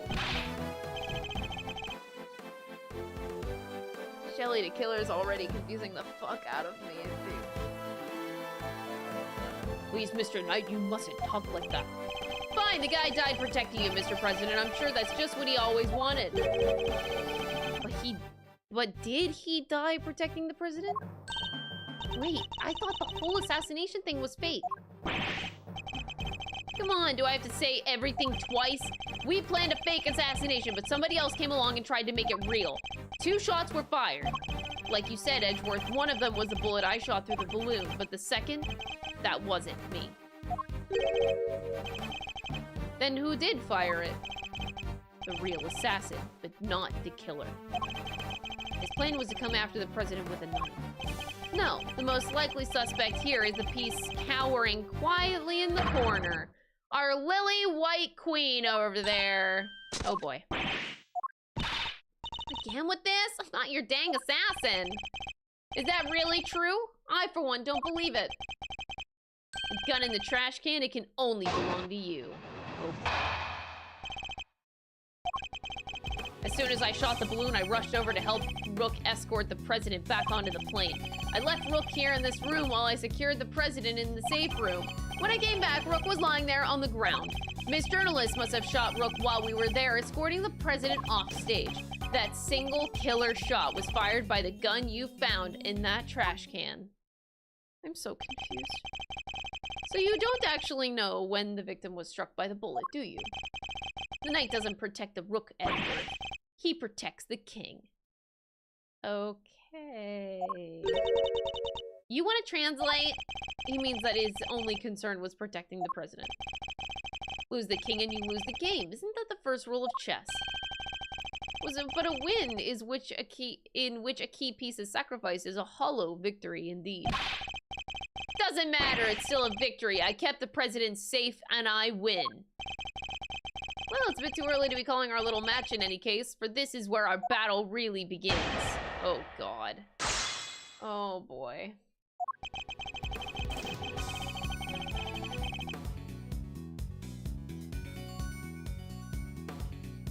Hold it! The victim really didn't take part in your little plan then, did he?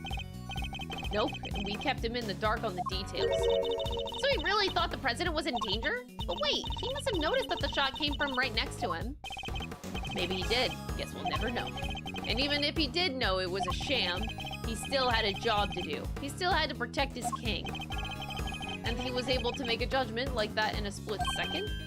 Impressive, he really was as capable as they say. Not so fast that I couldn't read him like a book. I made it so he had no choice but to go along with our little performance. Damn, bro. Hold it! Why do that? You and the president both knew the whole thing wasn't real. But it had to seem real. There were people everywhere. It's not a good look, right? Imagine if someone had spotted a man who'd just been shot at, hanging out in his plane, sipping grape juice, just like he didn't have a care in the world. And what was the victim doing during all this? Who knows? I was in the safe room, like I said. Anyway. Hold it! Where on the ground exactly? Right where he is now, the middle of the floor. The door to the outside was shut though. Guess the bullet must have hit him right before he closed it. And thanks to his little blunder, my whole plan fell apart. Mr. Nayushin, you mustn't talk that way. He may have kept you safe, Mr. President, but he isn't here now to save your good name. I'd call that dereliction of dereliction of duty. What would you call it? An honorable try, which is more than what you'd give, I'd say. Oh! You should say that burn out loud. Sorry, but that's just how it is. Hold it! Weren't you and Mr. Rook both carrying bulletproof attaché cases? Yeah, opened them right after Rook spotted the laser sight. We moved into covering positions and used them to shield the president. So the bullet that hit Mr. Rook traveled through a gap in that defensive shield. Do you really believe Miss Lloyd to be that skilled a marksperson? No, she was aiming for the president. That makes her a lousy shot. It was pure coincidence that Mr. Rook was hit. And the bullet simply happened to find its way past your attaché case and through the gap in his vest. Seems crazy to me too, but the facts are the facts. It was a shot in a million, but the shooter hit the bullseye and the proof is in your hands. Hold it! So, the second shot had nothing to do with you? Right, that one was fired by your little friend. Imagine the scoop she'd have bagged if it had hit its mark. I'm a journalist, you hear? I don't make facts, I report them. A journalist who signed up to fake an assassination plan in the hopes of getting a story. That's not... Look, I'll admit it. I set the whole thing up, and your role was to aim that laser pointer at the president. It's not my fault that wasn't enough for you. You were the one who decided to bring a gun to the party. Who knows? Maybe you thought that if you kept on shooting, you could shut me up too. Mr. Knight suggesting that he first fired one shot, and then Miss Lloyd fired one more. Basically implying that Tabby also had a gun on her. Beats me where she could have gotten one from. His entire testimony is pure conjecture. He can't prove any of it. Okay, I think I know where they want me to go with this. When I came back, Rook was lying on the ground. Miss Journalist must have shot Rook while we were escorting the president off the stage. That single killer shot was fired by the gun you found in the trash can. Must have shot Rook while we were escorting the president off stage.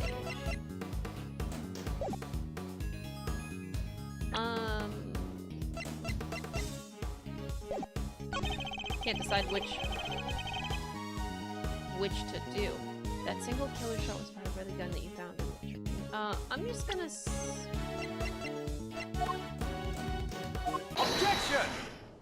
Yes. I wasn't 100% sure. I was like 80% sure. So you contend that it was you who shot the balloon and Miss Lloyd who shot Mr. Rook? Are you sure about that? Sure, I'm sure. Well, what you proposed would indeed match up with the total number of shots heard. The gun from the trash can itself had also been fired twice. Why would the supposed number of shots heard from this gun differ from the number of spent rounds? It's simple, because it was planted by the real perpetrator of the crime. Somebody faked the evidence? If you think about it, their reason for doing so is obvious: to ensure that whoever found the gun would conclude that the shooter had been in the spectator area. And in order to do that, they had to make it seem as if both shots had come from this one weapon. I get it! So that's why it's got 2 spent rounds, huh? Precisely. As we have already proven, the bullet that burst the balloon came from a different weapon. I just realized, like, there's no reason for Kay to be here this whole time. It, like, has only now just occurred to me that Edgeworth is just, like, letting her be here. She provided the photos and then she could have just fucked off. But I'm not... that didn't strike me until just now, that she's maybe not supposed to be here. Which makes it entirely possible that the bullet which killed Mr. Rook didn't come from his gun either. Nice work, Edgeworth. That's some high-grade sleuthing. But why don't you get to the point? You've come this far, spit it out. The person who really shot Mr. Rook was himself. Take that! The real killer!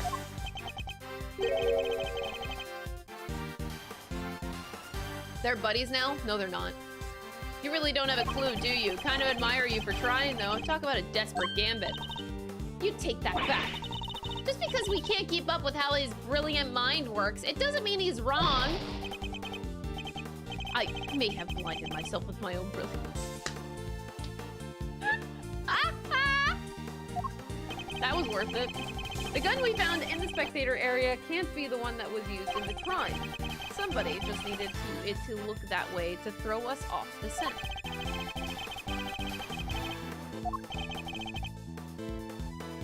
Take that! You, Mr. Knight, you're the one who murdered Mr. Rook. Finally caught up the courage to say, huh? Surely you wouldn't have. It wasn't only the killer who tried to take advantage of this fake murder plot. You killed Mr. Rook, hoping that he would look like an accidental victim of the bungled assassination. With the president locked away in the safe room and the door of the airplane tightly closed, it was just you and Mr. Rook alone, together. And that was when the 3rd bullet was fired right into your colleague's body. That's brutal, man. Objection! Objection! You're really gonna claim that there's a 3rd one now? You just said only 2 gunshots were heard. Wanna tell me how that works? Airplane cabins are practically soundproof, Mr. Knight. If you close the door, nothing can be heard from the outside. Not even gunfire. Wasn't the president right next door? Very true. Which means he may have heard the shot himself. Well, Mr. President, I didn't hear anything. But you can observe this room through your security feed. camera in this room isn't normally on. I have to manually switch it on when I enter the safe room. And that's what you did this time too, right?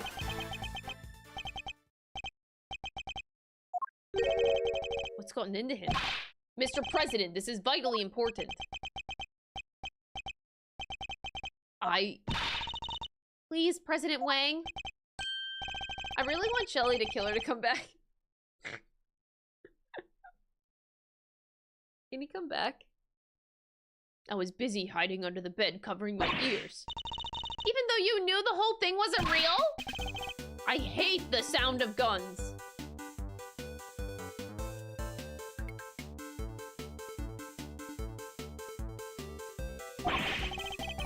Just the slightest hint of that awful noise and it's just too much.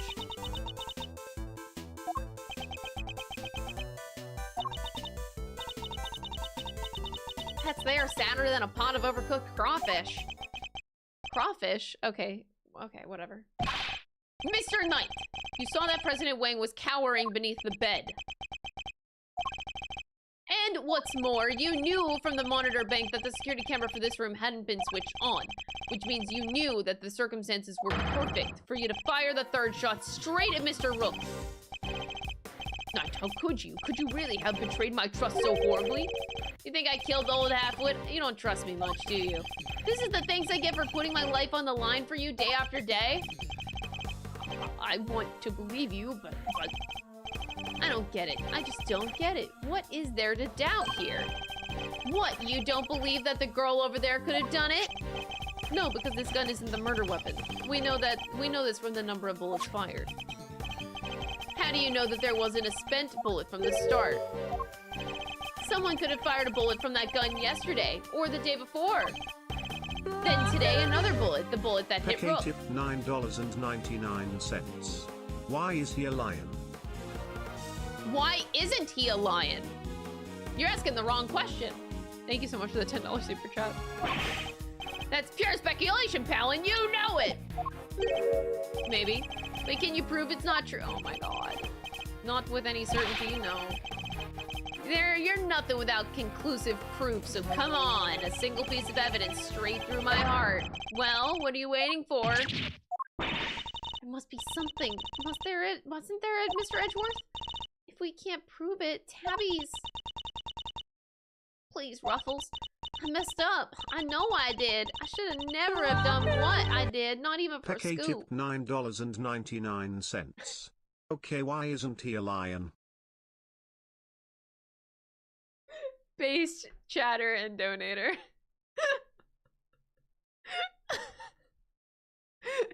Dude, Phil, you absolutely followed through. Thank you.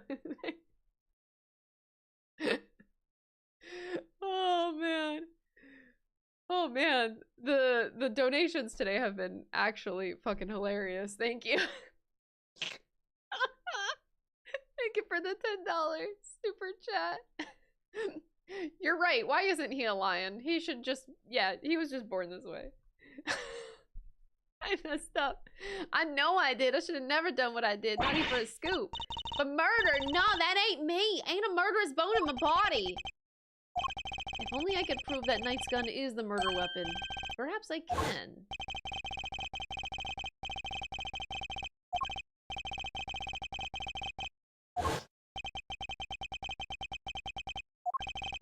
Forensics could tell us which gun it was fired from.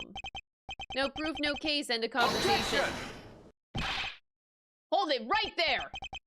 You're not about to claim you do have proof. Of course I do. This ought to be good. All right, bring it on. Show me this proof of yours. The bullet that killed Mr. Rook is the key to ending our little game. Very well, my conclusive evidence is not in my possession. Not currently in my possession. Thanks for playing, folks, but that game's over. That's game over. It is here in this room. Dude, stop shooting yourself almost. What the fuck?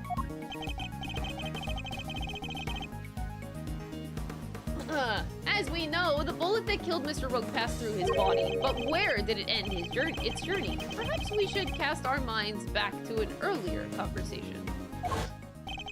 After passing through his body, the bullet that took Mr. Rook's life then found itself lodged in the vest.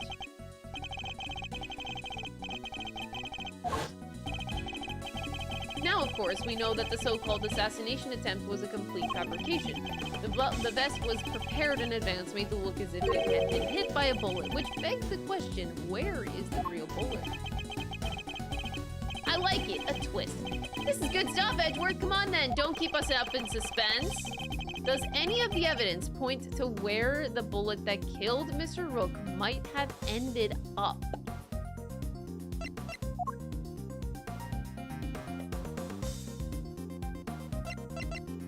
Take that!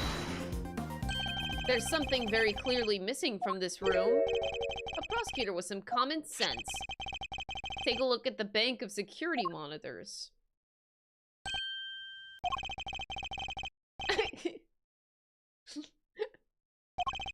There are screens here showing views from all around this airplane, inside and out. The only external angle not covered in the right-hand side of the aircraft. And that's because one of the monitors is missing. There was a monitor in that space previously, wasn't there, Mr. President? I have no idea what my plushie is doing there right now, though. It appears to be someone's vain attempt to hide what is obviously lacking. Where did it go and why? That why is easy enough to answer, because it was struck by a bullet. For if we were to believe that the bullet in the vest was the real deal, then anything that hinted at the existence of another bullet had to be removed. So, where did the missing monitor go? Where indeed? I believe that it must be hidden somewhere on this plane. After all, there wouldn't have been time to dispose of it outside the craft. Detective Gumshoe, conduct a search.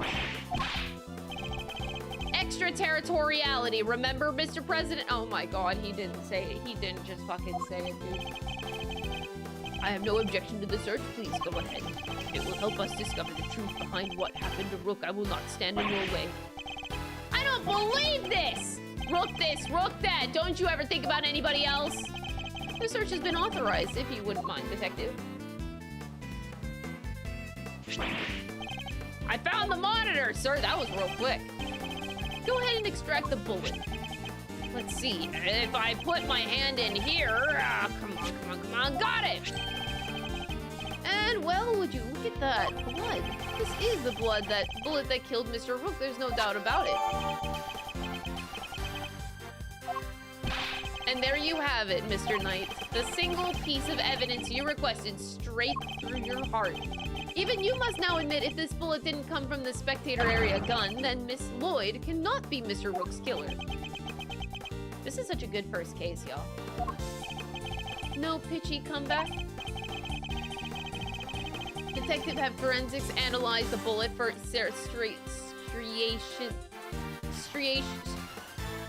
striations and compare them to the gun that we found.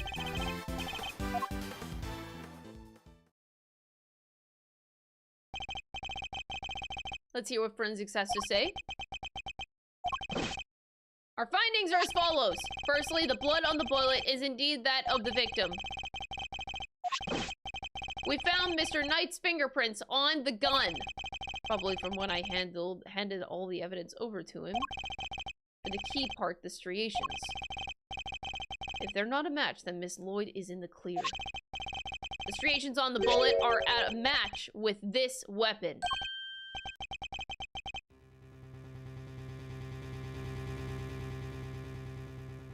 Well, that's, come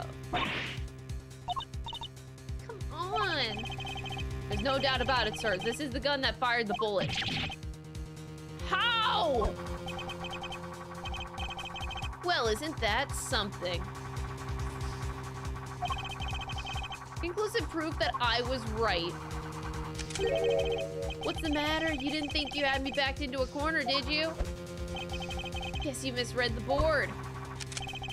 The only one backed into a corner here is you.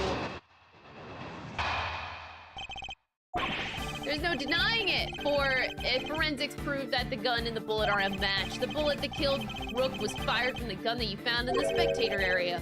Who pulled the trigger? It couldn't have been me. I was up on stage, which leaves your little friend.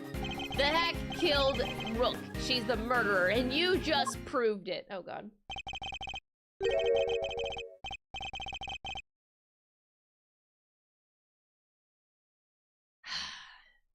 One, remember two things. One, where you found the gun, and two, which gun the fatal bullet came from. Whichever way you look at it, I can't have been the shooter.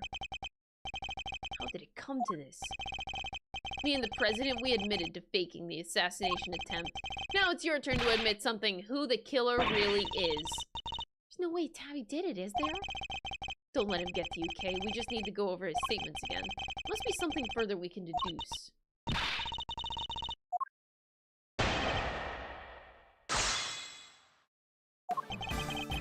Alright, let's go! Hold it! No, that's... Objection! Objection. What was it you said that forensics would back you up? How does it feel to be shot in the chest by your own conclusive proof, huh? Not so good, I imagine. The bullet and the gun are a match, Mr. Edgeworth. That kinda has to mean that Tabby pulled the trigger, no? Even so, I simply cannot accept that. Sir, there's no denying the evidence! There isn't, so what am I missing? If I assume Miss Lloyd to be innocent, then the gun and the bullet shouldn't be a match. What is it, Kay? I was just thinking, if the evidence points to something that doesn't seem possible, then maybe there's something wrong with it. There's no way Tabby did this, right? So if the evidence says that she did it, then the problem must lie there. You seem very sure about this. Call it my great thief's intuition. Still, she could be right. I simply don't believe that Miss Lloyd to be a malicious liar, which means, as someone who believes that evidence is everything in court, the irony is not lost on me, but... Oh no.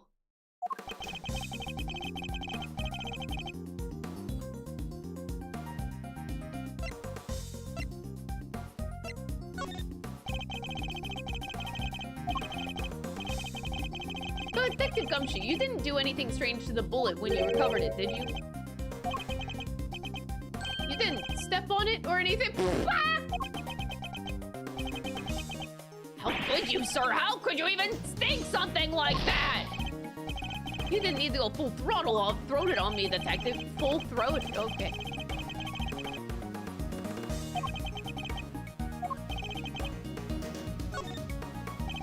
If something untoward is going on here, it would have to involve the weapon, not the bullet. After all, we only just recovered the bullet a little while ago. Furthermore, we know that Mr. Knight had an opportunity to handle the gun.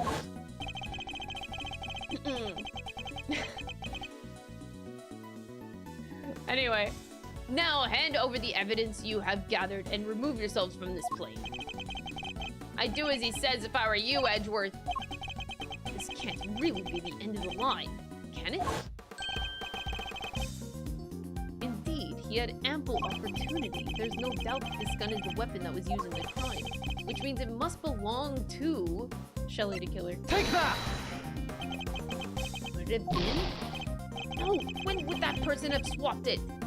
Because he's Shelly de Killer. The killer delivered the gun to the other person. Stop. It's amazing how, like, only 1 hour of screen time. It's amazing what 1 hour of screen time can do to change a person, truly.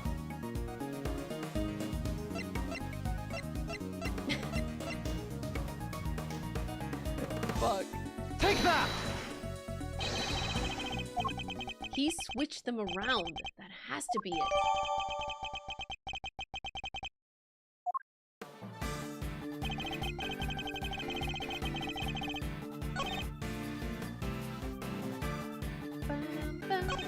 The bullet that killed Rook was fired from the gun that you found in the spectator area. Who pulled the trigger? It can't have been me. I was up on stage.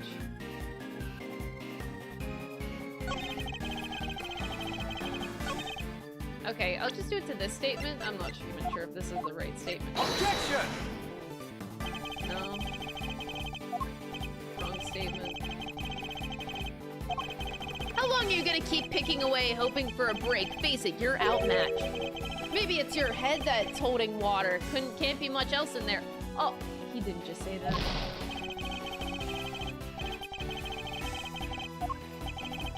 Ain't no way.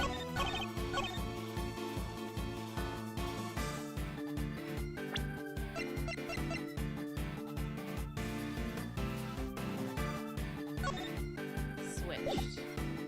Technically, this is now a true statement. Forensics prove that the gun and the bullet are a match. Oh, wait, no. Wait, it's the opposite? No, wait, the wording is confusing me. Okay. My first instinct was correct. I should have just trusted my first gut. The bullet that killed Rook was fired from the gun that you found in the spectator area. Okay, oh, that's it! Objection! Fuck. I'm dumb. You switched the guns, didn't you, Mr. Knight? That's why the markings match the weapon in question. It was yours all along. An intriguing move there, Edgeworth, and...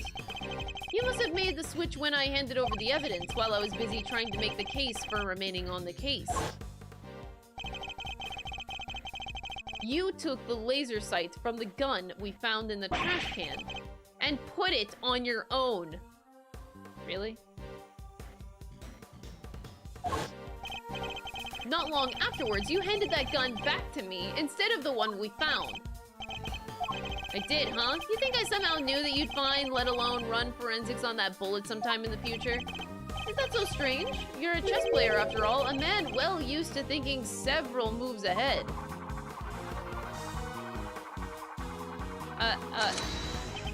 I'm flattered. But much as it pains me to admit it, you're overstimulating? Wow, overestimating my abilities. Besides, do you even have any proof that I made the switch? Oh god, here we go. The gun is the same model as mine. Weird, sure, but it's just a coincidence. And look, there's a laser sight attached. Also, take a look in the cylinder. 2 spent bullets, just what we'd expect to see. So what proof do you have that I switched the original gun out from mine, huh? Oh boy. What's happening today with the innuendos? Your Honor, I can explain. I can't explain. You say I'm overestimating your abilities. You surprise me. I'm a modest guy, what can I say? More modest than you, that's for sure. Everywhere except at the chessboard. Well, I don't see a chessboard, do you? Shame, still. Guess that gives you a nice excuse. I didn't mess up, I just didn't have the right evidence. I don't think I'll be the one making excuses. Rather, I didn't mess up. They just got lucky with the evidence, will be your excuse, I imagine. Overstimulating my full-throated evidence. Oh my god. Stop! Stop this! I would just like to say that this is chat's fault, not my fault. Okay, anyway. Hold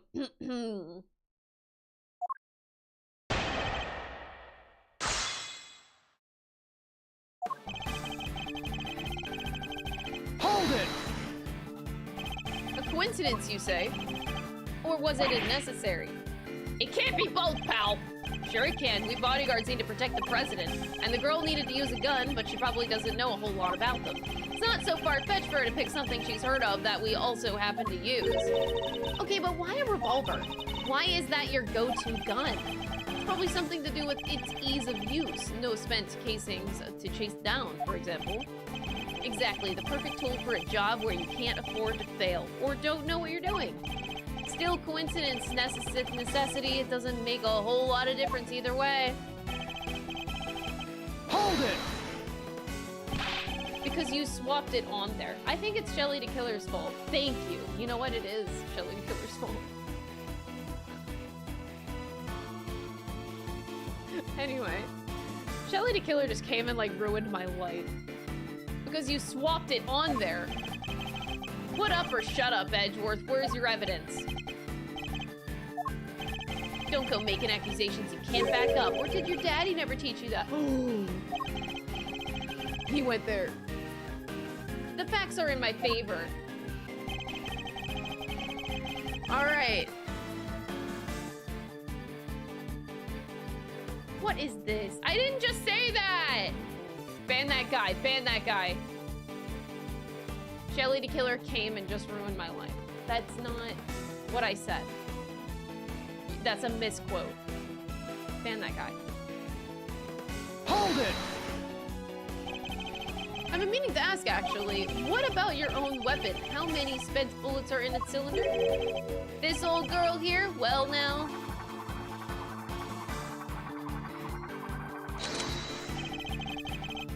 I let loose a few rounds earlier, as you saw. Yeah, you did. He reloads his gun every time he fires it. Even if I were to tell you how many there were at the time, you'd have no way of verifying. In order to swap the guns properly, he'd have to maintain the right number of bullets per gun. He didn't have the chance to put on any gloves, though, which means... I think it's about time you did the right thing and resigned, don't you? Game's all but done. This game just fucking started, dude.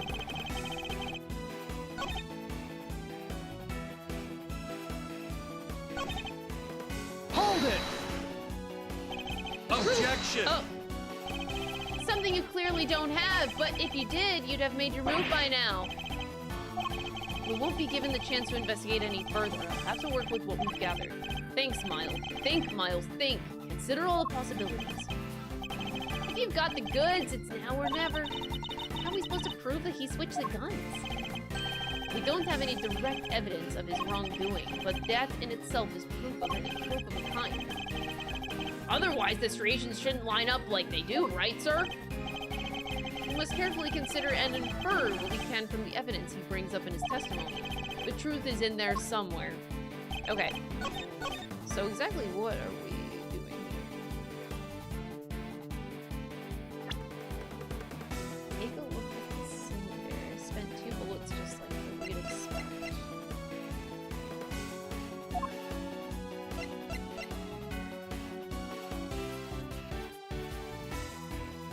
We should find...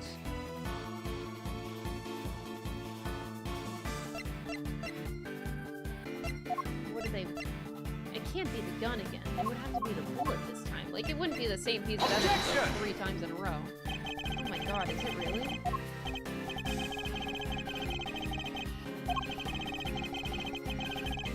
I'm not sure what else it would be.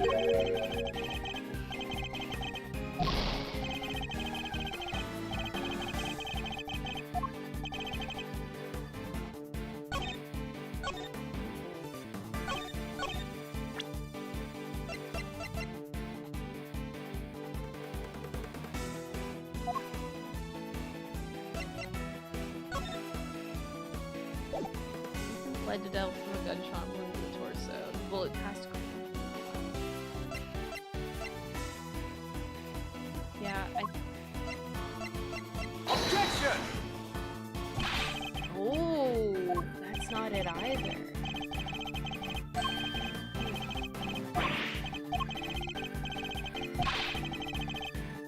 Oh my god, these chess nerds! Chess nerds!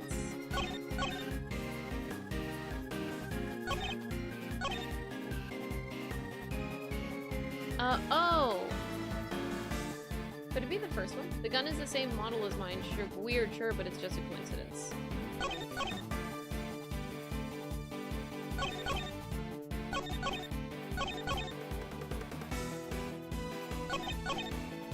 don't know how to say what the game wants me to say. How do you say that they're, like, refilled? Like, we want the fingerprints off of the new bullets that he put in. That's why I put it on the bullet.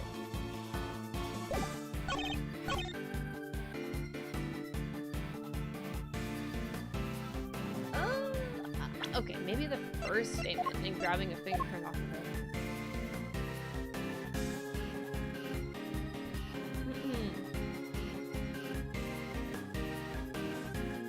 I'll try it on the first statement. Objection!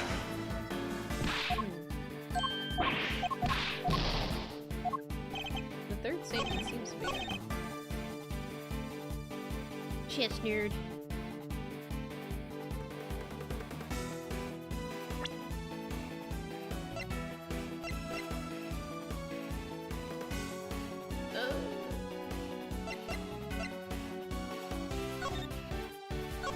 photos aren't exactly gonna help here.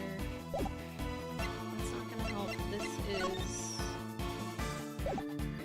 also not gonna help. Those are the differences. None of these have exactly what I want to say. Hold it!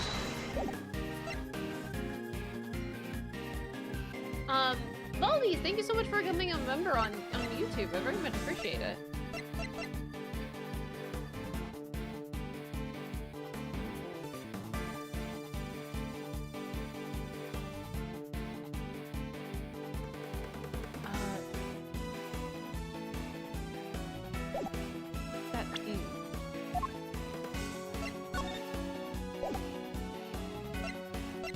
And it's not neither the...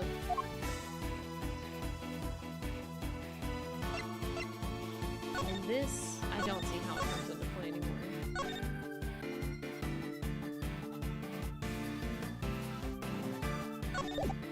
Huh? I don't know what the game wants me to do. Chad, just a yes or no. Just a yes or no. Don't say anything else. Is this the statement that I need to present evidence to? This third one? I just want to make sure before I waste more time. This guy's a nerd. He's a big nerd. No, it isn't? Okay, that actually helps.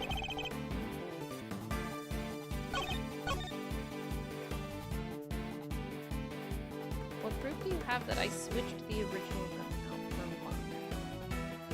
Well, the bullet, but... Oh,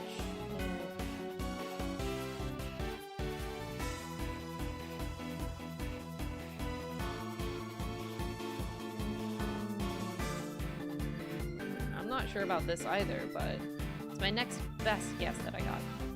Objection!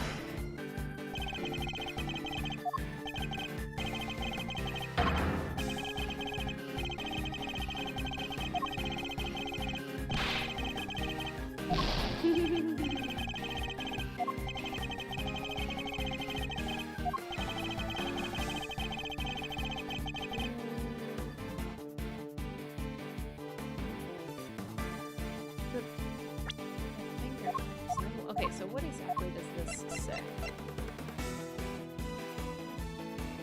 The bullet markings match those of the bullet fired in the incident, but it doesn't say anything else. No. But he would have had to refill it, so... okay. If I die, I get to see a game over screen anyway. Objection! Oh, okay. I have your proof right here. I think you've been working too hard, Edgeworth. Not the gun itself, the evidence it carries. Evidence that will prove once and for all that it does, in fact, belong to you. I'm looking forward to this. Go ahead and make your move. What's about to come into play? The rook, the bishop? Not a pawn, surely. The evidence the gun will provide takes the form of fingerprints.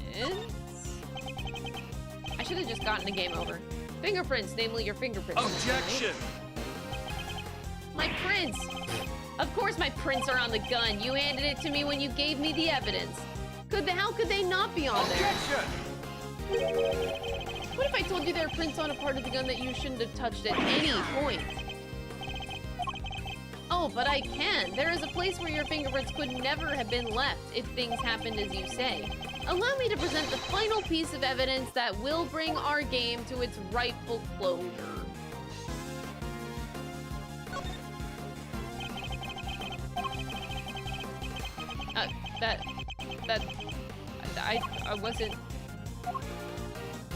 I wasn't... What? Okay, I didn't click on the grip. 2 bullets fired. Where are the other prints?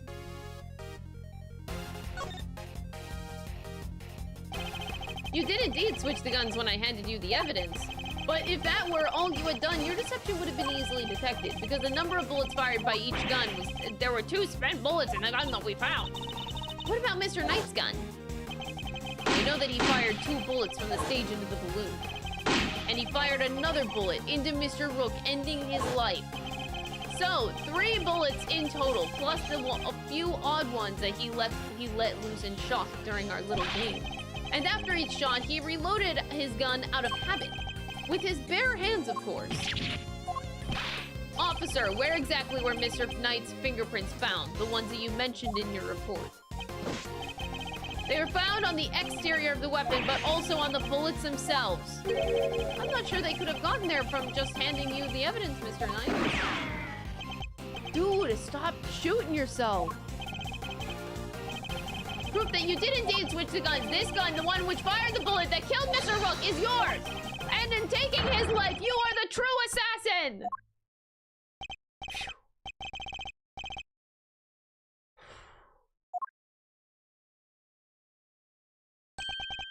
Checkmate. Oof, that is satisfying as hell.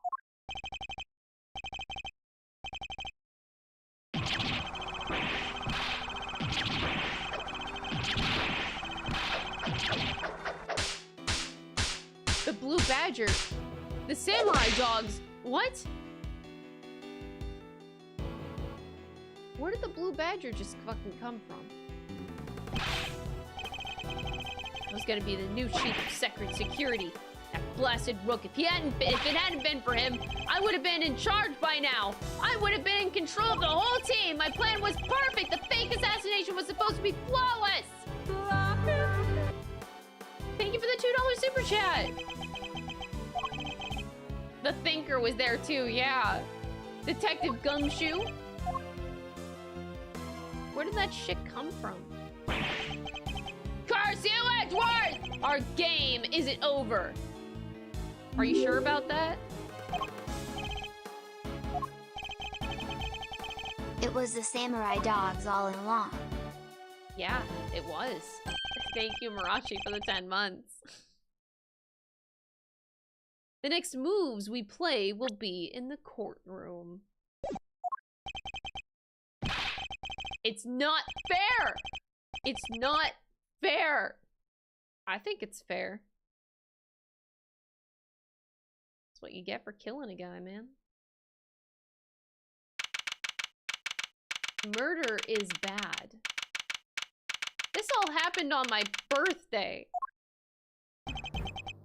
Mr. Edgeworth, I owe you a debt of gratitude. He inflated again. You exposed a murderer within the ranks of my own personal guard. I will not soon forget it. He suddenly is very presidential again now that we're back outside the plane. I saw it, you know, when I first proposed the fake assassination to him. You want me to handle it now, Rook? Rook refused, but I can rely on you, can't I? Of course, sir. You can count on me. I'll put together a plan that can't possibly fail. And he'll play his part like the pawn he is. The hatred in his eyes was plain to see. He despised poor Rook. I was not entirely comfortable about moving forward with Knight in charge of our little deception. And looking back, I think he sensed my discomfort. I can't help thinking I played a part in his decision to end Rook's life. Mr. President, none of this would have happened if you hadn't plotted the fake attempt on your life. Are you planning to play the second case? No, I'm gonna stop playing the game here. I think I should just play Kingdom Hearts now. That will be your crime, and it is a crime that you will have to live with. You are right. I can only apologize for the part I've played, and I will no doubt be made to pay for my actions in one way or another. But I thank you nonetheless. You solved the riddle of Rook's demise, and for that I shall be eternally grateful. I will be here in your country for a little while longer yet, but when I have returned home, perhaps you will visit us in Dengfa. You will always be welcome.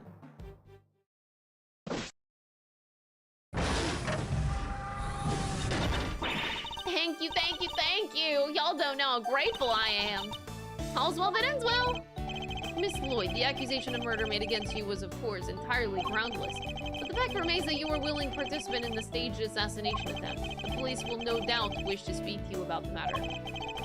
You should be aware that you may well be punished for your actions. Peque tip $9.99. Maybe he should get a haircut.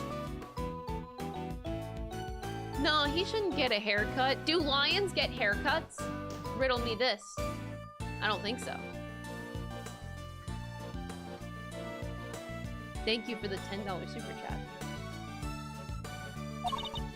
I know, and I'm awfully sorry about everything. Truly, I am.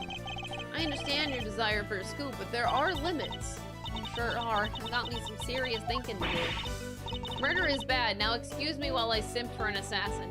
Hell fucking yes. You get it. You did it, Mr. Edgeworth. That was something else. Local prosecutor solves assassination. $4.99. Then he'll be the first lion to get one. No, he's not gonna be the first lion to get one. Thank you for the $4.99 super chat. God damn it. Local prosecutor solves assassination conundrum, earns eternal gratitude of president. Now that's about that for a headline. Hey, that's my department. Mr. Prosecutor, how does it feel to solve such an important case? You must be over the moon. She certainly doesn't stay down for long. No comment. Dang, you're one tight-lipped son of a gun. As well as I should be, this case is not over. Until we unravel the story behind this, the case will never be completely over.